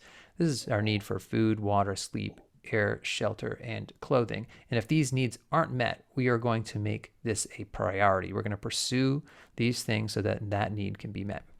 The next level is our safety needs. This translates to our job, for example, in modern society, our personal security, and our health and well-being. Next is belonging. Sometimes people call this love. And it's essentially our friendships, our family relationships, and the different kinds of groups that we are a part of. And again, these bottom 3 levels he considers our basic needs, our lower level needs. Esteem is the first of the higher order needs, and this has 2 parts really. First is respect and esteem from others. That's that exterior source of that respect and esteem. And the other is internal, self-respect and self-confidence. And together, these needs shape our esteem needs that he saw. And the top level is self-actualization, and this is a very difficult one to make concrete, so we'll just say reaching one's full potential as a basic understanding of it, and then we'll let Maslow explain it for us. Here's a quote from his 1943 article. Even if all these needs are satisfied, and he means the bottom 4, we may still often, if not always, expect that a new discontent and restlessness will soon develop unless the individual is doing what he is fitted for. A musician must make music, an artist must paint, a poet must write, if he is to be ultimately happy. What a man can be, he must be. This need we may call self-actualization. There's an old army slogan when they were trying to recruit people a few decades ago, and they said, "Be all you can be by joining the army." And that really gets at the sense of self-actualization. You become all that you were meant to be, all that you were designed to be. I've seen this pyramid used in many places, and a lot of times people forget this notion that to meet these lower level needs first is really the way to meet these higher level needs. In fact, if you think about it, if you are trying to meet your belonging needs, let's say you want friendships and you want relationships, you're probably not going to be highly motivated to meet those needs in the moment if you don't have your safety needs met or if you don't have your physiological needs met. Maybe, for example, you've been hangry, right? You've been out a long day, you're very hungry, and you're starting to get edgy, and you come home. The last thing you want to do is talk to someone. You go straight for the kitchen and you make yourself some food and you get something to drink. And once those basic level needs are met, then you can start to calm down and socialize with the people around you. And so you can see that even though you might theoretically be able to meet more of these levels at the same time, it's typical that oftentimes you're going to prioritize those lower level needs before you're going to focus on those higher level needs. I've actually seen organizations live and in person, management people and executive people, take out this very chart and say, hey, how can we make sure we're helping our employees get all their needs met? The thinking is that if they can get all their needs met by the organization, or at least the organization is doing their part, then the employees will be set up for success. Then they'll be able to be the best version that they can for the organization. So for example, at the bottom level, we're making sure we pay them well, good paycheck. Maybe there's a snack bowl out, free lunch or vending for those basic food needs. At the next level up, for security, safety, you have swipe cards and codes to get into the building. Make sure only people who are supposed to be there are there. You've got security cameras. There's a receptionist that is doing his or her job, but also is really one of the first lines of security. Then you have health coverage. course, an organization can't guarantee that you are healthy, but they can provide health coverage, and they can also provide things like gym membership, and some organizations even provide a gym right in the building. Socializing after work or sports and activities are some of the ways that organizations help people feel like they belong. They give them a social life, essentially, as part of their work experience. At the level of esteem, they give praise. Managers let you know when you're doing a good job. There are some perks you get for doing a good job, bonuses, celebrations for team successes. They're providing this from the exterior, but as Maslow said, there's also that self-confidence and self-respect element to it. The organization can't provide that for the individual, but they can do their best on their end. The top level, again, is self-actualization, and here organizations can provide training opportunities, put you on special projects, help you hone your skills even further, and some organizations give you freedom to innovate. So a certain percentage of your day or your week, they allow you just to pursue whatever kinds of projects you want, pretty free from direct supervision. And the sense is if you're free to innovate, then you're probably going to come up with some pretty amazing stuff that the organization might eventually benefit from. So this hierarchy is used not just in textbooks, but real executives, real leaders in the workplace have put this into practice. And even though the human relations school of thought, the whole perspective, was coming about decades ago, it's still in use today. So Maslow's influence has really continued to hold fast, and that's one of the reasons why we still study him. Your idea is waiting to be... Okay, so you see, many of you all are thinking that, theories, some, not many, some. Okay, some might be thinking that, okay, we are learning about theories, how theories is going to be significant. I still remember my student told me, sir, you teach us all these theories. We go out there, we don't use the theories, We are very much, we need experiences, we need practice. Yeah, I mean, true. Okay, what you're telling, yes, okay, you need to practice, but are you able to be creative? Are you able to be innovative? So what is the key point needed for you to be more creative and innovative? Okay, so do you know fundamentals? Okay, okay, your father, your dad is basically, this is your dad, this is your father. Okay, so do you know your grandfather? What is his achievement? Okay, where are you coming from? So do you know about your family tree? Okay, so these are things, if you know, you can venture in better way, and a lot of other things can be done.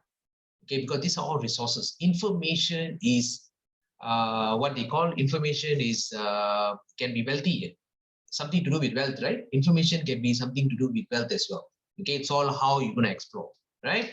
So be informative. Okay, be informative, and as a practitioner, okay, definitely theories is something that you need to know as well, so that you can take your level beyond, okay, an ordinary level. Okay, what you can see just now, okay, in that video, at the end of the video, he showed how many people actually going into the article, Maslow hierarchy of needs article, and looking at all this, what they call it, the theories and so on, right? So you see, look at the numbers. Okay, there itself it explains that Maslow hierarchy of needs theory is still applicable until now. Okay, it is one of the strongest theory, fundamental theory when you talk about needs. Okay, so let's go ahead, okay, with our next part.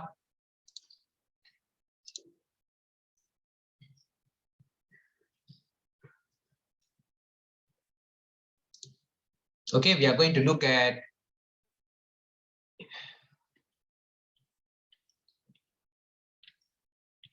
two types of motivation. Okay, one is called intrinsic motivation. Okay, intrinsic. So these are very important motivations. So what is this intrinsic motivation? Okay, it is internal satisfaction the individuals has from doing the work.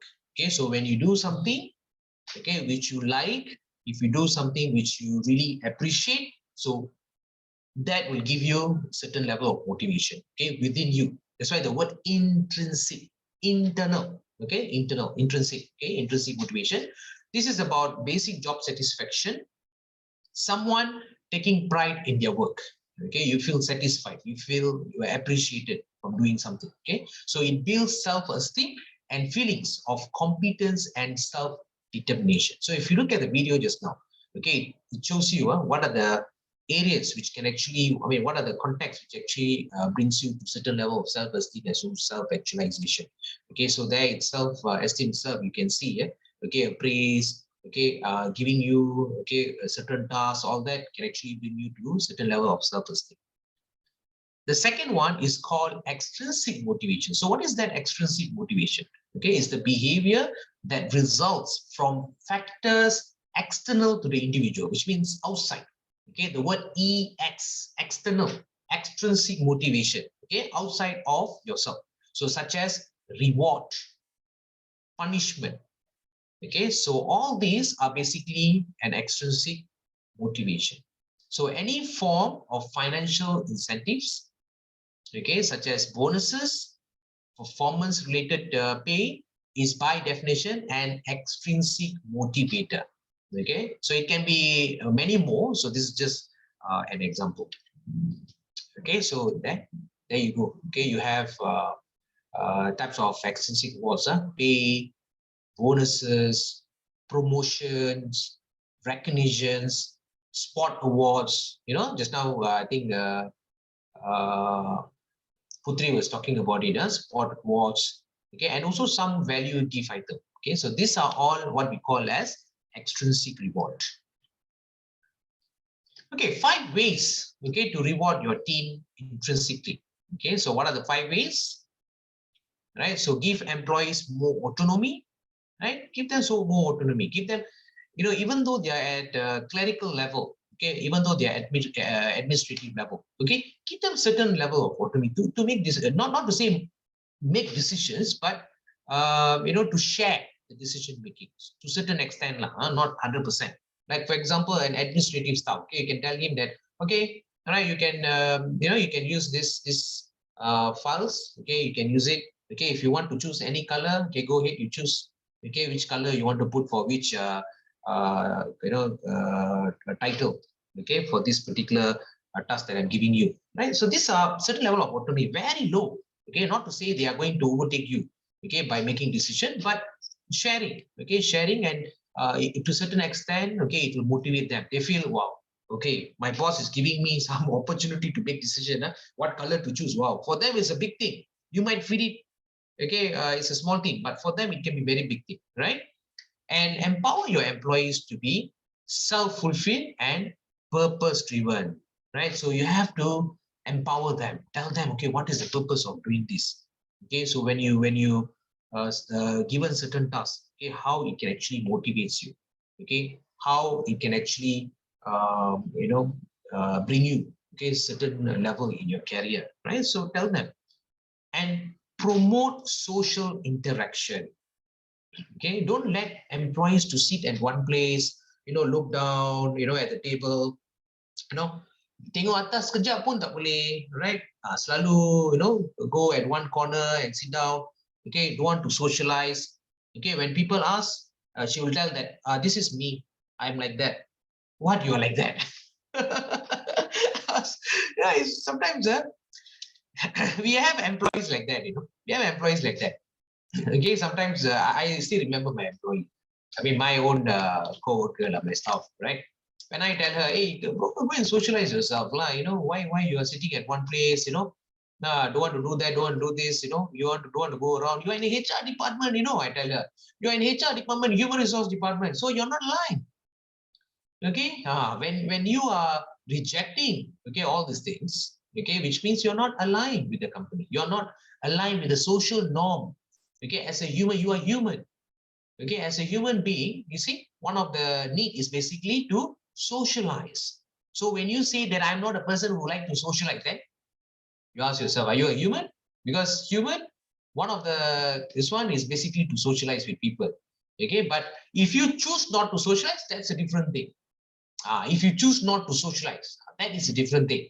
Okay, but if you tell me that, hey, I'm like that now, what to do?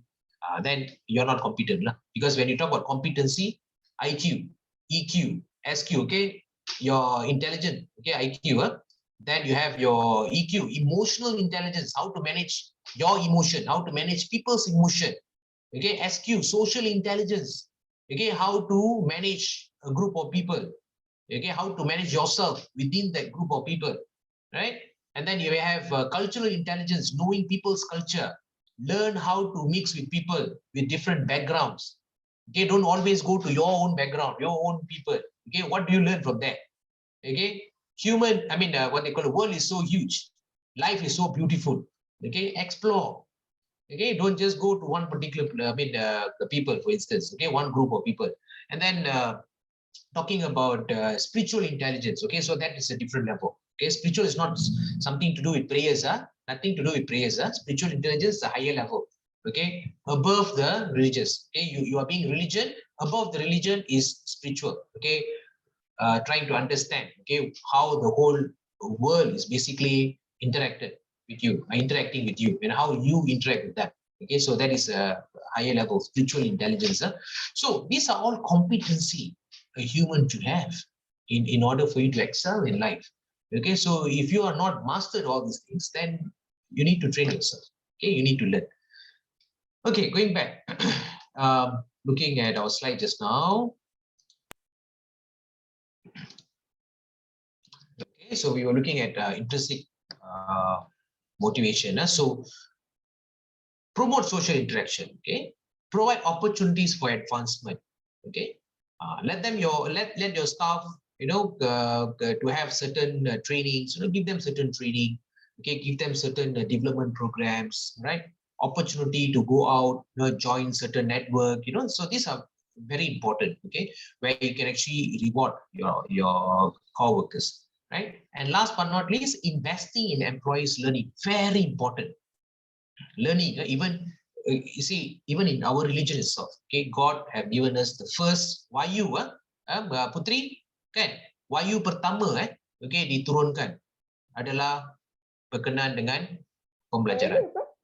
Wahyu pertama yang diturunkan, okay, kepada umat manusia, is basically to learn.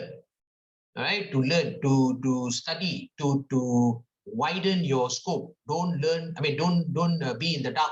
Okay, don't be in the dark. So that is basically the first thing God have tells us in all type of religion. Okay, that's the first thing. So do not ignore learning process. Okay, invest in the learning process. Learn until the end. Okay, learn until the end, because knowledge is very huge. Okay, knowledge is very huge. And make sure that your staff is given that that opportunity to learn, to develop.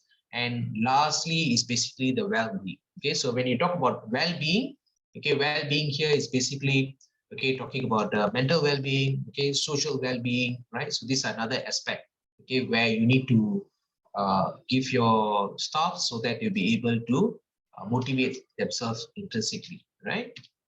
Okay, impact of extrinsic reward on individual and organization performance. Okay, so before we look into this, okay, let us see a video on what is meant by intrinsic and extrinsic. So let me just off this. Okay. Okay, so this is a video on the difference between intrinsic motivation and extrinsic motivation. This compensate whatever that I've explained to you.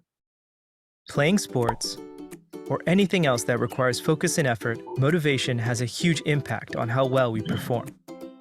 When it comes to motivation, there are two main types: intrinsic motivation and extrinsic motivation.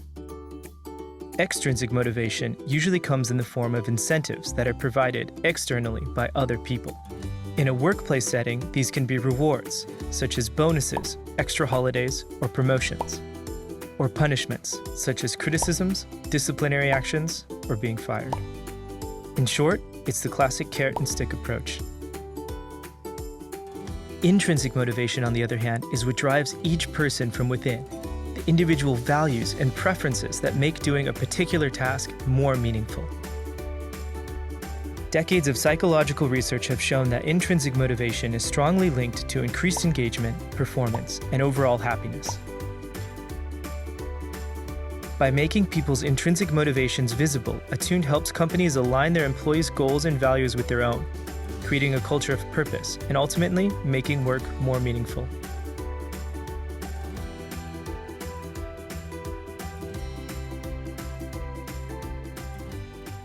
Okay, just to give you?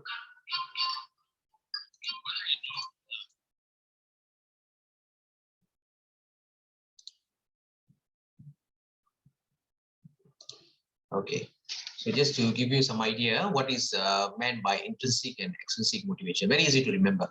Intrinsic, okay, remember the word intrinsic, in, within you. Extrinsic, it starts with E, exit, okay, extrinsic, external, okay, external. So that's how you remember, okay, between the intrinsic and extrinsic. So intrinsic motivation, when I talk about, let's say, when you, okay, give your employee job rotation, okay, Jennifer, job rotation for your employee. So that is what, intrinsic motivation or extrinsic motivation? Extrinsic. Extrinsic. Okay, how about Christy? Job rotation is extrinsic or intrinsic? Intrinsic. Intrinsic. Okay, very good. Okay, when I talk about giving you co-workers, okay, I'm giving you co-workers, so that will be intrinsic motivation or extrinsic motivation. Nick, giving a co-worker, is it an intrinsic or extrinsic motivation? Intrinsic. Extrinsic. Yeah. Intrinsic, extrinsic. Mana satu? Mana satu?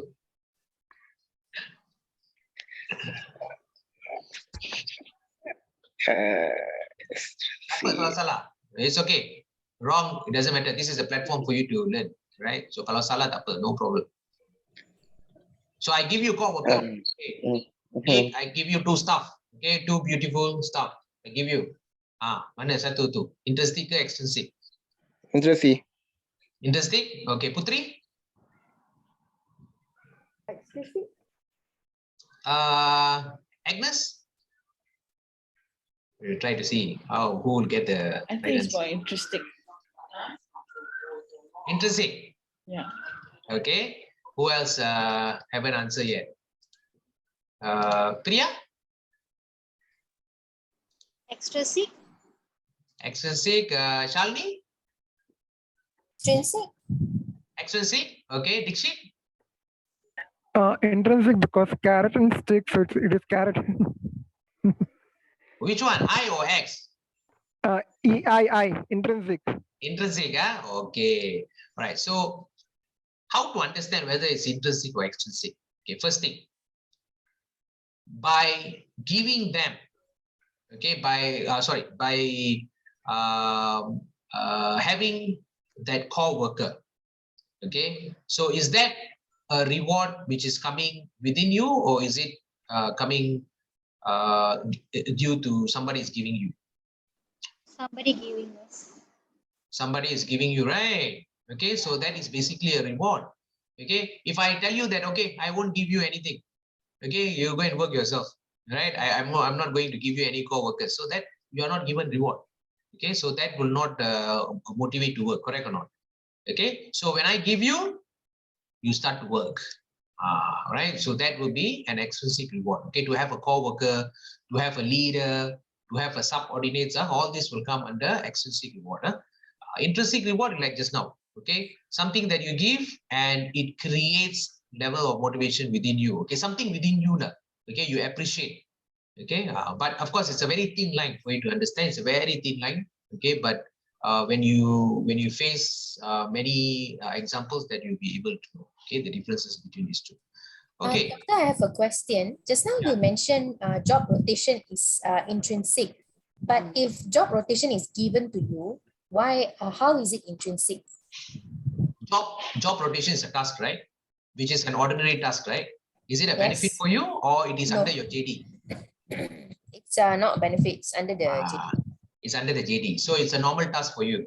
Okay, but the type of task which is given to you, okay, because you are not just giving the task, but you are rotating him from one task to another task. So that's the reason why it motivates you from inside. Same like job enlargement, okay, and also job rotation, job enlargement. Okay, there's another one I can't remember. There's a one more. Job enrichment. These are the 3, okay, which will give you what they call it, motivation within you, right? Because it is your JD. It's there. That's what you need to do. But the only thing is you are doing in a different form.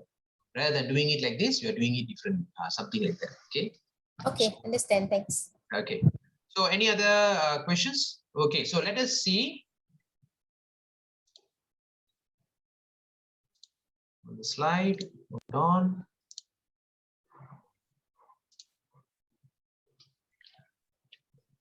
Okay. So let's look at impact, okay, of extrinsic reward on individual and organization performance. So when talking about extrinsic rewards, so individuals are said to be sensitive, concerned on the pay and bonus. Okay, whenever you talk about pay, bonuses, increment, obviously individuals can be very sensitive, right?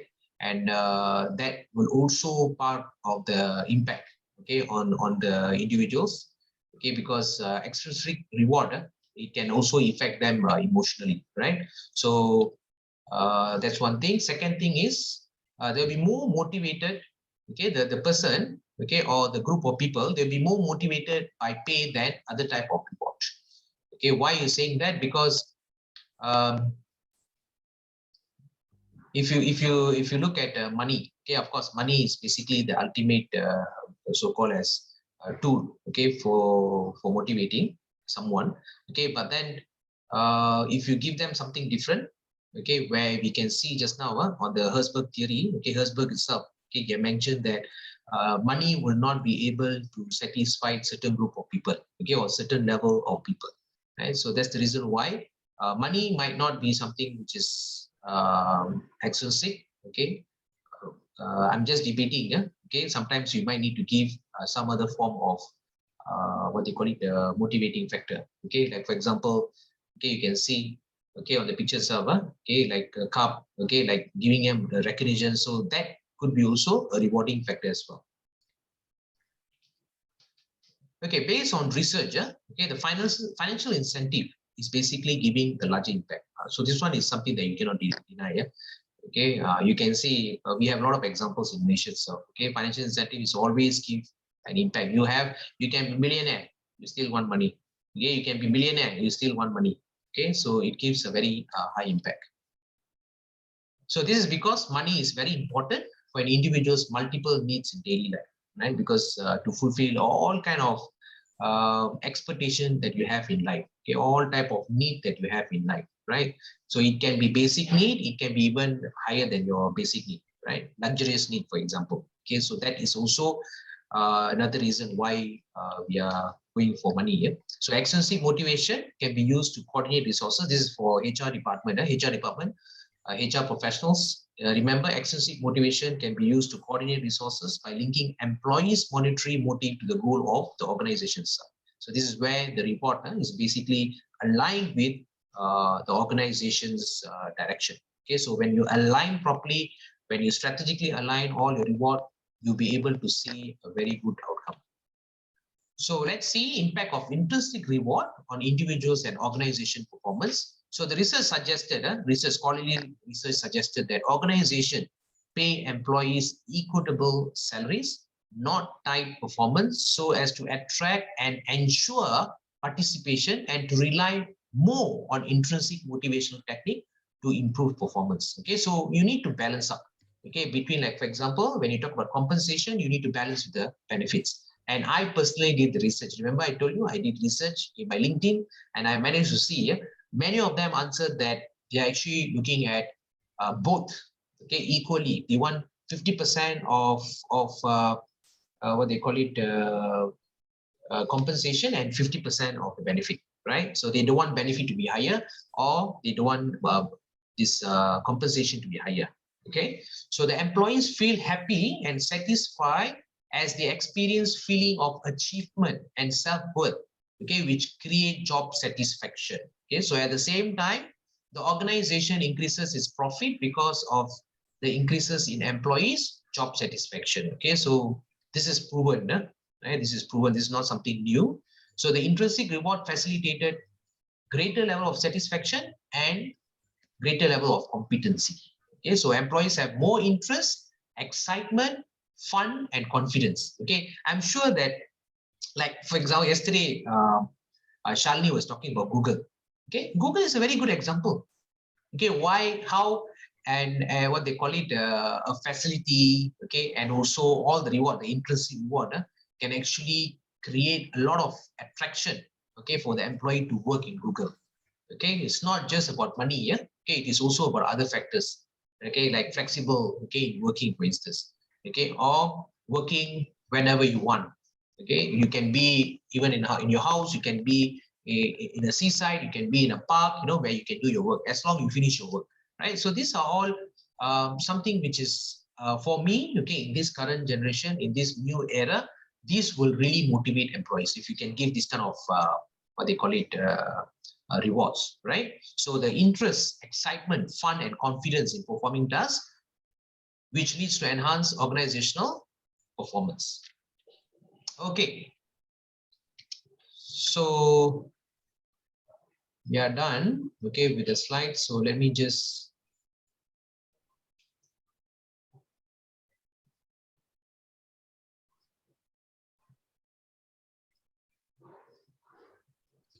give you the discussion question. Hold on.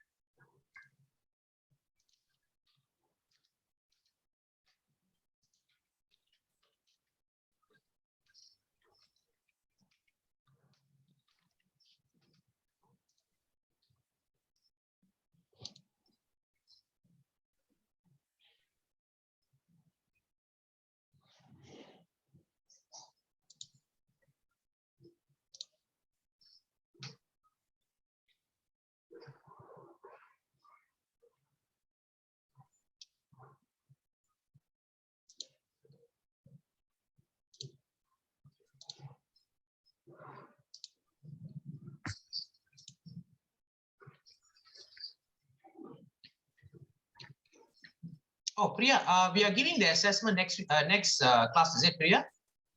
Yes, doctor. Next class, okay. Yeah.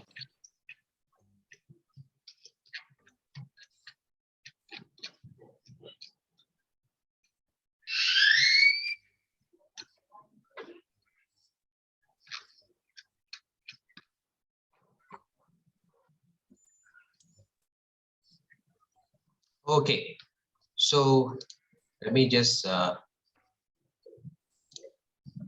put you in the group.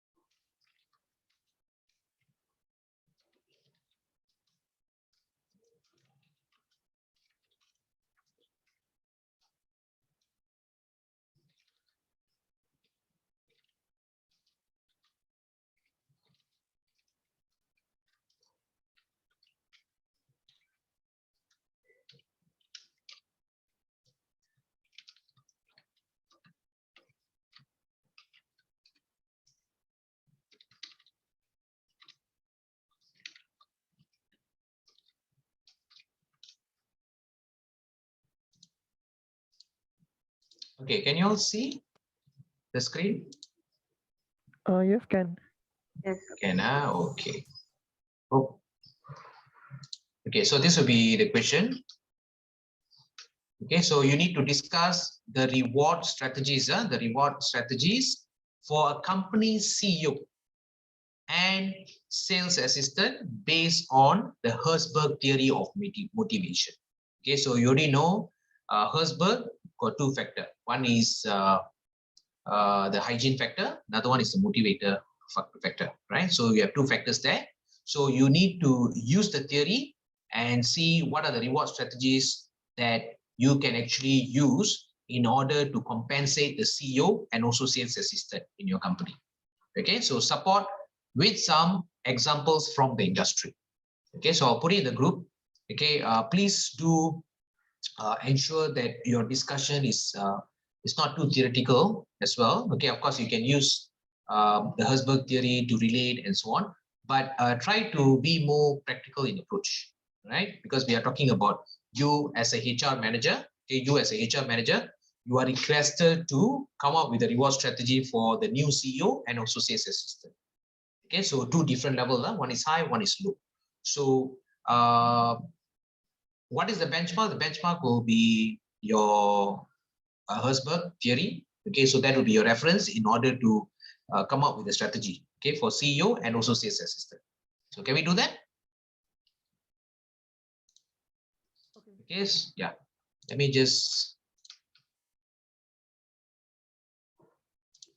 put in the group. Hold on. Because I'm afraid that when you go into the group, I'm not able to share. Okay, hold on.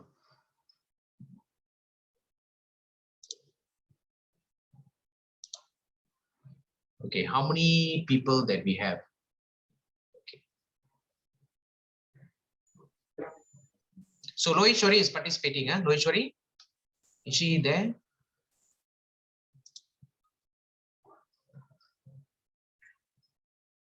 Maybe not, she's silent. Not Loheshwari is not there. Okay, now mind. We have 1, 2, 3, 4, 5, 6, 7, 8, 9. Okay, 9 of y'all. Okay, I've already assigned. So let us open the rooms. Okay, and I'll see you there.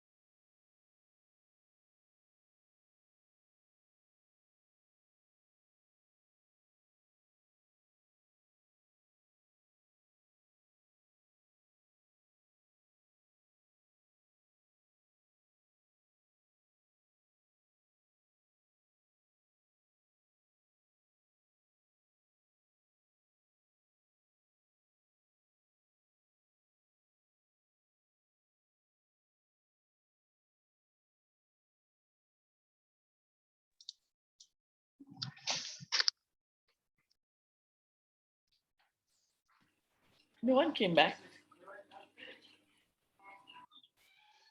The system is still extracting everyone. So it looks like me and Christine came back, others didn't come back yet. The first room door is open. So you all managed to come out. The second room and third room is still locked. Yeah, waiting for the countdown. We click the button. Yes. Yeah. When you exit without the countdown finishes, then you'll be out. Some of them still waiting. Jennifer, are you trapped in the room? No. No. But you're taking over the benefit. Taking over the benefit. I see. I already give you all the benchmark one. 431.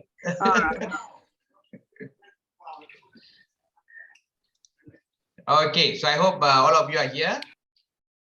Okay, so the question which I gave you all is basically on how are you going to use a motivation theory, which is Herzberg two-factor theory, okay, and try to come up with reward strategy for 2 employees. Okay, one is the CEO of a company, and second is basically the sales assistant. Okay, so we have 2 different levels. Okay, we have 2 different levels, far away, very high, very low.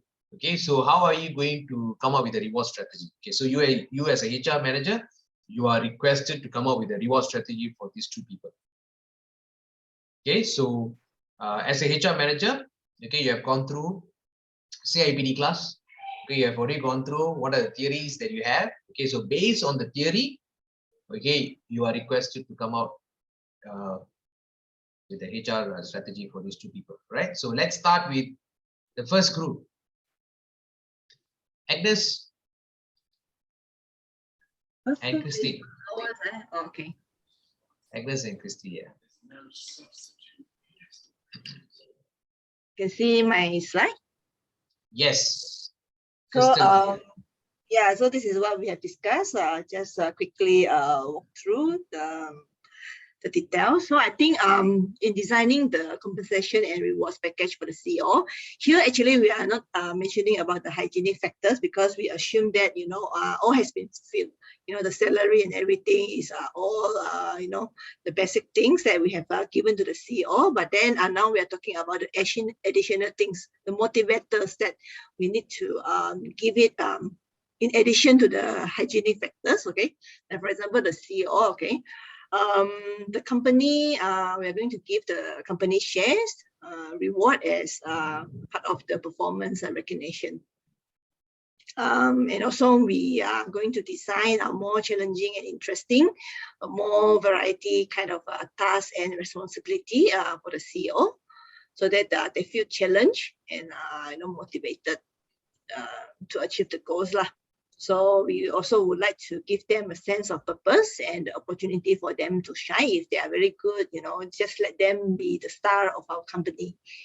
And the perks, definitely this one we are going to give. If we are able to afford, we want to give all sort of perks that the CEO requested.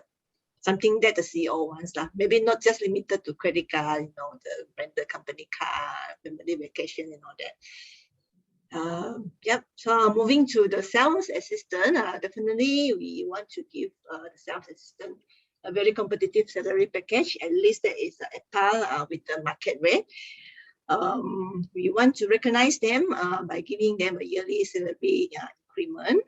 Maybe not a very big one, but at least 50 ringgit or 100 ringgit, at least they feel appreciated of what they have done and contributed. So on top of that, because it's a sales, so I think we also want to design something that is a commission based, for after they achieve the target, we are going to reward them based on that. Also in terms of the job design, we want to try to empower them and give them as much autonomy as much as possible, especially in small decision making that is related to customer service. So I think sales assistant, definitely they are the frontliner, so they are dealing with a lot of all these inquiries, complaints and all that. I think they will be the best person to know how to handle the customer normally. So I think in that area, we certainly want to empower them to solve the issues related to customer service. So in terms of job security, probably we want to consider them for a permanent position. Let's say if they are able to perform consistently for 3 years, to give them to keep them to retain the talent. Okay. So we also want to try to produce a very conducive working environment for these sales. I think the sales, the concept of the team is very important. So they need to be able to support each other within the team members, and also we need to give them a very good supervisors who are very supportive and who are able to coach them and mentor them. On top of that, definitely it's also very important, to give them all this whatever that they entitled of, all the leave benefits, insurance coverage, whatnot. Yeah, I think that's all about it from two of us. Very good, very good. Thank you very much, Christy. Okay, I actually like a lot. Okay, on your rewards. Okay, which you strategize for the sales assistant. Okay, of course, the CEO is one thing. Okay, but sales assistant, like for instance, you're basically giving an increment as recognition. Okay, fine. Commissions based on good achievement. Okay, fine. Because salesperson, definitely you need to have a package of commission. Okay, inside there. And you are giving empowerment, autonomy, decision making related to customer service. Okay, fine. So at customer service level, okay, you are giving certain level of autonomy. Permanent position, more than 3 years. Okay, so which means after the 3rd year, he or she will be permanent. Is it? Is that what you meant? Okay, yeah, so yeah. that so that is really convincing. Okay, because usually sales assistant will be on contract. Okay, so if you're giving them permanentship after 3 years, yeah, that is really motivating. Conducive working environment, supportive supervisors and team members. Okay, fine. Leave benefits, insurance coverage. Okay, so yeah, we will see later. I don't want to comment so much because I would like to see all the other members present. Then we'll do the comparison. Okay. All right. Let's go for the next group. Thanks, Christy. Yeah. And Agnes. Okay, let's go for the next group.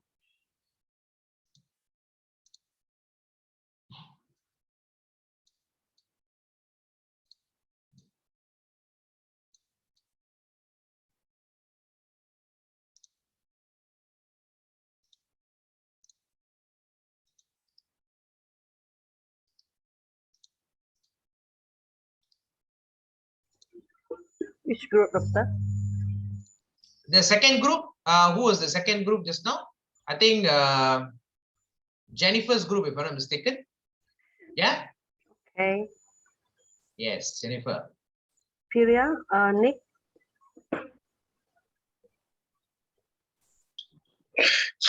Jen, you're sharing the slide? Okay, I'll share the slide.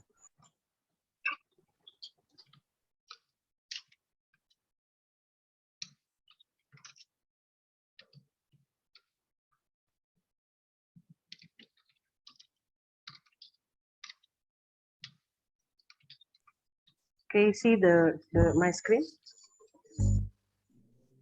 Okay, yep. Yep. Okay, so I will go through. I think probably my team members also can chip in as and when needed. Okay, so for the compensation and benefit package, so we have already differentiated based on hygiene factor and motivational factor for CEO and also sales assistant. So under the hygiene factor, for pay and remuneration for CEO, of course, the payment will be not lesser than the market rate. This is also to ensure that it motivates the CEO, and as well as it's not beyond their market rate. Also to promote them to on a certain level of other remuneration packages. And for the sales assistant, of course, apart from their normal pay, the basic pay, we also have incentive based on the commission basis. Because basically sales assistants will have a small basic pay, and their main pay comes from their commission related. And next is actually under the benefit, of course, for CEO to motivate. Also, the CEO will be given with they will be given with a company car, with a driver, entertainment allowances, company phone, personal assistant, I mean secretary, and insurance, which is a different range compared to the other staffs, and given with the credit cards. Whereas for the sales assistant, they are given the opportunity to use the company vehicle because they have to go out and all, and also to meet with the customers and all. So company vehicle would be much motivate them that compared to other companies, not many companies are giving that opportunity actually. And also they'll be given with a phone allowance. And when it comes to the job security, next is job security. So for CEO, of course, we will have a planned retirement planning for them in terms of shares, company shares will be given. And apart from that, probably any other directors positions under the sister companies and all. So they will be given with some sort of incentive under that even though after they retire from the company, yet whenever they are holding the directorial positions in that company, so that will be giving them some monetary benefits for them even though after retirement. And sales assistant, of course, we have retirement planning, normal retirement planning. With those who are like high scorers and all, probably they will be given with the company shares. And also we were discussing on to give them the promotional and also a permanent staff position, but which we didn't highlight, which we didn't indicate in that slides actually. And working conditions, CEO will be given with the home cabin, office cabin, with the attractive working environment, because they will be having like people who will be coming and meeting them, and also at least the place should be presentable, and also it shows that they have a special entitlement compared to the other staffs and all. And sales assistant, of course, they will be having a conducive working environment, and they have the other facilities. The normal office facilities will be there as well to use office phones, as well as other facilities, which is like pantries and all. So it will be provided for staff. And under the motivational factor, so we have break into few categories here. Under recognition, so for CEO, of course, we give them with the award of a Best CEO of the Year awards. And for the sales assistant, they'll be having like a weekly target achiever rewards and attractive monetary rewards based on the sales result, special incentive for superior performance. Next is a responsibility. So for CEO, of course, they will be given with a certain authority or autonomy to give approvals. So we will limit that. Certain will be go to the chairman level, but certain monetary approvals under the finance, which is given the authority to the CEO. This also will give some credibility for the CEO that they have been empowered with a certain financial authorities, and also on a decision making. Whereas a sales assistant, of course, they will be given with an independent to do their own planning to achieve their target with the minimal interference for them from the immediate superior. At least this will give them the creativity to do their own sales planning to achieve their targets. And next is actually the opportunity. Of course, for CEO, we give opportunity for CEO to study abroad and also to attend any trainings, overseas trainings and all, with a certain amount, range and all we will fix. And for the sales assistant, of course, we will give them with the training to enhance their sales and marketing skills. And from time to time, they have their performance coaching as well. And next is actually career pathway. Of course, a CEO will have a promotion, and also on the any other directors opportunity will be given to them.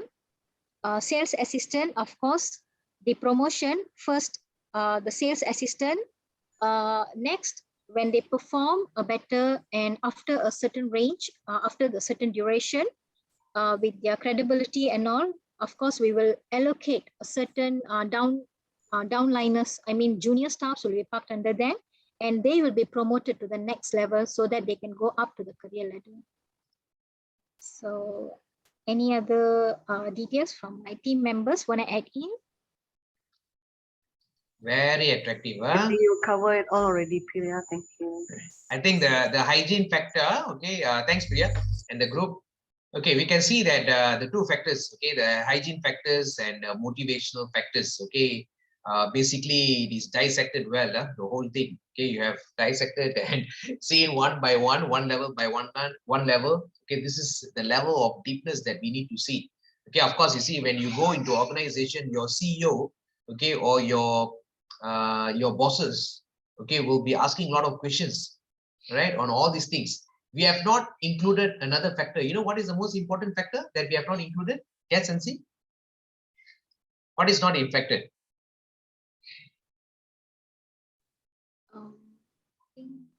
Okay, Agnes, no worries. Yeah. What is the important factor that we have not included? I mean, I'm talking about not what Priya have done. Yeah, of course, Priya have actually included all the thing. Shalini, any idea? What is the most important thing which is not included here? I mean, when you are presenting, when you are presenting to your bosses, what they'll be asking you? I think they will be asking the budget, the cost. Yes, the cost. Okay. Of course, here, I mean, I did not request you to come up with a cost. Okay, but for sure, okay, you know, at managerial level, costing is something which is under your jurisdiction as well. Okay, so you have to discuss with your financial controller, your FC. Okay, you have to sit together with him, date him at least for one day or half a day. Okay, you have to come up with the costs. Okay, how much this is going to, you know, how much you're going to pay. Okay, for CEO, for sales assistant, how much is the cost of the benefit, job security? You have to do a calculation for it. You know, so once you have calculated, once you have budgeted, how much is the amount, including EPF, SUKSU, okay, all the rest of the thing, then they will decide. Okay, that's also the reason why sometimes when you ask for very high salary, they might not give, because you see there's a lot of factors involved. It's not just only salary, a lot of things involved. Okay, so when you ask salary hike up, you have to ask appropriately. Don't simply ask. Okay, because they have a total reward budget for it. Okay, all right. Next, thanks Priya in the group. So let's go for the next group. Last group.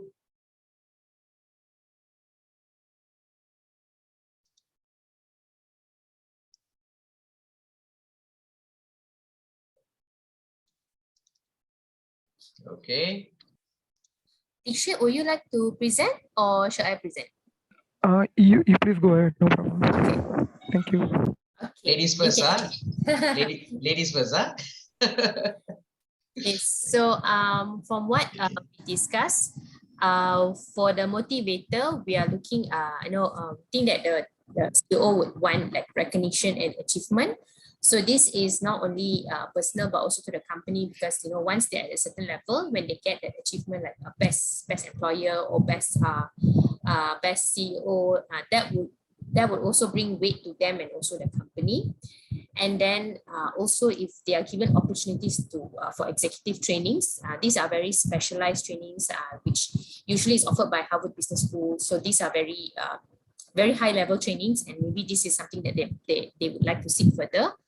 Also speaker invitations, if you know they are at a certain level and then they get they are invited as speakers, like example TED Talk or some industry related speaking engagement, it will shine the light on them and also for the organization they are with.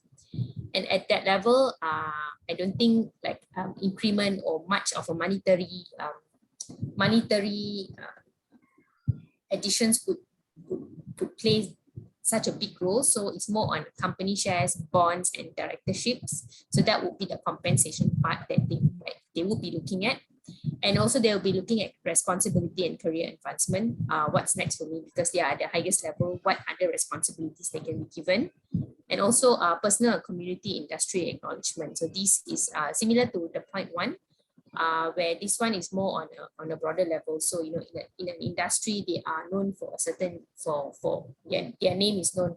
For example, in oil and gas, because the industry is it's not a very big industry, you go around and you kind of circle around the same thing. So if you're talking about a HR person from oil and gas, usually there's only a few names that you talk about. So at that level.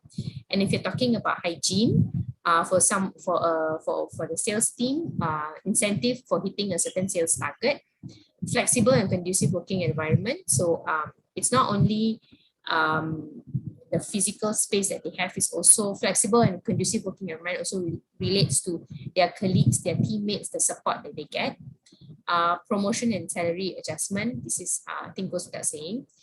Structured policies and career development. So sometimes if you don't have a structured policy or career path, it's very difficult for the employee to know, because I'm sure an employee in sales doesn't want to just stay in sales, they want to move up the ranks. So what is next for them? So maybe they want to go into a managerial line. So what is there for them, how they can grow in the company? A very wholesome C&B package. So this is also touches the benefits part. And then better tools for work efficiency, because looking at sales, maybe there are sales personnel who need to go out of office, so they need to go and see clients. So they would need probably a car, transport allowance, or better internet or iPad, or something to make work easier for them and more efficient for them. So Dishi, is there anything you want to add on? Very good, very good, very attractive, especially the one that you mentioned. I think if you ask me, I might go for the sales job, because you are getting iPad, you're getting car, internet, iPad. Okay, what salesperson? Very attractive. Okay, I will say that. I mean, as a salesperson, okay, maybe your working environment is digitalized. Okay, it depends. Okay, or you might want them to master certain things, okay, which is technologically driven. So yeah, why not? Okay, so thanks Shalini and the group. Okay, let me just share with you, okay, what I have actually done. Can you all see? Yes, sir. Okay, okay.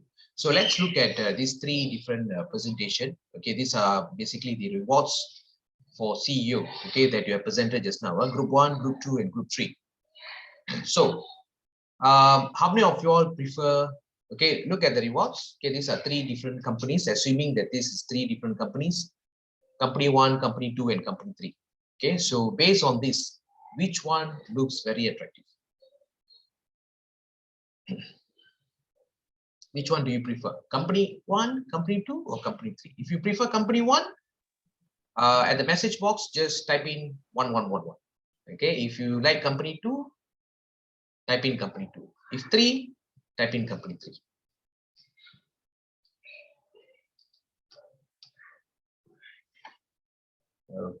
Okay, so let's see the answer.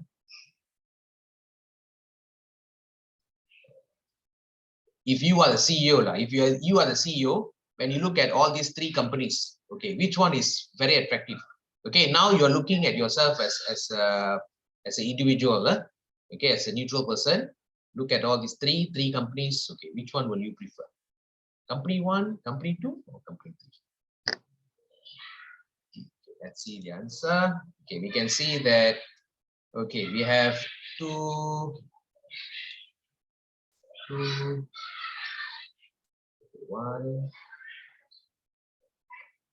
3, 3. Okay, so I can see that there's many 3s. Okay, so well done, company 3. Okay, well done, company 3.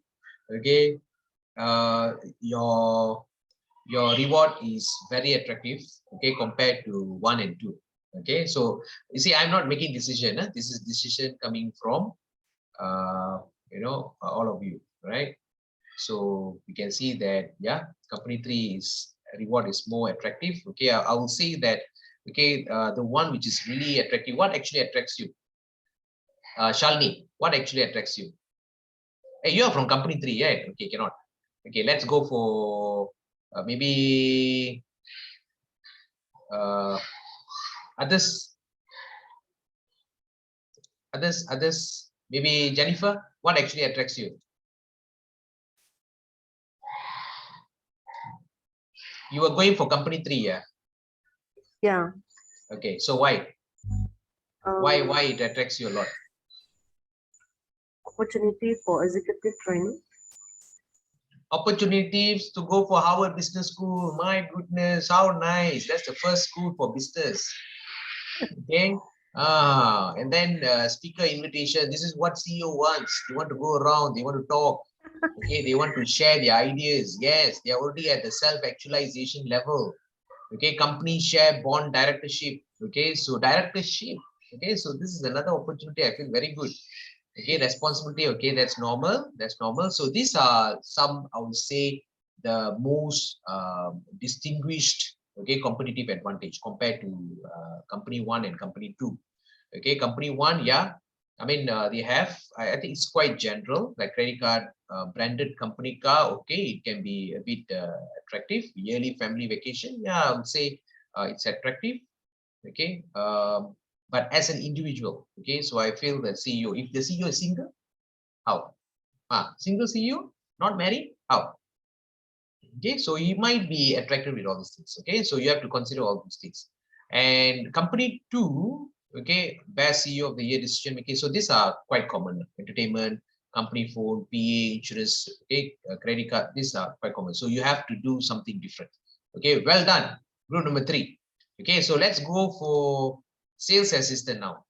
Okay, sales assistant. Okay, which one do you prefer? If you want to become a sales assistant, okay, which company that you will go? We have company 1, company 2, company 3. Which advertisement is more attractive? Okay, put there 1B, or 2B. If not, I'll get confused. Okay, please put 1B or 2B, so we know that it is for the second one.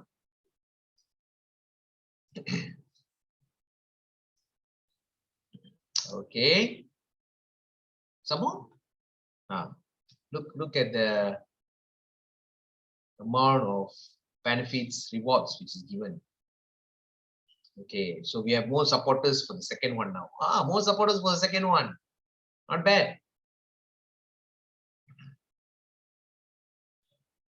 Okay, so majority says 2. Well done. Okay, so company number 2. Okay, I think Priya's company. Okay, your company managed to attract sales assistant. Okay, maybe you can attract CEO, but you managed to attract the sales assistant. It's okay, what? Okay, not bad, because I think maybe a commission. Okay, commission, company vehicle. Okay, phone allowances. Okay, maybe if it goes to the CEO will be thinking, hey, this is my type of rewards you're giving. Company vehicle, I supposed to get. No wonder I don't get the vehicle. You're giving to the sales assistant. Phone allowances, retirement planning, conducive working environment. Okay, weekly target achiever. So this is very good. Okay, you have weekly target achiever reward. Okay, attractive monetary reward based on sales results. So this is a special package for salesperson. You should have that, because this is sales assistant. Okay, they will be earning more by or via what they call it, the sales commissions, right? Independent setup plan to achieve target and minimal interference from immediate superior. Okay, good. Okay, so that's giving you a certain level of autonomy, right? Training. This is what every salesperson wants. Okay, training youngsters. they want training, okay, and promotions. Okay, so that's very good compared to the first and the third one. So this looks more attractive, more in detail. Yeah, I wouldn't say that the first one and third one is not attractive, but maybe it can be better, okay, compared to the second one. Okay, well done, very good. Okay, so yeah, very good, very good. Okay, let's go for the next activity, right? So well done to all the group. So let's go for the next activity. So I'm gonna finish the class with the quiz. Okay, so we will have the last quiz to assess. Jennifer is thinking, my goodness, another quiz, Jennifer, another quiz. Okay, welcome. Okay, so this is just to test, okay, from morning up to evening. So this is the final quiz before we exit from today's class. Let me just share with you the quiz. Hold on.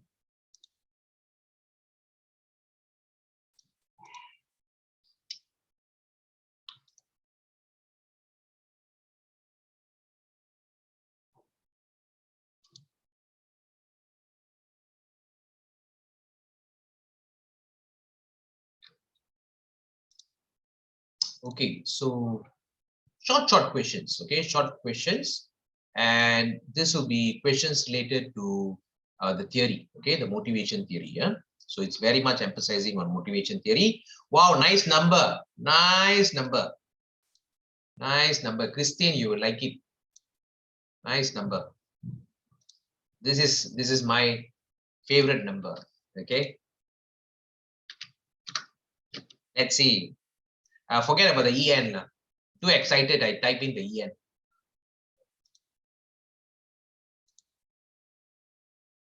It's supposed to be 80880, huh?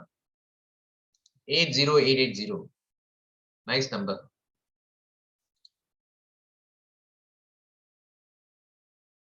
Okay, let me just share the screen. Let me know if you're not able to see the screen. Okay, let's play the game. Okay, last activity for today. Let's see who's going to win this time around. Putri is still not around. You see, I think Putri is purposely giving you all opportunities. I mean, she only apologizes. She's going for some event, I think. Okay, Focus, Gazelle, Amazing Goat, Epic Buffalo, Zanny Wombat, Bronze Glider. Okay. Anybody else? Anybody else? Okay, no. So we should start.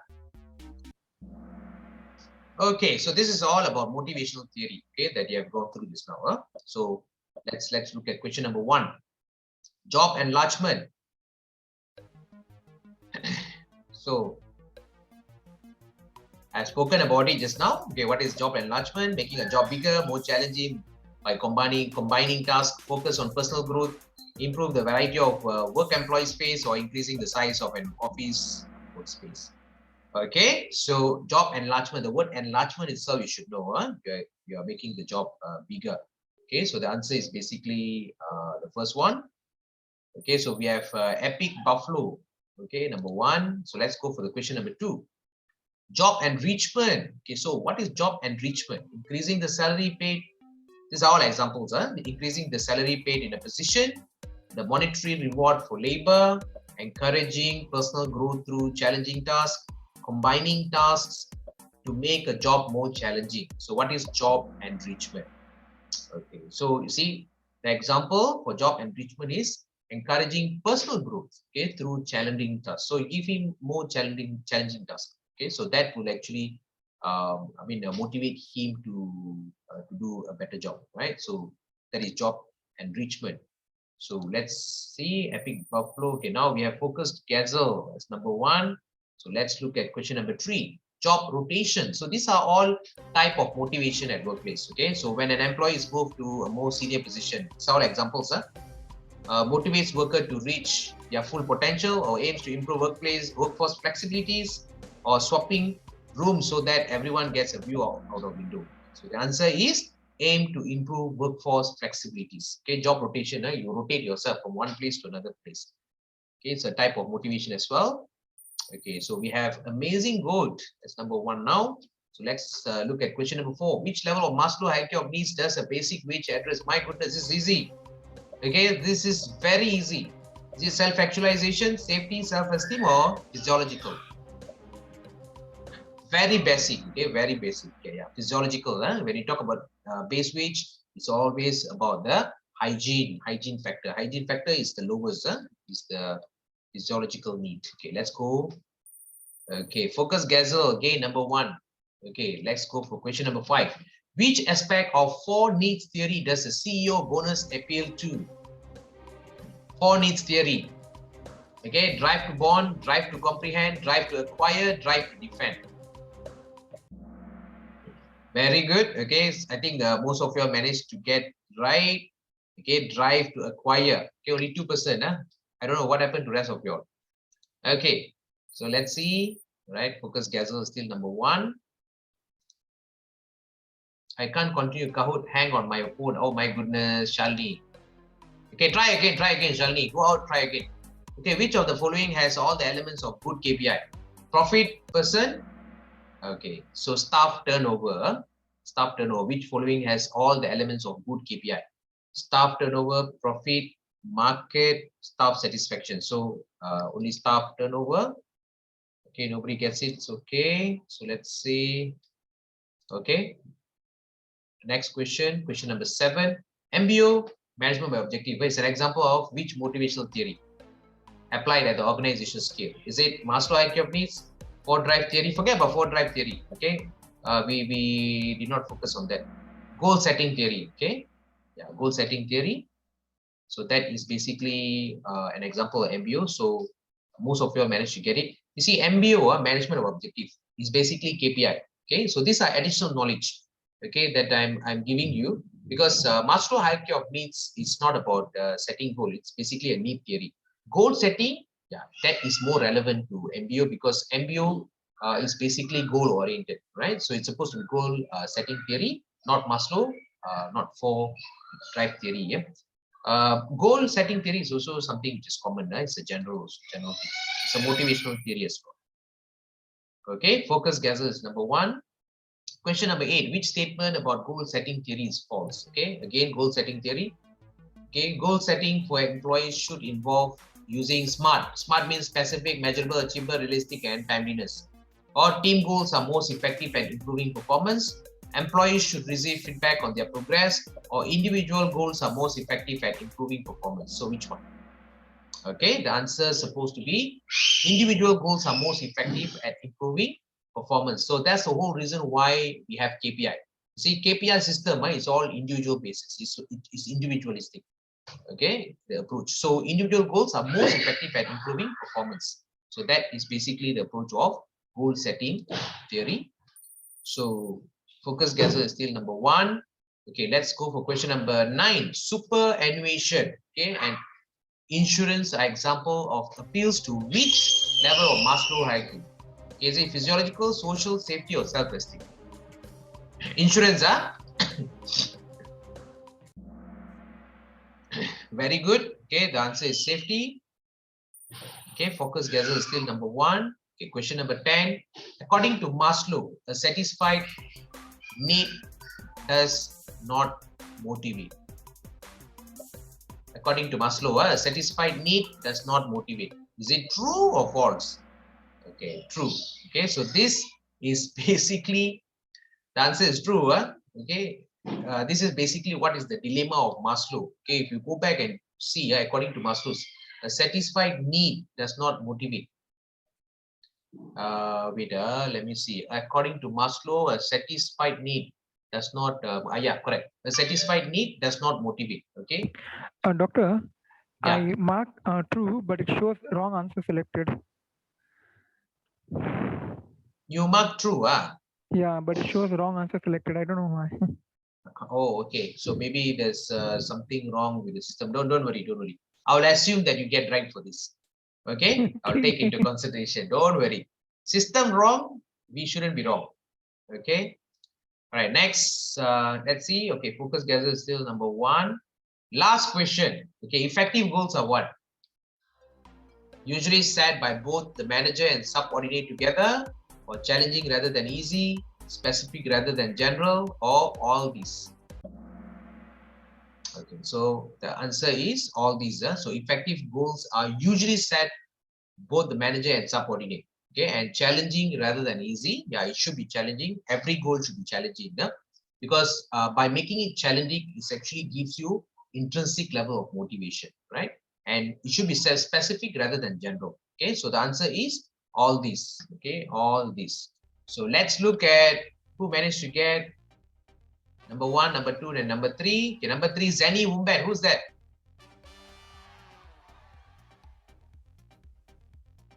Me. Okay, Nick, Nick, okay. Bronze glider, 4 out of 11. And we have focus gazelle. So who's bronze glider? Me, doctor. Okay. And focus gazelle? I am doctor for the first time.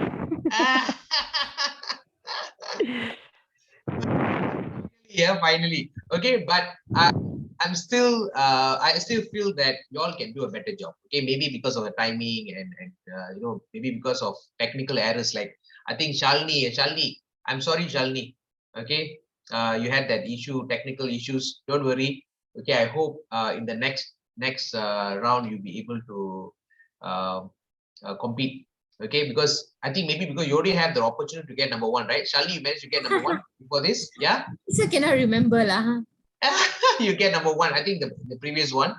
I don't know about others. So Dixit managed to get number 1. So let's try our level best, okay, to score the highest, because this shows, okay, the level of understanding that you have, okay, on the subject matter. I've added in some of the theories like goal setting, okay, and also other theories which is not relevant, okay. So goal setting theory is also another theory which is important, okay, where you can actually go back and see the book, right? I'll be giving you the ebook, okay, ebook which is relevant for your reading, okay. So I have around 2 to 3 books, okay, ebooks itself. I got 3 ebooks which I'll give it to you all, okay. Please try to read everything, all the 3 books. You know why I'm saying all the 3 books? Because all the 3 books, the approach will be different. Okay, some of the author, they have fantastic knowledge on rewards management. Okay, they can argue, saying